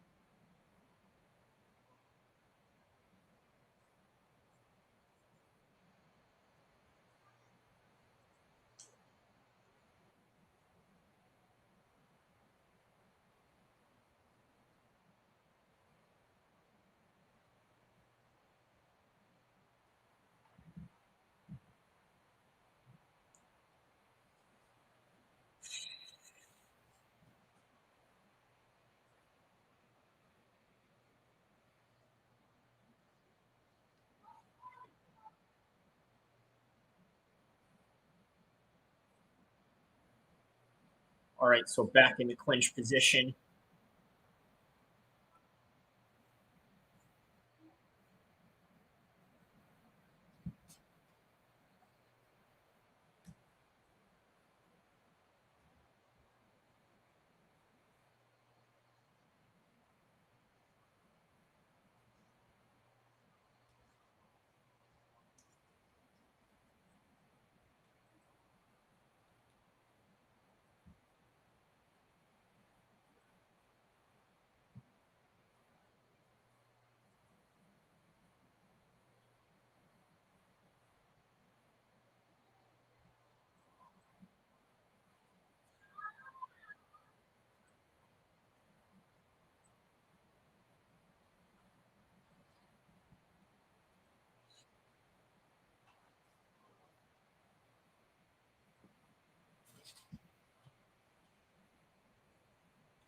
.140 left into the second round.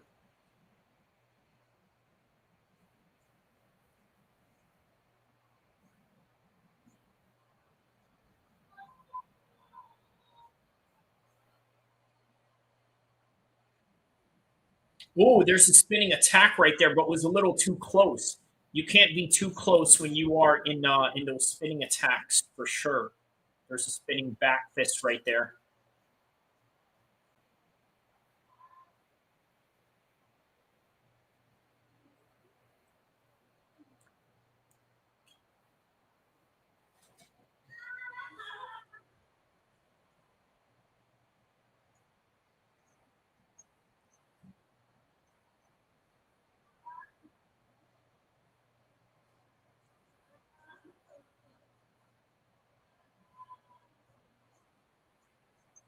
Forty seconds left. Lucindo has a body lock right on Angela Hill right now.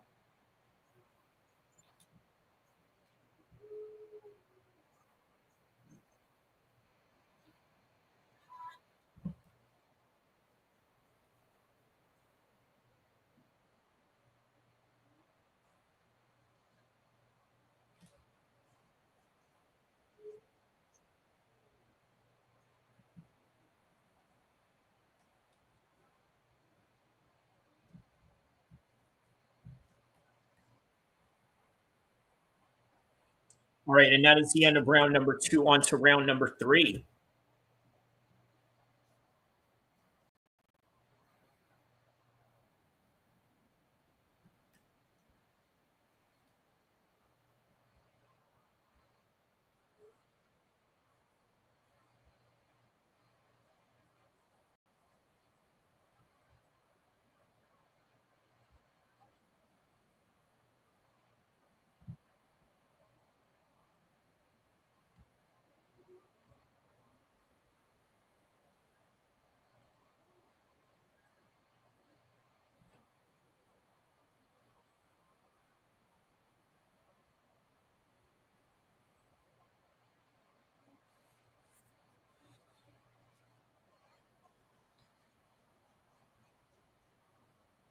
All right, so third and final round coming up next.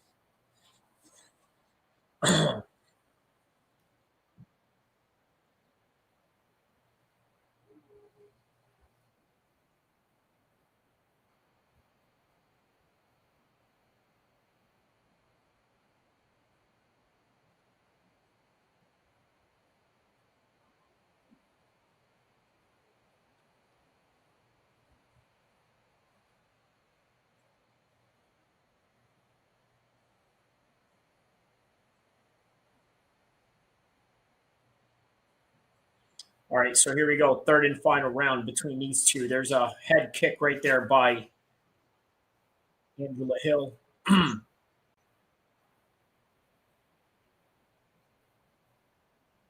Oh, there's a nice landing right there.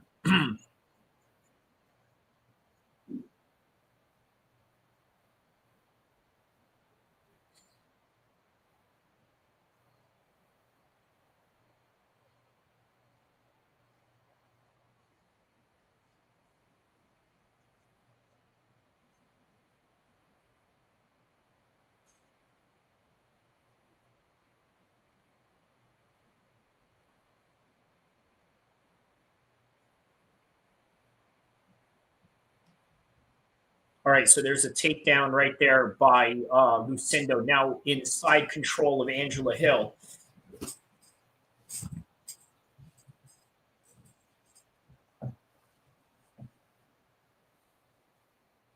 Yeah, maintaining the side control position right now.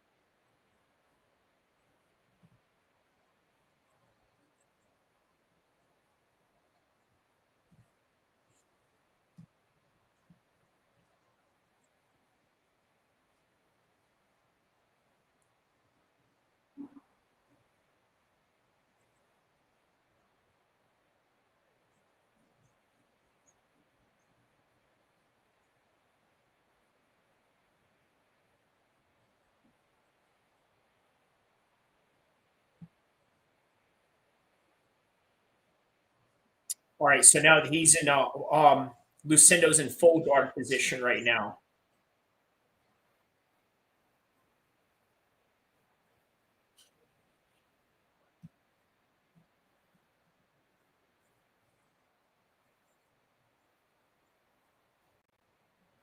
All right, just maintaining this half guard position right now. I think Lucindo's going to win this one to a decision. Yeah, I think she's going to walk away with a decision on this one.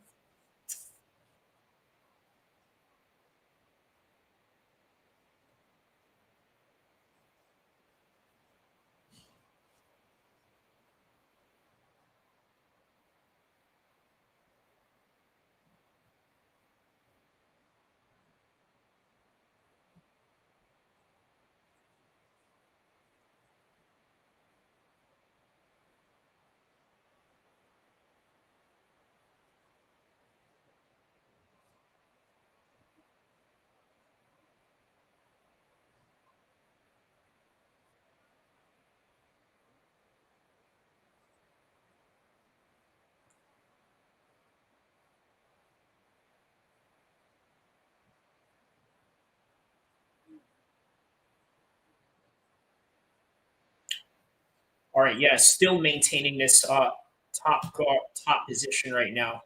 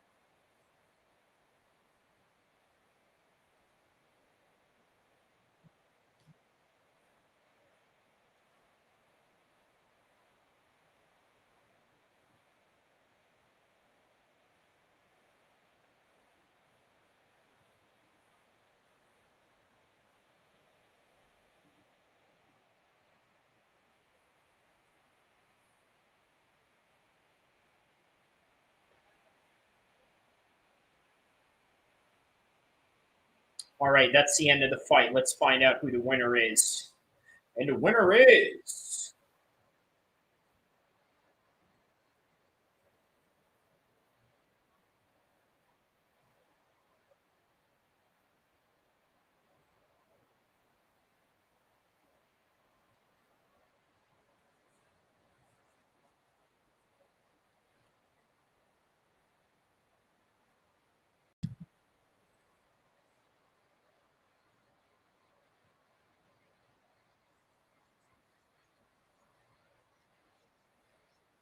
Check this out. Sean McCorkle said this, right? Former heavyweight Sean McCorkle. He says, OMG, I forgot tonight was Dolidze versus Hernandez in the UFC, the fight nobody's been waiting for.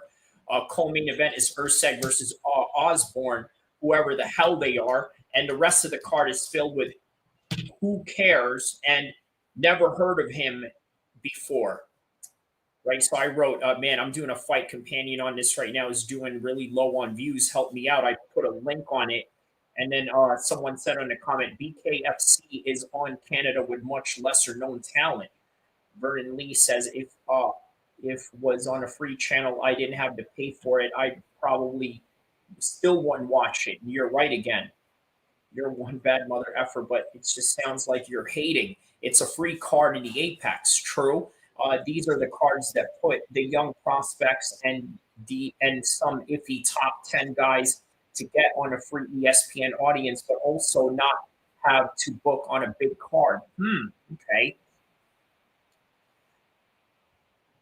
All right. Well, Lucindo wins this one right here by unanimous decision. That should be no surprise to anyone. All right. Shout outs to Lucindo for the win on this one right here.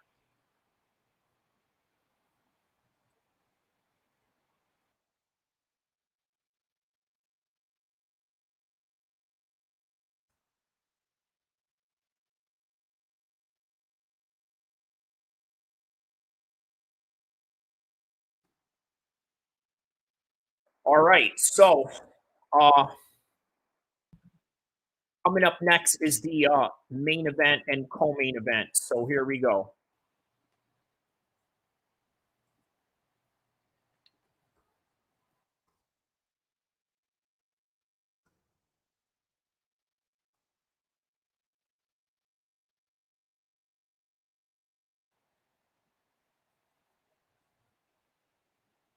All right, let's get back to my video from earlier.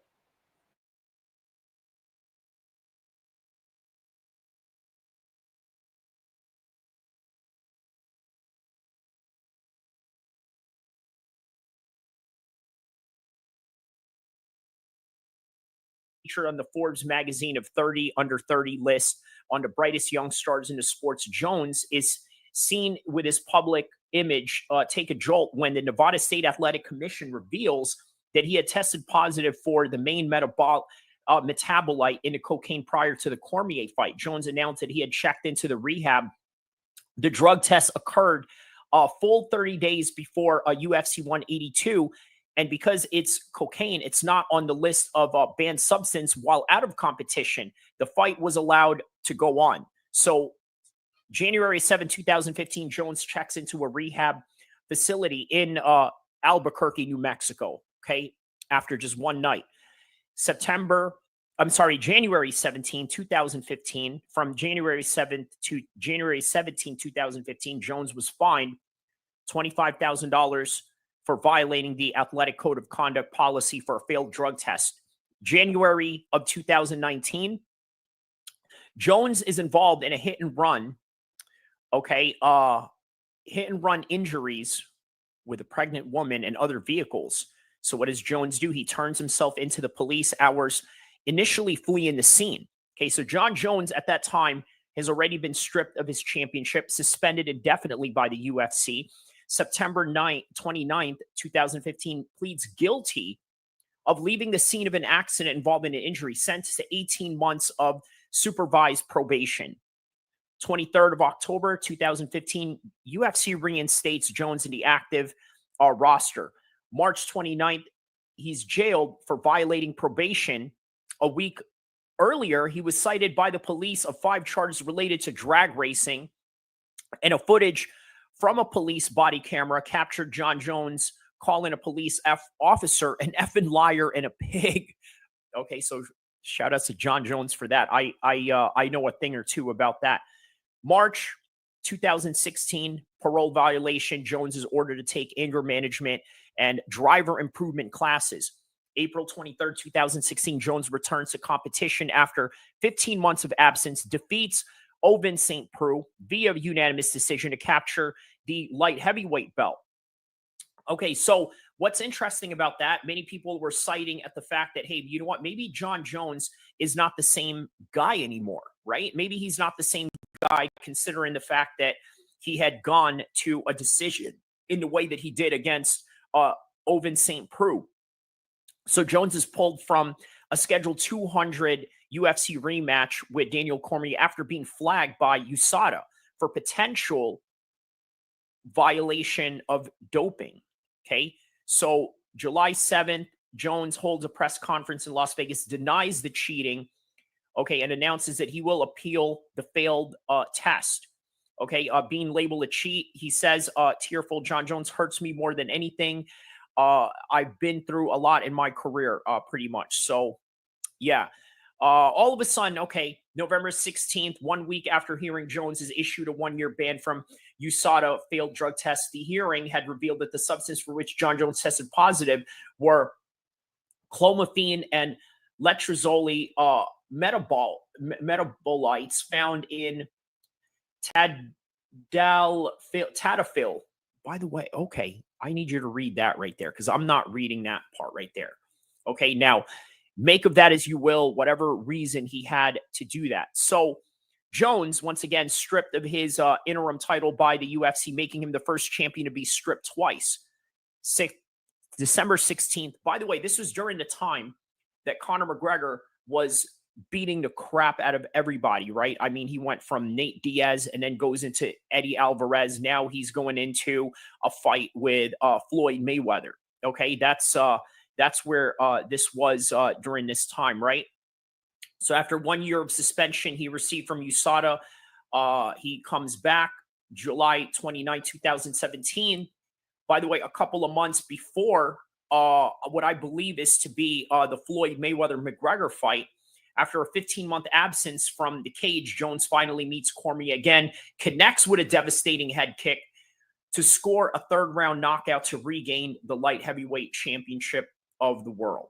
Okay? So unleash the power of precision with Diablo's Wood Demon Ultimate Polished Finish Blade, the game changer that delivers up to 10 times more polished quality cuts than standard blades. Faster, smoother, and more efficient, it saves time and money while eliminating the need for sanding and rework. When every cut counts, there's only one blade that delivers the perfect finish. Diablo's Wood Demon. After that win, Jones reacts to reclaiming the UFC light heavyweight championship after defeating Daniel Cormier. But guess what? Guess what happens? Jones is notified of a potential violation of UFC's anti-doping policy stemming from a drug screening of July 28th, 1 day before the UFC 214 rematch with Cormier. Anabolic steroids Turinabol was found in his system in a test administered by USADA. So the California State Athletic Commission overturns Jones' win over Cormier, ruling the bout a no contest, and once again, Jones being stripped of his title, okay? So in September 2018, by the way, just about a couple of weeks before Khabib and Conor McGregor were going to fight each other at UFC 229, USADA announced that after an appeal process, it was assessed to Jon Jones at a 15-month suspension retroactive to June 28th to 17th. He was deemed eligible to fight again on October 28th. So what does he do? He goes in there with a rematch against Alexander Gustafsson. What happens in an Alexander Gustafsson fight? Well, take a look at this. And Gustafsson, the super fight between the women, Nunes and Cyborg, and we're moving it from Las Vegas to the Forum in LA.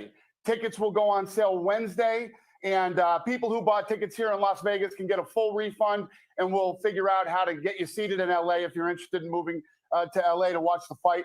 I'll turn it over to Jeff to explain what's going on. We were informed earlier this week by the United States Anti-Doping Agency, who administers our anti-doping program, that a urine sample collected from Jon Jones on December 9th of this year tested positive for a very, very small amount of a long-term metabolite of the same prohibited substance for which he was sanctioned in July 2017. So just like that, they decide they were going to move the fight down to LA. Okay, very unprecedented. Relocated from Las Vegas to LA.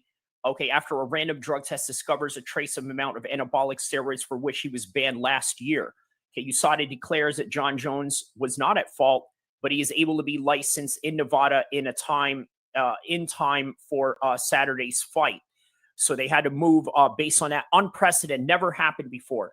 2018, Jones is drug tested on the day of the weigh-ins and trace amount of Turinabol, same steroid metabolic that earned him the ban. Okay. On the 29th, Jones dominant all the way against Gustafsson, third round TKO once again, becoming the UFC light heavyweight champion of the world. Jones passes multiple drug tests. After that, in 2019, Dana White tells TMZ that Jones will file a license application with Nevada later that month. And if granted a license, he will defend his belt against Anthony Smith. Okay, so Jones granted a one-fight license that subjects him to the testing that will keep him eligible even if he tests positive for the same bad substance as long as it's in the same picogram levels. Now, that created a lot of controversy during that time, okay? The debates of pictograms, this, that, and the other. And the next thing you know, February 19th, every week, maybe twice a week, someone is at my house taking blood and urine.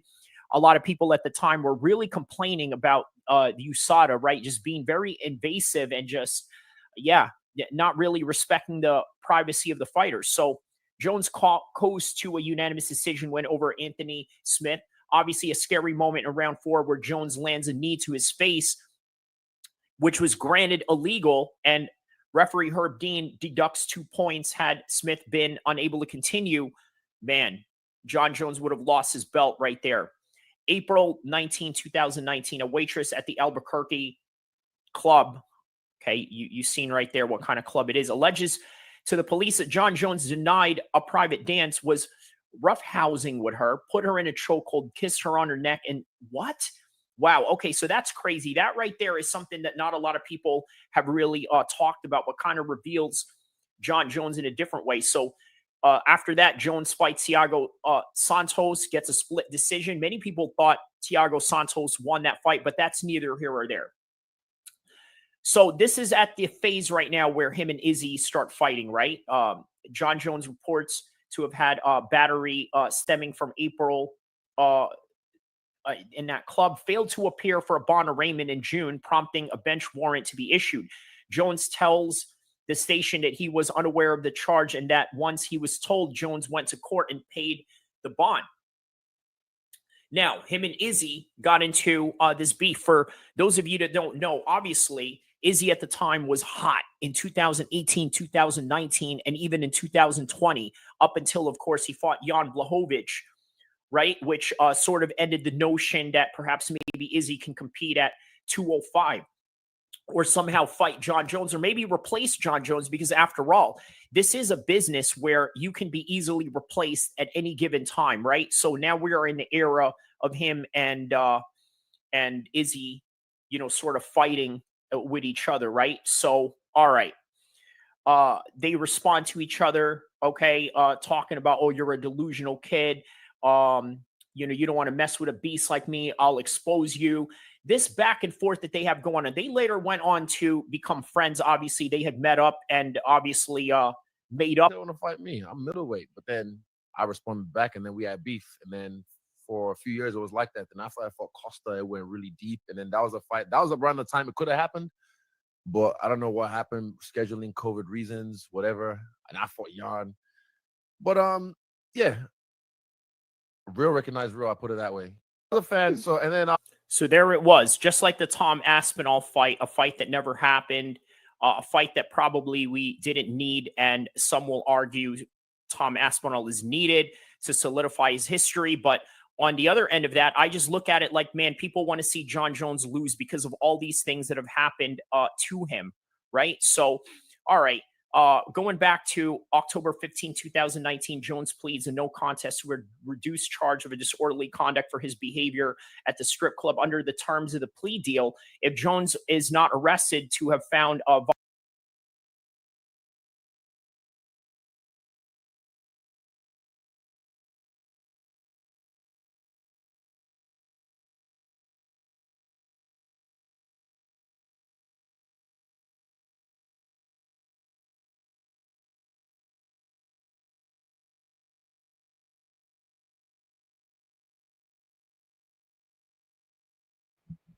We are now in the co-main event and main event slot of the evening right now.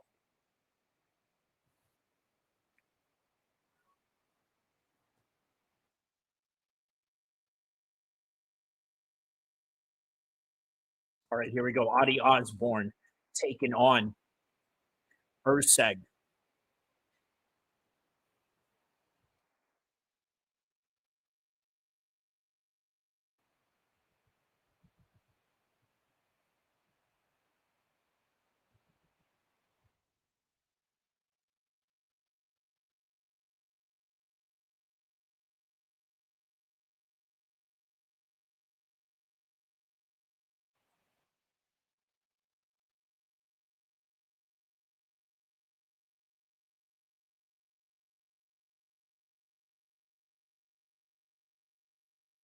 All right, here we go, man. Steve Erceg now being announced.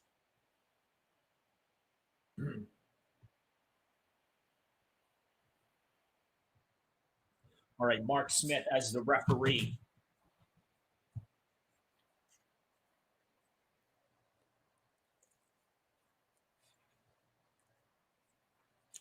So, by the way, this is on late notice. Because of the fact that it is late notice, they decided to do it at 1:35. So let's see if there is an advantage for Osborne on that.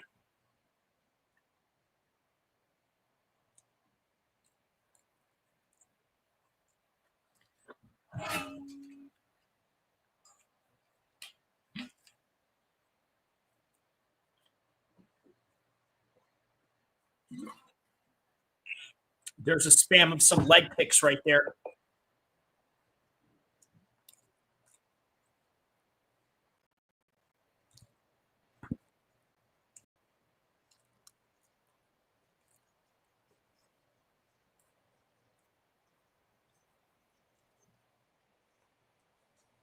Wow. Erceg said he was thinking about the knockout during the Moreno fight because it had affected him previously in the championship fight against Pantoja. And so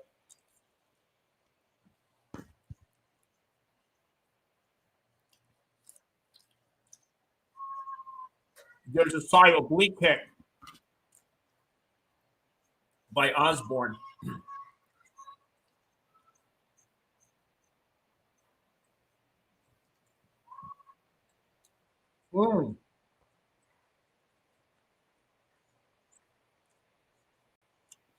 Very explosive is Steve Erceg.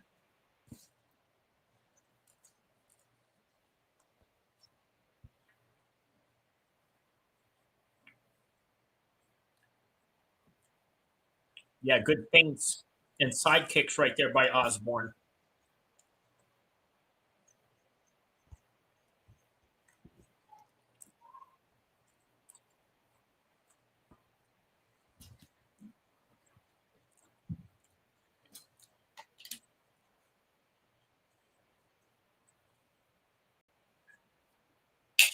There's a shot right there by Osborne. There we go. Steve Erceg shooting in for takedowns. Got him backed up against the fence.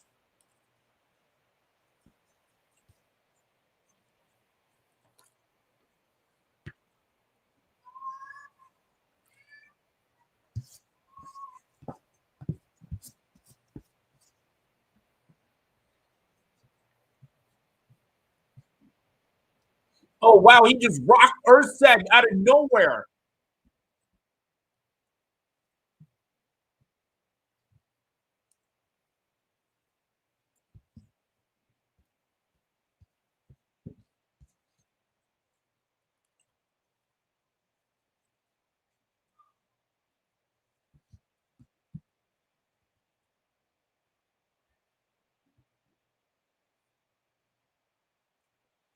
Is this another anonymous, live stream by Mr. Kyrie?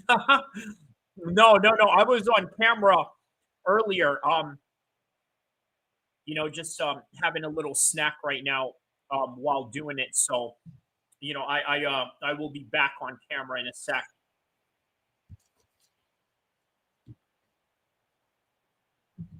All right, so there's a takedown right there by Osborne. Okay, right in that clinch position. He literally tripped up on him. And now here we are. We're now in this position right now where Adi Osborne has his back. He's looking to escape. There's some scrambling exchanges here. Boom. He's out of it right there. Okay, now Steve Erceg trips Osborne down. Osborne gives up his back. And now it is Steve Erceg who's looking for a rear naked choke. How about this? A sudden turn of events out of nowhere.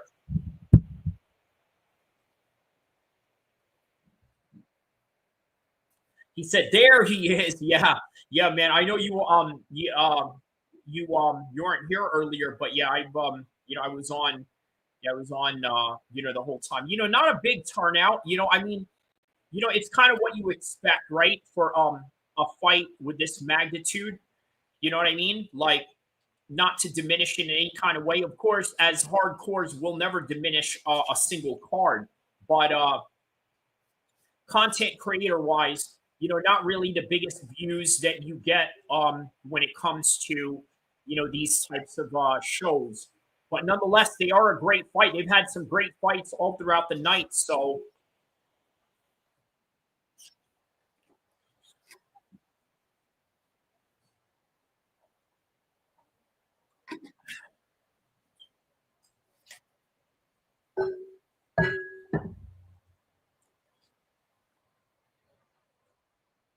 all right. So at the end of round one, I'm going to probably have to give, man, that's a tough round to score, man.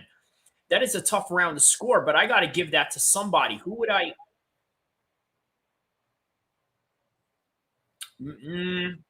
I don't know, man. You know, that's a tough round to score. Let me know what you guys think. Anybody that's tapped in right now.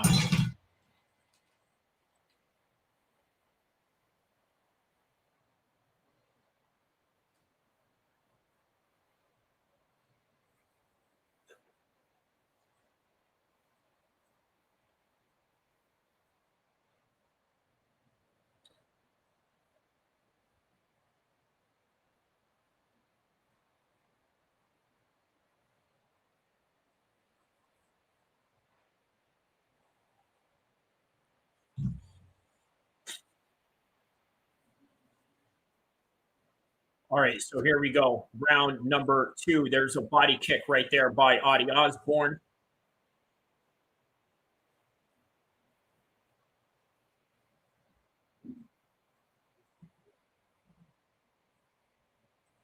All right, so the corner of Erceg is urging him to do some mixing up. You know, mix up a little bit of everything there. So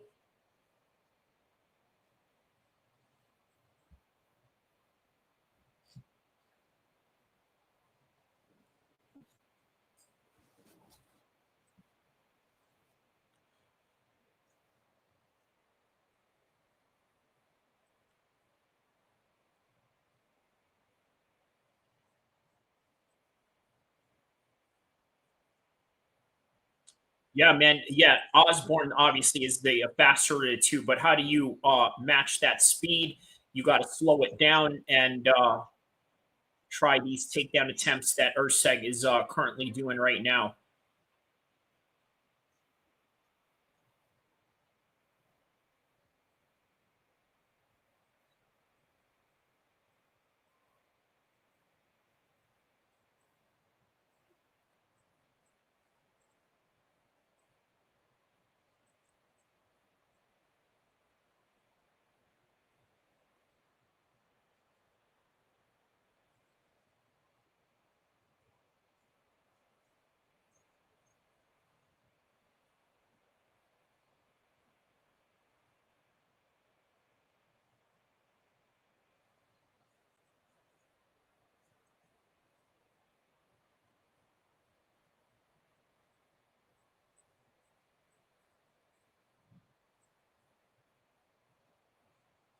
All right, so there's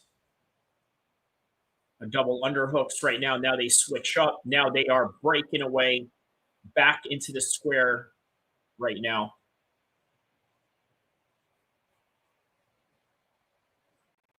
Adi Osborne circling around. Again, a lot of these feints that he's doing, his feints are like looking like this, like, you know, like just very elusive. And look at that. Ooh, nice head movement as Steve Erceg was trying to go in there with some 1-2 shots.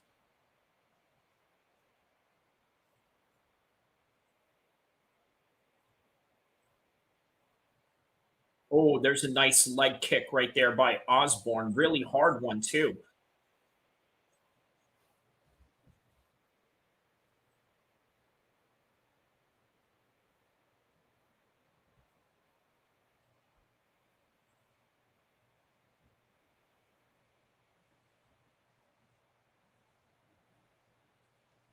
All right, so now he's asking him to, you know, touch him up.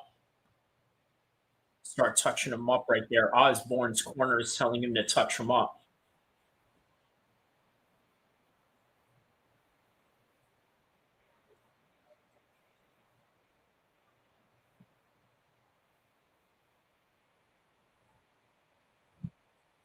Wow, yeah.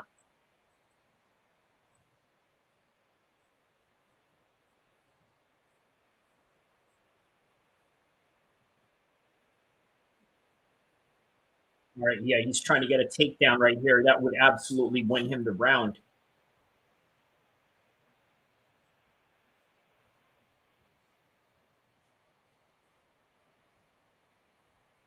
All right, there's Osborne right there with those feints again.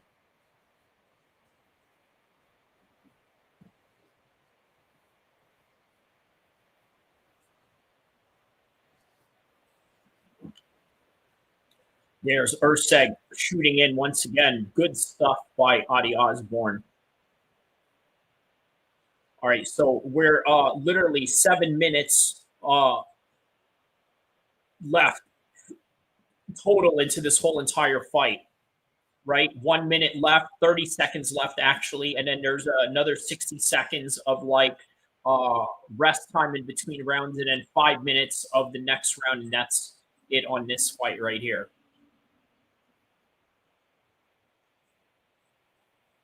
Oh, oh.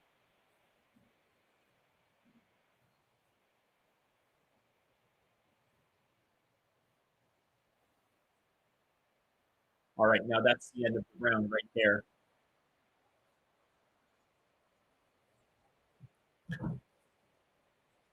Yeah, so far I'd say Adi Osborne is winning this fight. First round, I don't know. The second round, I'm going to have to give it to Adi Osborne. In the third round, I could see him doing almost the same exact thing.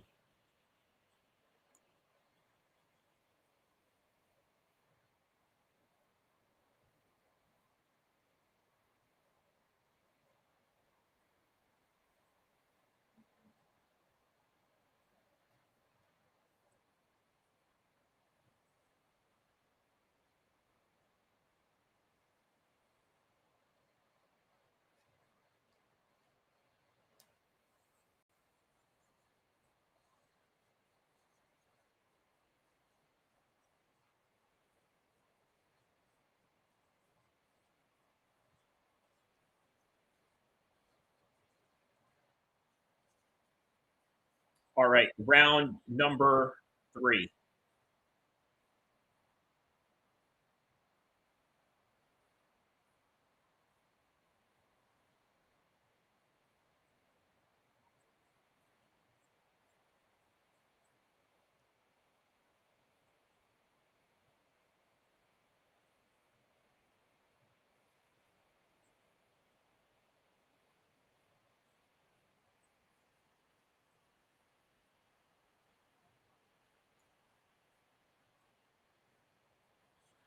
Yeah, hand speed and optics is what's going to win this fight, and that's exactly what Adi Osborne is doing right now.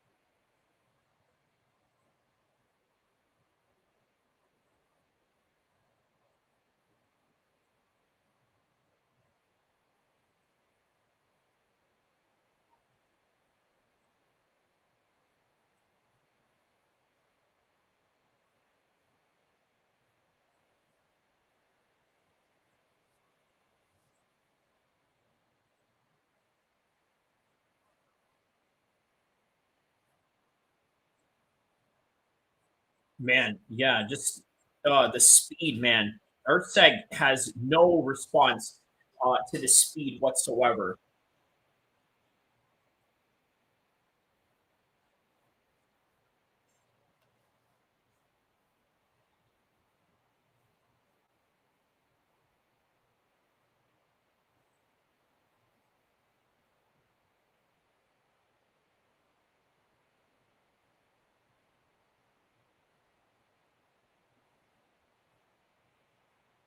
All right, so now down on the ground.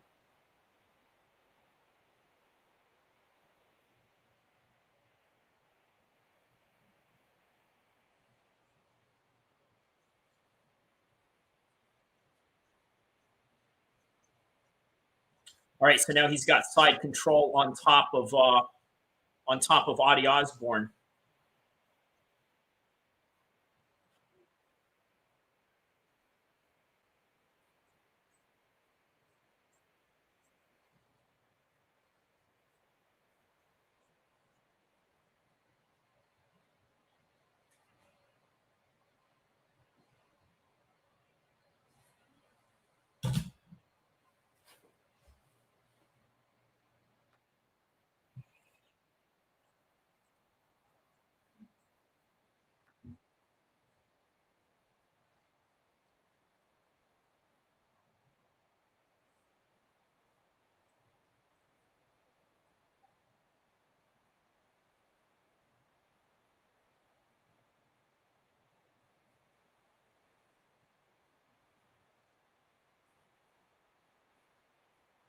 All right, so Steve Erceg is looking to finish this fight on the top right now. So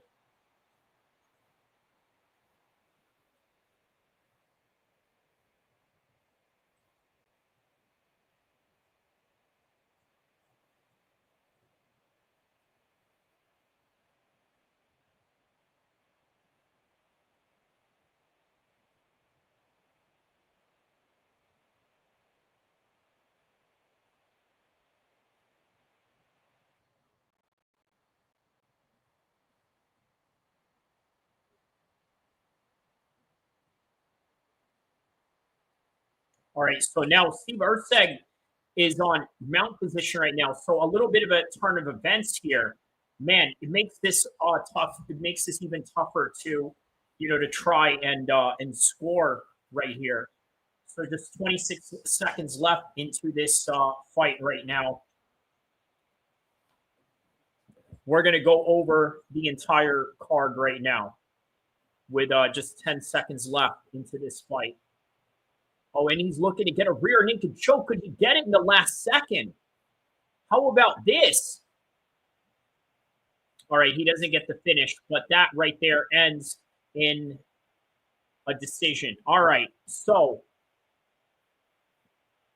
let's get this cracking, okay? Let's take a look at the main event that is about to happen in just a few seconds, right? So we got the main event. The co-main event just happened right now. Steve Erceg versus Adi Osborne. What can I say about this fight? Look, with Steve Erceg and Adi Osborne was a faster striker, but Steve Erceg was the much more technical grappler. And they had some great exchanges from round one. It was very confusing. You didn't know who to score it to. Round two was clear on Adi Osborne. Round three, seems like Steve Erceg may have pulled it off, but you never know. Jasmine Lucindo against Angela Hill. Mostly just grappling performance on Yasmin. There were some good shots on the part of Angela Hill. She had some good moments as well, but ultimately, Lucindo won this fight. Andre Fili versus Christian Rodriguez. Andre Fili was using his jabs very well, right? Was getting in there and using his length, his size, and that's ultimately what won this fight. Miles John versus John Matsumoto. Matsumoto wins by clear decision on this one. Not so clear. It was a very close fight, but they give it to Gene Matsumoto regardless. Eric Anders versus Christian Leroy Duncan. Christian Leroy Duncan wins by a decision on this one. And now we find out who the winner is of the co-main event. All right, and the winner of the co-main event.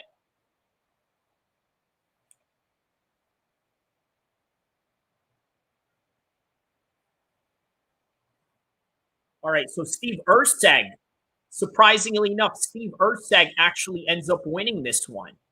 Wow. Wow. Steve Erceg ends up winning this one here. All right, back to the John Jones video. Violated the law in the next 90 days, the case will be dismissed. There have been no violations reported since, and the case does not appear on Jones's record. November 2019, UFC President Dana White confirms Dominic Cruz will be up next. They fight in February 2020.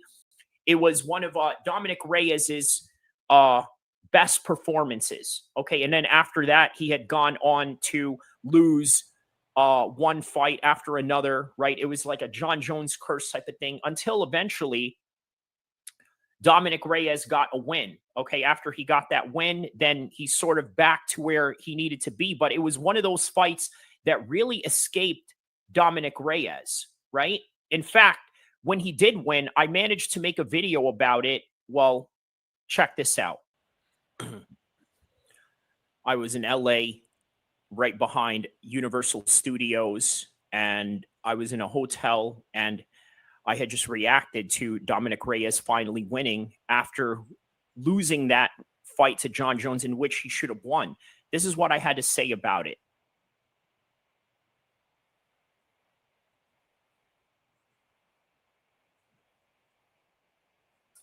Dominic Reyes finally get a victory over Dustin Jacoby. A long time coming, I got to be honest with you. We've known or thought that John Jones was defeated by Dominic Reyes, probably one of the hardest fights of his career. Afterwards, Dominic Reyes went on to lose to a whole bunch of contenders and future champions, and as a result, never got the full credit that he truly deserved. So as a result, here he is tonight, finally getting sort of our redemption in his career. Obviously, we've known that Dominic Reyes is capable of a lot more. However, the losing streak that he had going on, I think, was really detrimental to his career. But tonight, he finally proved that, you know what? I can go out there and show the world what I'm really made of. Not by fluke mistakes, not by the judges' scorecards, and not necessarily anything that has anything to do with anything that was outside of his control, but rather showing that he was in full control and in full swing of things with a first round TKO victory that he has over Dustin Jacoby, as I'm witnessing it right now, while he is right now being interviewed by Paul Felder as we speak. But not only that, I think we also have to understand that when it comes to this game, there are mountains and valleys and peaks. In other words, you have the highest high and the lowest lows when it comes to wins and losses. You also have a lot of 50-50 matchups where in MMA, everything is a total 50-50 coin toss. And many of those coin tosses that he's experienced, unfortunately, was not in his favor.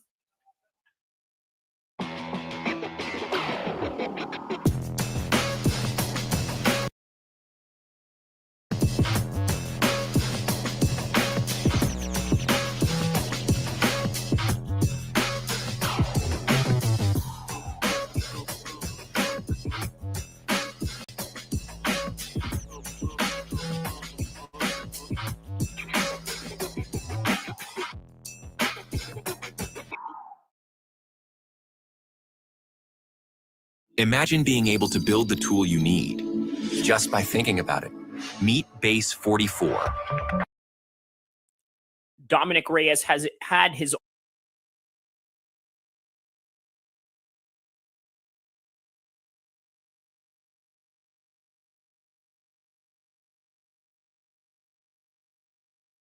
own redemption story, but in a form of competition. Now, as for John Jones, his form of struggles didn't exactly happen in the cage. It was everything outside of the cage where he was taking L's. Okay, so obviously he retains that title back in February 2020 with a controversy. It's a unanimous decision, but the reaction to the fans suggests that Dominic Reyes had deserved that win. Now, Dana White says after the bout that Reyes deserves a rematch, but that was put in doubt a week later when Jan Blachowicz scores a first-round KO of Corey Anderson. But if you remember, Corey Anderson was hot at that time, right? Jones was in attendance, talked about how impressed he was of Jan Blachowicz and how he could see the UFC matching them up.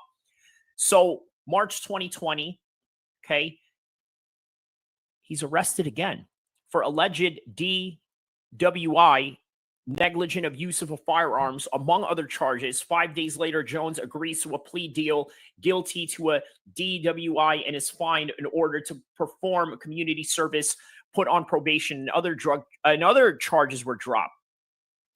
May of 2020, Jones donates $25,000 to a food depot, okay, during the time of COVID. May of 2020, Jones indicates that the fight he wants is not another light heavyweight title defense, but rather a heavyweight bout with Francis Ngannou.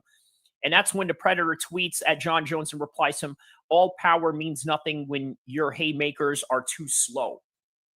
Okay, so yes, this was a fight that was supposed to happen between them, but obviously the politics sort of prevented that from happening. Have met with each other several times, right? Obviously, this was the second time around that they had met with each other, and I believe there was first encounter. It was all in the PFL, so this was in the PFL, and the other one was in the PFL as well, or I believe this was in a boxing match. I'm not quite sure, but I know the first one, okay, the cage is right behind them, so yeah, it was a PFL fight, and the first one was a PFL fight once again as well. John Jones sizing up Francis Ngannou, feeling him up, saying to him, hey, you listen, all the best, all the best. You know what? One day we'll fight, but you cross the street to the other side of the promotion, and that is that, unfortunately. So, okay. Unwilling to pay Francis more money for the super fight, Jones hints that he is walking away from the sport. And it's been fun, you guys. Maybe I'll see you in a year or two, threatening retirement around that time. So upon hearing UFC president Dana White claiming he's been asking for too much to fight Ngannou, he wants to be paid Deontay Wilder money. Jones had a fiery response on Twitter saying, I don't make half as much as what Deontay Wilder makes. If my reputation causes to undervalue me this much, just go ahead and release me from the UFC altogether. I'm sure some promoter somewhere will be fine and happy to pick me up. Okay, so although he does not make it official, Jones indicates that he is surrendering his 205 belt, okay, and Reyes and Yan for the UFC light heavyweight belt for the world. As of right now, I got nothing to really gain from fighting either of them, according to John Jones. And this was around May 31st, 2020. Right? So he wants to set up a fight with him and Izzy one day, but obviously that never happened.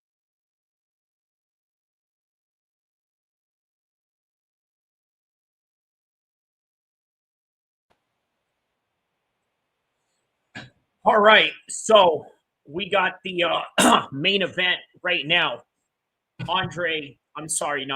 Fili. Anthony Hernandez taking on Roman Dolidze. Now, look, he's got a homeboy with him that I've trained before, Thomas Fallon. He's right in the corner of Fluffy. And Fluffy, I fought in the same card with him back in July of 2012. Man, which seems like just, over decades ago, but here we are, right? Kind of shows you the longevity that Anthony Hernandez has had from his amateur all the way to his pro career. Well, now, here we are in this new generation of killers with the likes of Roman Dolidze, the likes of Dricus du Plessis and Khamzat.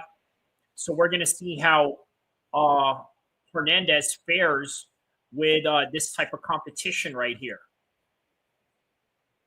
By the way, 7-fight win streak right now, right? If he gets an 8, I mean, look, man, it's a good indication that Fluffy's going to fight for the title at some point.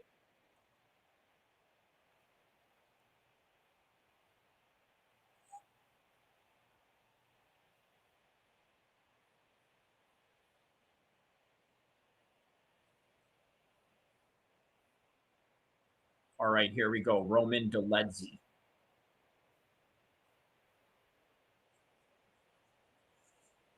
Walking into the cage right now.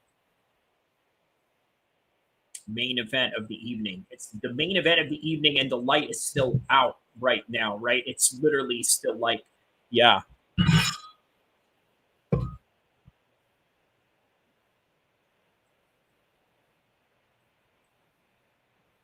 There's going to be a lot of good scrambles that you could expect out of this fight. Oh, and look, there's Merab right there. You know what? Merab and Anthony Hernandez have a very similar style, right? They will labor you to death. That is how they get down with their fight.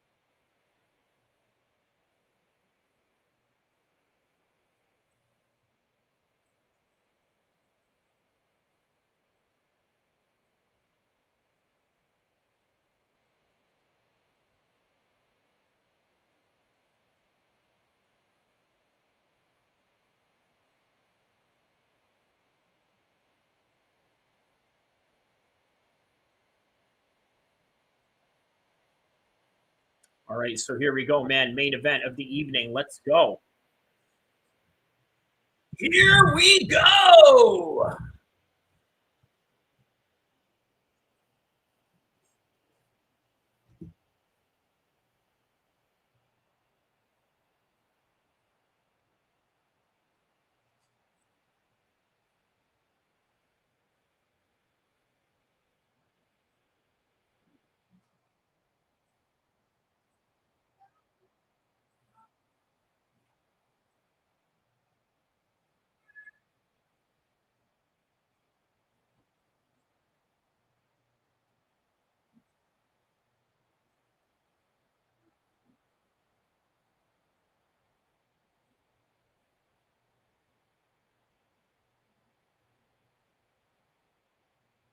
All right, here we go, man. Everyone's ready for this fight.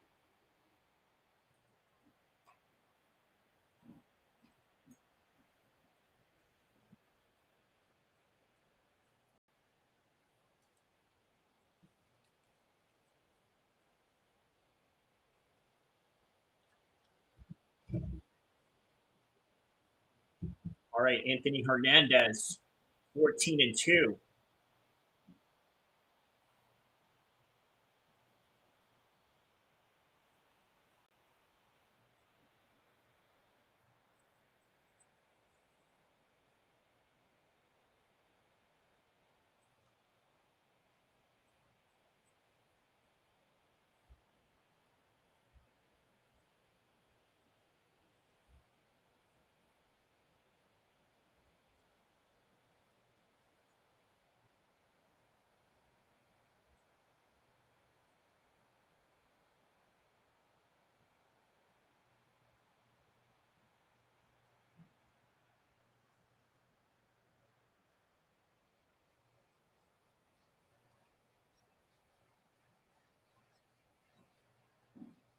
All right, here we go, man. They touch gloves.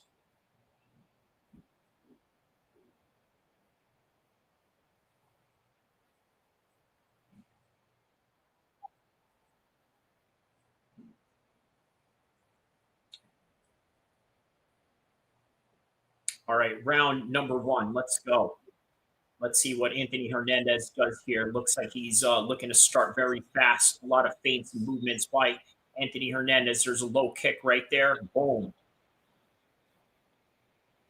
Oh, wow. Good exchanges right there. What happened there? Dolidze looks like he was going to try to look for some kind of ankle pick of some sort, or an ankle lock, rather. Imanari roll.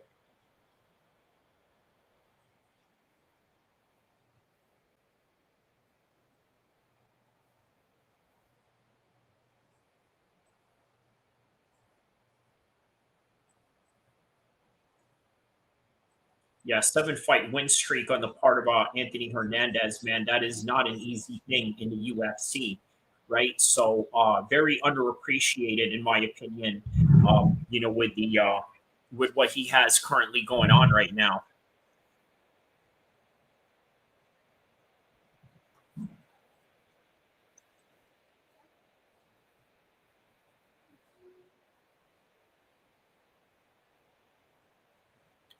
All right, there's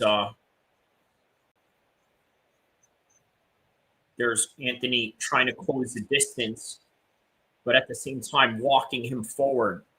There's a low kick right there by Anthony Hernandez.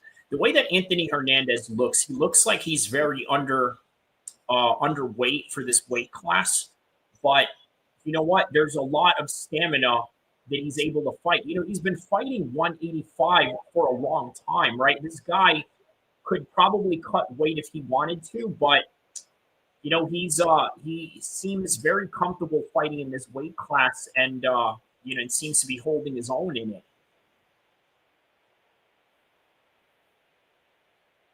All right, so now Dolidze has a body lock on top of Hernandez right now. And as Hernandez is being put in a body lock, Hernandez is trying to push or trying to put his hand in Dolidze's mouth like this, while Dolidze has him in a body lock position right now, in a dominant body lock position, pushing him up against the fence in the current moment of time right now. There's some knees right there. So now we got 235, 233.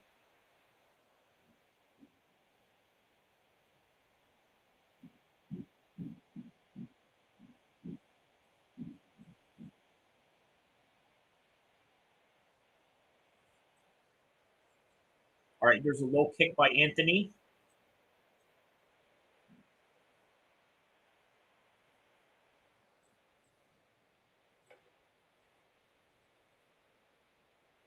Yeah, good feints by Hernandez, right? A good way to alleviate himself from the power of Roman Dolidze. What is this? Did he just hurt Roman Dolidze right now? He's shooting in for a takedown. He has him up against the fence right now, but Roman Dolidze has some kind of guillotine on Fluffy, but Fluffy gets right on top right now. He has, what do you call it? A body lock right on Roman Dolidze right now.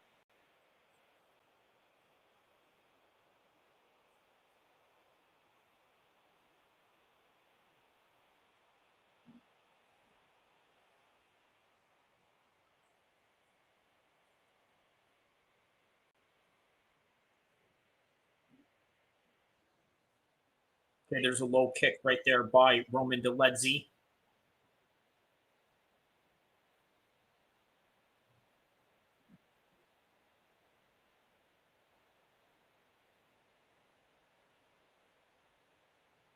Yeah, here's the smothering style of Anthony Hernandez right here at play.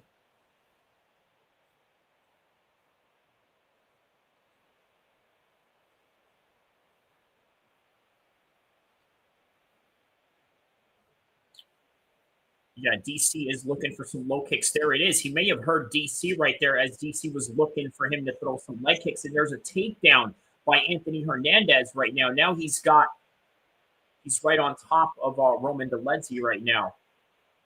He's telling him to get up. So he takes him down, but he's willing to make him stand right back up.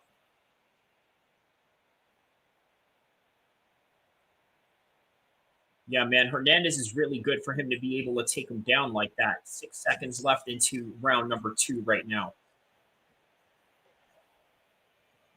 All right, 30 seconds into the next round.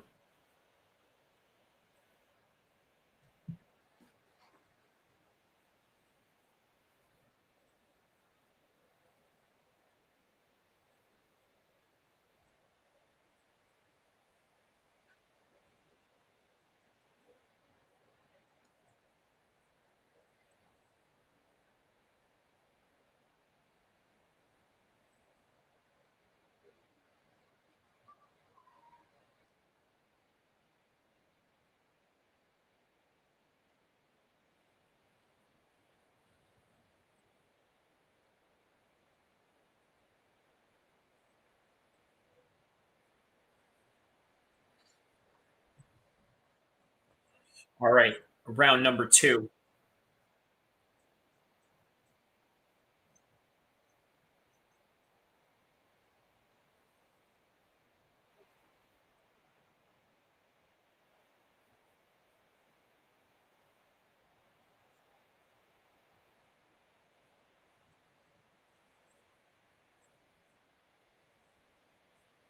All right, so here we go. Round number 2.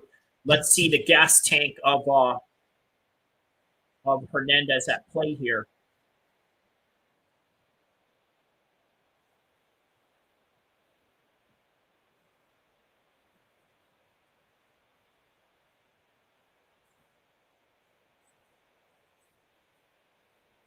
All right, so there it is, man. Hernandez is now finally taking him down again. Oh, they're right back up. Yeah, it seems that Anthony Hernandez does not want to follow him while Dolidze is in his back.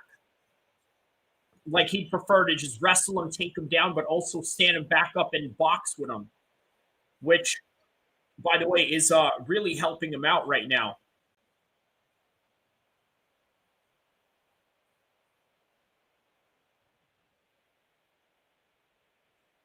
Okay, there's a low kick right there.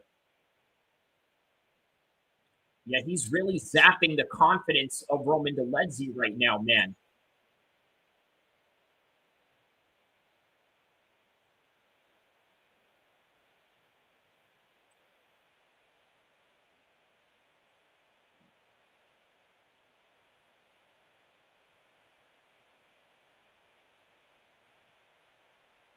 He's walking him down, saying, listen, I'm not afraid of you. I'm not fazed by anything that you're throwing at me. And he's just walking him down. I've never seen Anthony Hernandez look this confident ever before. Oh, wow, man. Straight away, Herb Dean slapped his hand right out of the cage as he was trying to grab onto it while Hernandez was trying to take him down.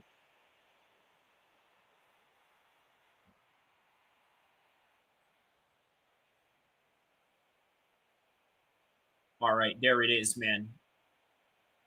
Roman Dolidze has to dig deep because he's not going to get just, a normal takedown and then just stay there, right? He's planning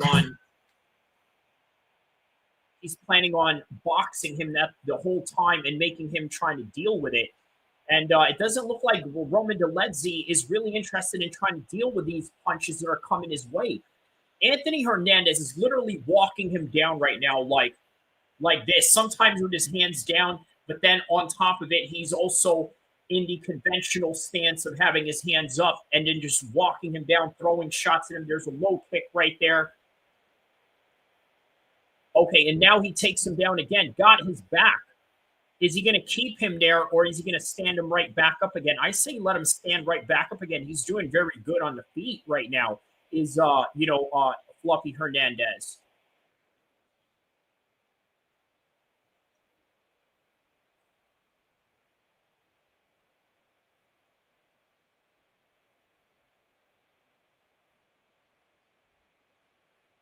Oh, okay, there's an attempted ankle lock right there, and Hernandez escapes. Now they're squared up as Anthony Hernandez is walking Dolidze down right towards the cage right now.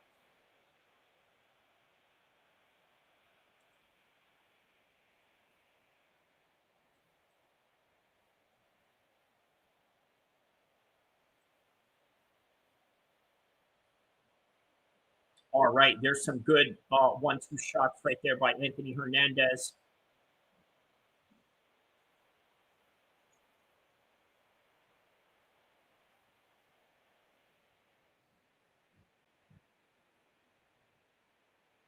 Oh, wow, he just hurt him right now. Anthony Hernandez just hurt Roman Dolidze right now, walked up to him, 1-2 shot, and now he's got him right on his back right now. He's got the back position in a referee's wrestling position right now, and he's got the back of Roman Dolidze, and now he's looking for a guillotine. What is this? What is this, man?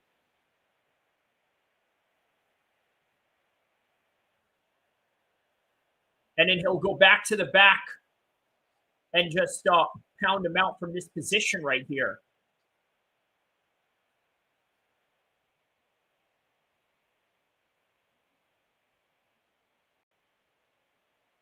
Man, he's doing a very good job of breaking him down right now. Oh, there's a knee right there. Oh, man. He's ground and pounding away. It looks like he's going to finish him.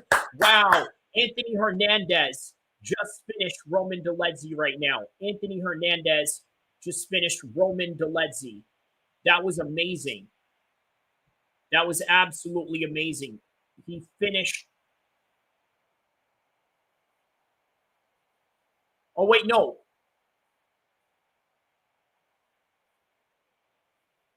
Oh, wow. Very Anderson Silva-like, right? They thought that, the fight was over, and it wasn't.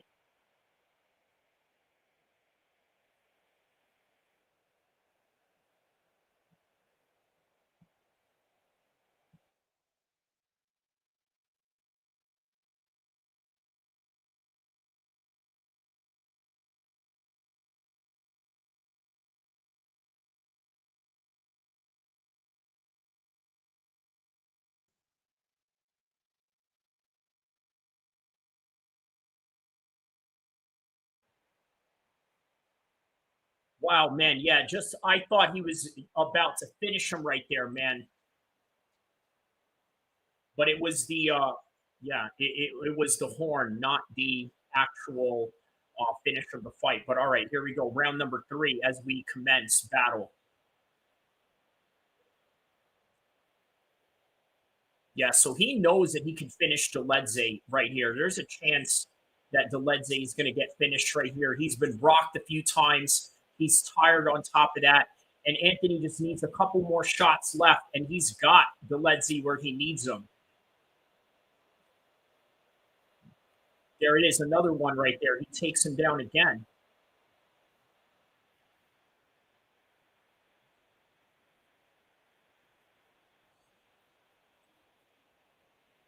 Wow, man.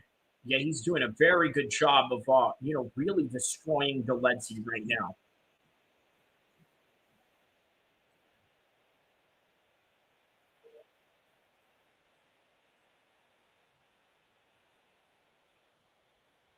Man, the Mexican cardio of Anthony Hernandez for sure.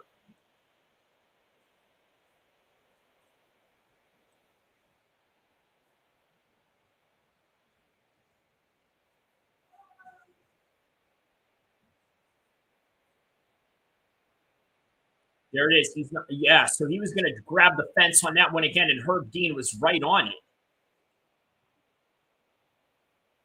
Now he's got him in a cradle position right now. Good wrestling on the part of Anthony Hernandez right now.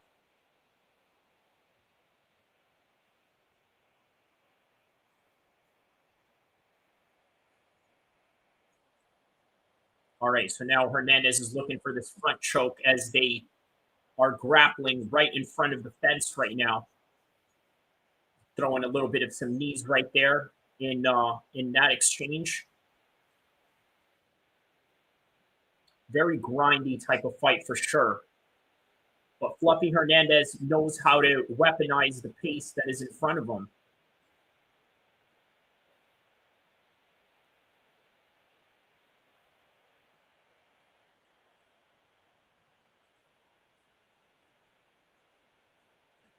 Oh, wow. Okay, there's another cradle right there while he's in the top position. And then Roman keeps giving up his back right here. Okay, now he's looking to probably throw some knees right here.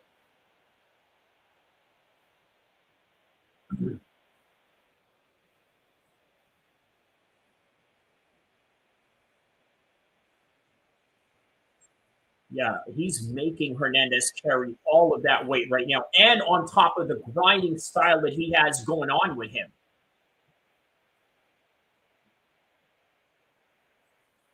Oh, there's a nice elbow right there.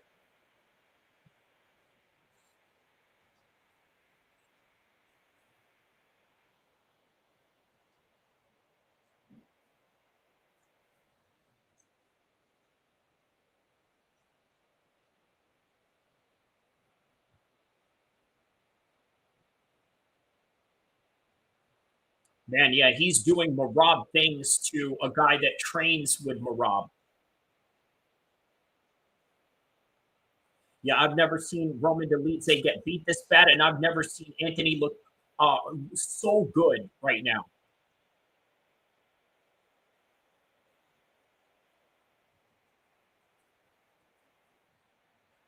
1-2 left high, just as, ooh, and he got him. He got him on that one.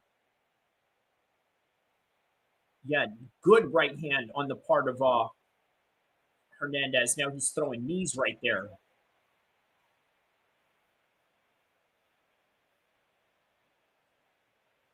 Now he's right on top of him right now. He doesn't want to waste his time on the ground. He's asking Roman Dolidze to get up. All right, so here we go. Oh, wow, he takes him down again from a clinch position, a little trick clinch position.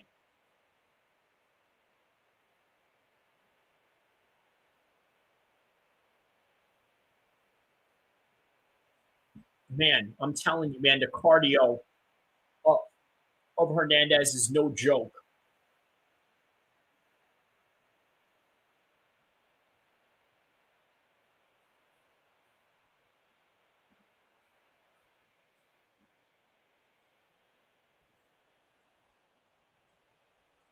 All right, and that is the end of our regulation rounds. We're into the championship rounds right now, and that is round 4 and 5.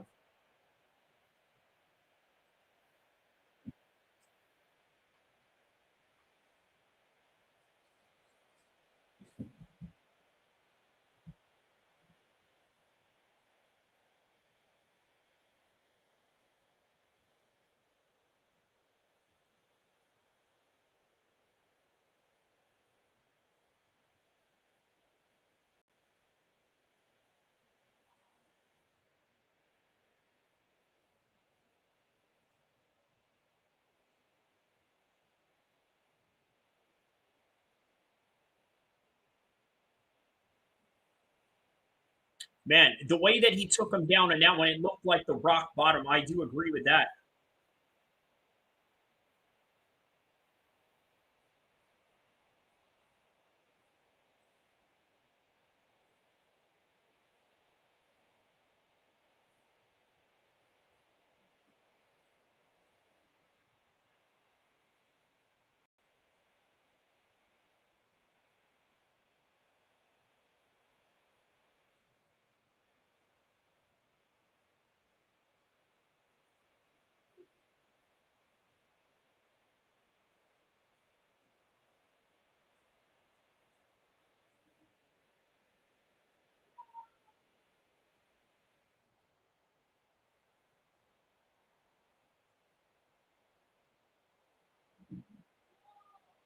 All right, man. Yeah, just basics is what's winning for Anthony Hernandez right now.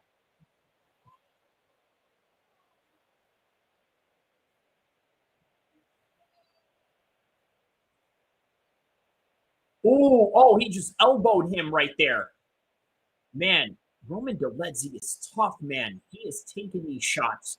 And you know what? Hernandez is hitting him with everything that he's got, and nothing, man. Nothing at all.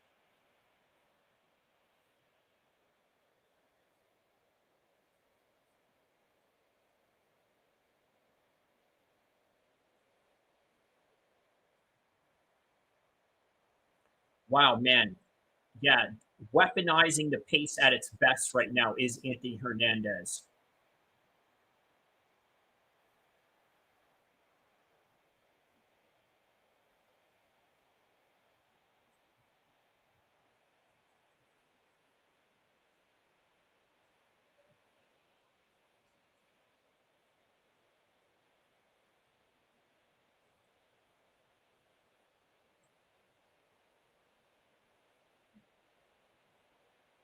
Man, the optimal state of arousal that Anthony Hernandez has going on right now is absolutely exceptional.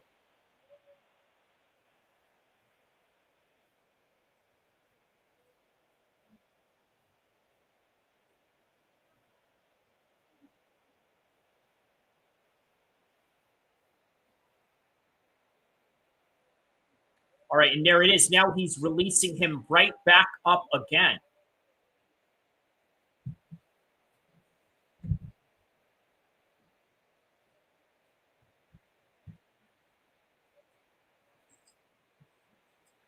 By the way, guys, just a little reminder, by the end of this fight, I'm going to be recording some members-only stuff. Oh, wow! And just like that, Anthony Hernandez gets the submission win. Out of nowhere, he gets a submission win, grabs him by the neck, and then just gets a rear naked choke while standing.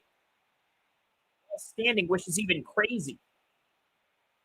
Wow. Not even any hooks, yeah. Not even any hooks. He just went and grabbed them up like that, and then that was it right there. Wow.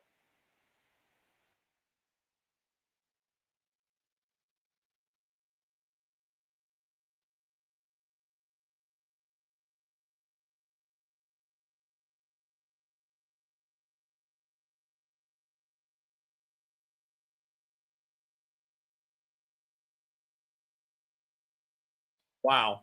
To the body lock right here. He gets a body lock, gets a knee, a few knees right there, a few knees. And then he's grabbing the fence. And then as he's throwing the knees from the fence, he grabs him by the neck like as if he's hanging him, and then just drops him right there and gets the submission. So it starts off, okay, body lock, knee, one knee, two knees, three knees. After the third knee, he goes right behind, locks it in, not even any body hooks, and then just grabs him up while he's like holding him up. And that was it. That was all she wrote right there. Man, there it is, man. Congratulations to Fluffy Hernandez on that win. Awesome win by Fluffy Hernandez. So, guys, listen, that is all that I really have for this one right now. Don't forget to like and subscribe. I will see you guys in the next one, inshallah. Congratulations to Anthony Hernandez once again. We're going to finish off the live stream with my video on the Jon Jones versus the UFC History of Controversy story. I will see you guys in the next one, inshallah. Happened. Jones announces on Twitter, August of 2020, that he's vacating his belt. Hours later, again, Jones writes that he had really a positive conversation with the UFC, and sounds like the negotiation. So back in 2020 sounds a lot like the Tom Aspinall situation, isn't it? Very much similar to that effect. So obviously, after he had beaten Cyril Gane, okay, now we're in the Tom Aspinall era of Jon Jones's life, even though they've never really officially had fought each other. Okay, so in May of 2021, Jones announces on social media he had hired a veteran of the boxing promoting game, Richard Schaefer, former CEO of Golden Boy Promotions, as a representative. This move was seen as a step towards possibly ending Jon Jones's contractual impasses with the UFC. We all saw how that went out, okay? So Jones's 2013 title defense back and forth goes into the UFC Hall of Fame, okay? Back in 2021, hours after the Hall of Fame, guess what happened to Jones? He's charged with a misdemeanor and tampering with a vehicle, a felony. Asked about his arrest, UFC President Dana White says, this guy's got a lot of demons, man. A lot of demons. Definitely does, right? And obviously, before we get to the Tom Aspinall part of his story, here's Jon Jones again with another troublesome situation with the DSG presents your favorite classic fleece, the All-Star. It comforts you on your first day back and is always on the sidelines. It's your #1 fan. Let the season begin. DSG, only at Dick's. So as we're watching the body cam footage of the Metropolitan Police Department of the Las Vegas PD right now, Jon Jones being handcuffed, okay, has his head right on the hood of the car, probably about to, bash his head into the car. But on any regard, yes, look, this kind of goes into the Tom Aspinall situation that I'm talking about, right? Why is it that people are obsessed with seeing Jon Jones somehow lose to Tom Aspinall? Well, this is why. This is why. Okay, he's the greatest of all time. He didn't get the send-off the way that Dustin Poirier did. And he's right here embarrassing himself with another embarrassing situation. And you know what? I think a lot of UFC fans want to see redemption. But like I said before, right? Yes, is it possible that Tom Aspinall can beat him? But it's only Jon Jones that can decide whether he wants to go in there and fight this man or not. And therefore, what if Tom Aspinall can't beat Jon Jones? Then if that's the case, guess what? There is no redemption story or this karmatic story that people want to see out of Jon Jones, but that's just really the reality of it. So obviously, right after that arrest in September 2021, Jon Jones posts an Instagram story of a video of him lifting weights, along with a capture that reads, "I have way too much trauma to consume alcohol. My brain simply can't handle it anymore. I will leave alcohol in the past forever." Okay, so now on October 2021, Jones is banned for a long time from his longtime training facility at Greg Jackson because of this incident that happened in Las Vegas. Okay, 2015, Jones posted on Twitter a video of him working out at Fight Ready MMA, the training home of Henry Cejudo in Scottsdale, Arizona. Okay, the caption says, "Turning lemons into lemonades, ladies and gentlemen." 21, the domestic battery charge is dropped by Las Vegas court after Jones agrees to plea a nolo contendere to misdemeanor charge of destroying a property of another. John Jones is ordered to pay restitution for damaging a police vehicle and attend anger management classes. So then April 22nd, 2022, April 26, 2022, the advisor, Richard Schaefer, tells ESPN that the UFC asked John Jones to fight former heavyweight champion Stipe Miocic in July after Jones tweets Stipe is saying that they will be at his absolute peak in September. Now, I'm disappointed but patient. I wanted the heavyweight GOAT at his absolute best, according to John Jones. By the way, they were scheduled to fight years ago in Detroit when Stipe was world champion, but obviously it never happened. August 2022, asked by Twitter, the follower of an update for the Miocic fight, and addresses that also a possibility of meeting Francis Ngannou. Now, I've been hearing whispers in November, but honestly, I had no clue. Been hearing Francis could possibly be back on the table. Okay, so that's according to those reports. So yeah, man. So okay, this is still haunting John Jones, right? The whole thing that had happened to him in Las Vegas, right? So okay, UFC heavyweight Cyril Gane tweets, "Where are you at, John Jones? I'm free this March." Okay, so the UFC announces that Jones will make his heavyweight debut against Gane on March 4th, 285. Okay, and what happened afterwards, right? Obviously, Francis Ngannou got stripped right after Cyril Gane had been beaten by Francis Ngannou in a unanimous decision. So Jones only needed 2 minutes and 4 seconds to defeat Gane by guillotine choke, okay? Now, the UFC announced that he will defend against Stipe Miocic in 2023. In October 2023, Jones and Miocic have been canceled, and Jones tears a pectoral tendon off his bone in training, according to UFC President Dana White. So Crystal Martinez, a drug testing agent from the Free Drug Sport International, files a police report saying that John Jones in his home in New Mexico, in which he alleges that John Jones had assaulted and threatened to kill her during a visit to his home to collect a urine sample as part of UFC's anti-doping program. Wow. Wow. Okay. Now, I want you to keep in mind, all of this is just nothing more than speculation, okay? The Albuquerque Police Department issues John Jones a summoning citing alleged assault and interference with communication. John Jones responds via X, saying that in part, I was caught off guard by unprofessionalism and protocol by one of the testers, which caused frustration, leading me to some profanity that I regret. However, I want to emphasize that at no point did I threaten anyone, get in anyone's face, raise my voice to anyone, or engage in any form of assaults. You know what? There's a part of me that believes John Jones in this, right? There's a part of me that absolutely believes John Jones did not do this, because there's a lot of people that complain about drug testers that are very invasive. Test results. So for which athletes? Unnamed.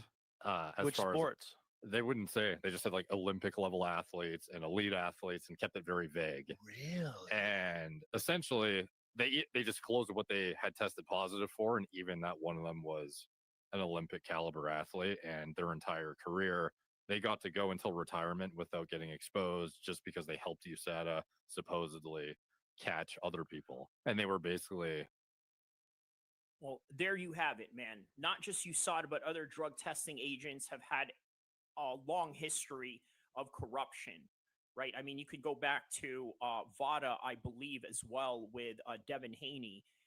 But that's neither here or there. That's a controversial topic for another time in another place, and unknown to anyone about the full information or the extent of that corruption. But on any regard, yeah, so we're now in July 17, 2024. John pleads no guilty to a pair of misdemeanor charges stemming from March during a drug incident at his home. An Albuquerque judge rules that he can remain free pending trial. October 29, 2024, on the morning trial to begin, Jones agrees to instead attend 4 hours of anger management classes.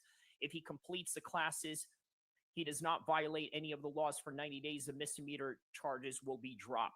So here we are. Now we got Jones finally fighting Stipe Miocic at UFC 309. Okay. During this time of UFC 309, I had made a video of Tom Aspinall's dad talking about how he never had a plan B. Okay. And the reason why it was important to emphasize that video is because of the struggles that Tom Aspinall had came from, right? Just the struggles that he had. Imagine this guy, okay, who we never thought would be anything in the heavyweight division, especially after the way that he had lost to Curtis Blades, is all of a sudden the guy that everybody is pitting to dethrone John Jones and to knock him off his pedestal, and more importantly, the guy that is supposed to be the one to humble him.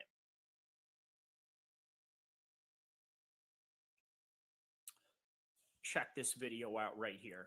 8 months ago, from the time I'm recording this, I made it. Whenever you are trying to reach for glory, you can't have a plan B. You want to know why? It does nothing but distract you. And not only that, it's going to make you go at it half-ass, and it's just not the way to go, is it? Well, guess what? We're going to talk about Tom Aspinall's dad and the reason why he didn't have a plan B when he decided he was going to put all his eggs in one basket to try and reach for heavyweight glory in something that he's recognized in his son early on. Now, obviously, this weekend, in the time that this is being recorded, Tom Aspinall was on his way to New York to watch John Jones taking on Stipe Miocic. Obviously, a fight that really serves a lot of interest in his corner. He's the interim champion. John is the linear champion right now. That is, if you don't count Francis Ngannou and his contract negotiation issues with the UFC that ultimately led him to departure. But either way, it was a very important matchup for John Jones and Stipe and Tom Aspinall as well. Now, at this point, we're sort of delving into the twilight years of John Jones's moments in the octagon, right? So now we go back to Thailand, okay? After he gets that win at UFC 309, a one-sided beatdown of Stipe Miocic, who, by the way, was 42 at the time, first time competing in 3.5 years, and John defeats him, and a lackluster two-time former world champion in a third-round TKO for his first heavyweight title defense. Now, at this point, John said, you know what? I fought in front of my president. I fought in front of everybody in New York. I fought in my home state that I'm originally from. This is the best way to go out. So next thing you know, here comes the springtime, okay? Not too long ago, a couple of months by the summer of which this is being recorded, okay, of 2025, while in Thailand, he goes and coaches against Nate Diaz in the Ultimate Fighter-like TV show called ALF Global Reality, where John Jones engages fans online who accuse him of ducking Tom Aspinall and are calling him to be stripped of the heavyweight title. Now, Jones has not defended his belt since November at that time and has only had one other fight since 2020. He says, y'all barking up the wrong tree. John wrote this on Twitter. I told you UFC's plans a long time ago. I have no clue why they haven't shared any of that with you guys. Now, why is it that the UFC never shared that? Obviously, there could have been a multitude of reasons. Perhaps maybe they're trying to use John Jones as a leverage tool for their next TV contract negotiations. But yeah, man, I tell you what, John Jones was living his life when he was out in Thailand. Nate Diaz gets into a street fight, period. Is that surprising in any kind of way? How's that feel? Hey, I'm not surprised, motherfucker. Hi, my name is Hannah Brown, and this is my Vistaprint collection.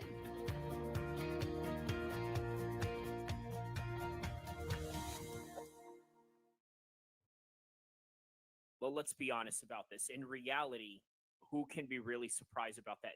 Nick and Nate Diaz have a history of going at it with people from Jason Mayhem Miller, all the way to Khabib, all the way to the Logan Paul lookalike in New Orleans. So yeah, man, during the spring of 2025, you're forever going to remember that as the time of when John Jones and Nate Diaz were living their best life, okay?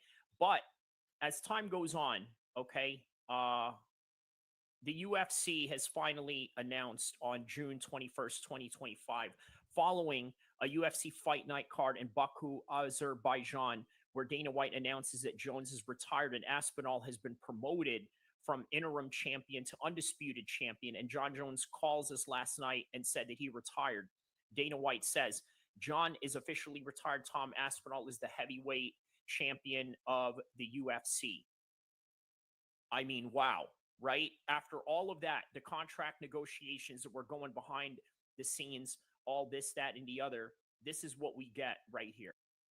You said the timeline for Jones, 2 weeks to decide what to do with the title, but whether it takes the fight or you're going to strip him. What do you think is more important, to keep the belt there so he can uphold his legacy, or we move the heavyweight division, take the title away from him? John Jones called us last night and retired. John Jones is officially retired. Tom Aspinall is the heavyweight champion of the UFC.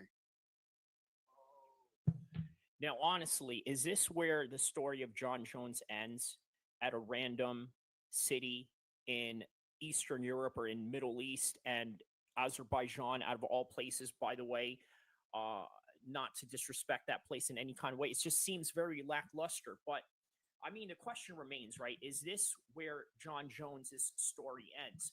And if it does, I'm going to give you a couple of analysis on this, right? If it ends like that. If it ends like that, nobody is ever really going to remember him ducking. I know that many people want to believe that it is Tom Aspinall who retired John Jones without even fighting him. I know that they want to say that, but I want you to remember this, right? There's the element of George St. Pierre into this whole entire mix, right? What exactly happened with George St. Pierre? Well, obviously, he vacated the belt just right before just right after he had defended it, just right after he had defeated Michael Bisping, and decided to vacate it because he didn't want to defend it against who was the top guy at the time, who was the Tom Aspinall at the time of his division. It was none other than Robert Whittaker. Now, why did we never see that fight? Well, I'll tell you why. The reason why we never saw that fight is because George St. Pierre is a good guy. He did everything right. He was a consummate professional, not just inside the cage in a way that John Jones was, but also a professional outside of the cage in ways that John Jones wasn't.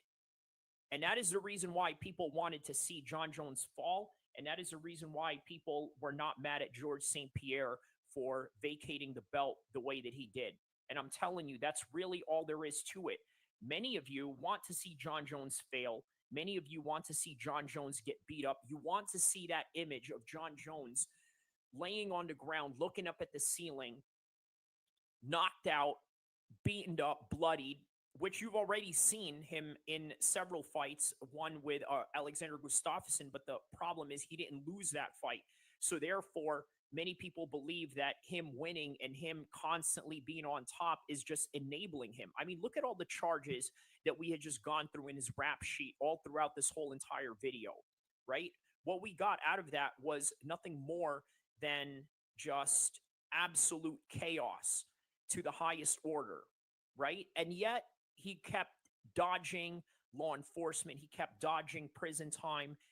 And by the end of it all, it wasn't really all that of a serious charge, right? But at the same time, it was enough to somehow hinder his life, to hinder all the situations he had going on, right? To hinder the best that he could have possibly been. I mean, look, imagine the guy was 23 years old, the youngest light heavyweight champion of all time, probably the youngest UFC champion of all time across all weight divisions. And this is what happens to him, right? He gets a Nike deal. All of a sudden, it gets dropped. He gets all these accolades from UFC Hall of Fame, all these title defenses, only for him to become literally the Darryl Strawberry of MMA. Now, that is sad to say, but I really emphasize this, right? I know a lot of people right now are saying that his legacy is tainted because he ducked Tom Aspinall. Listen to me. There is a reason why he ducked Tom Aspinall, because eventually Tom Aspinall may lose right before his career ends. And when he does, guess what John Jones is going to do? Like a true villain, he's going to stand right there and say, see, guys, I told you so.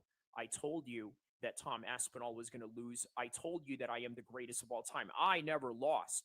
Now, that is the villain side of him. The GOAT side of him is that he is a guy who is accomplished inside the cage. But guess what? Like all people across all different forms of life, right? Just because you're great at what you do at your job, it doesn't mean that you're a great person behind closed doors. And that is a reality for a lot of people. That's a reality for a lot of athletes. Look at Michael Jordan. There's a lot of people that don't like Michael Jordan because Michael Jordan is a D-I-C-K head. And you know what? So is Kobe Bryant. So are a lot of people that were high-strung athletes. But you know what? What's crazy about this is there are athletes out there that don't need to be like that. They can still be talented. They can still be gracious at the same time, but also humble. Ronaldo comes to mind.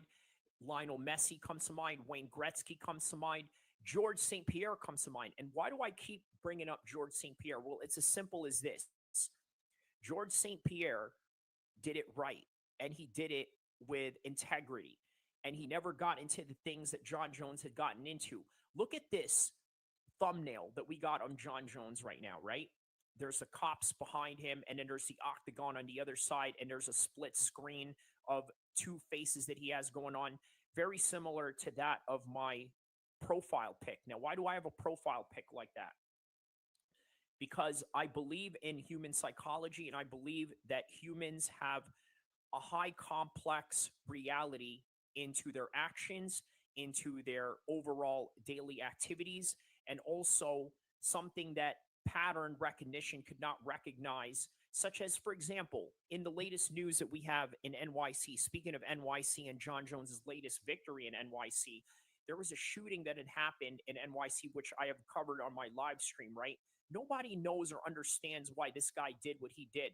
Now, obviously, he was targeting the NFL from what I had understand, but at the same time, I'll bet you that a lot of people are going to say the following: oh, he was such a nice guy. He was a great guy, this and that and the other. Same thing when I watched the 7/7 bombing of London's documentary on Netflix. All the people that had committed this atrocious act, what did they say about these people before they had committed the atrocious act? They say, well, he was a good teacher. He was a good provider. He was good to his fellow peers, this, that, and the other. But you know what? That is why I tell you guys, human beings have a high complexity to which we could never understand. And with that in mind, don't forget to like and subscribe. I will see you in the next one, inshallah. MMA needs, if you want to find predictions, news, and everything that deals with MMA, shout outs to Kyrie, Abu El-Kheer MMA, Sacramento, California, represent. That's right, Kyrie. I appreciate you, my nigga. You came in here, you was talking that shit. That's right, bro. Much love, Flo. I appreciate you for always stepping in, bro. Be safe out there. Man, my nigga Kyrie, my man Kyrie came through. He started talking that shit. Hey, here's the thing. Here's the thing. That nigga will whoop your fucking ass. You would think that nigga's all squared up and all that type of shit. Nigga come through and beat your fucking ass. Like, man, fuck you up. You will never see it coming. So for those of y'all,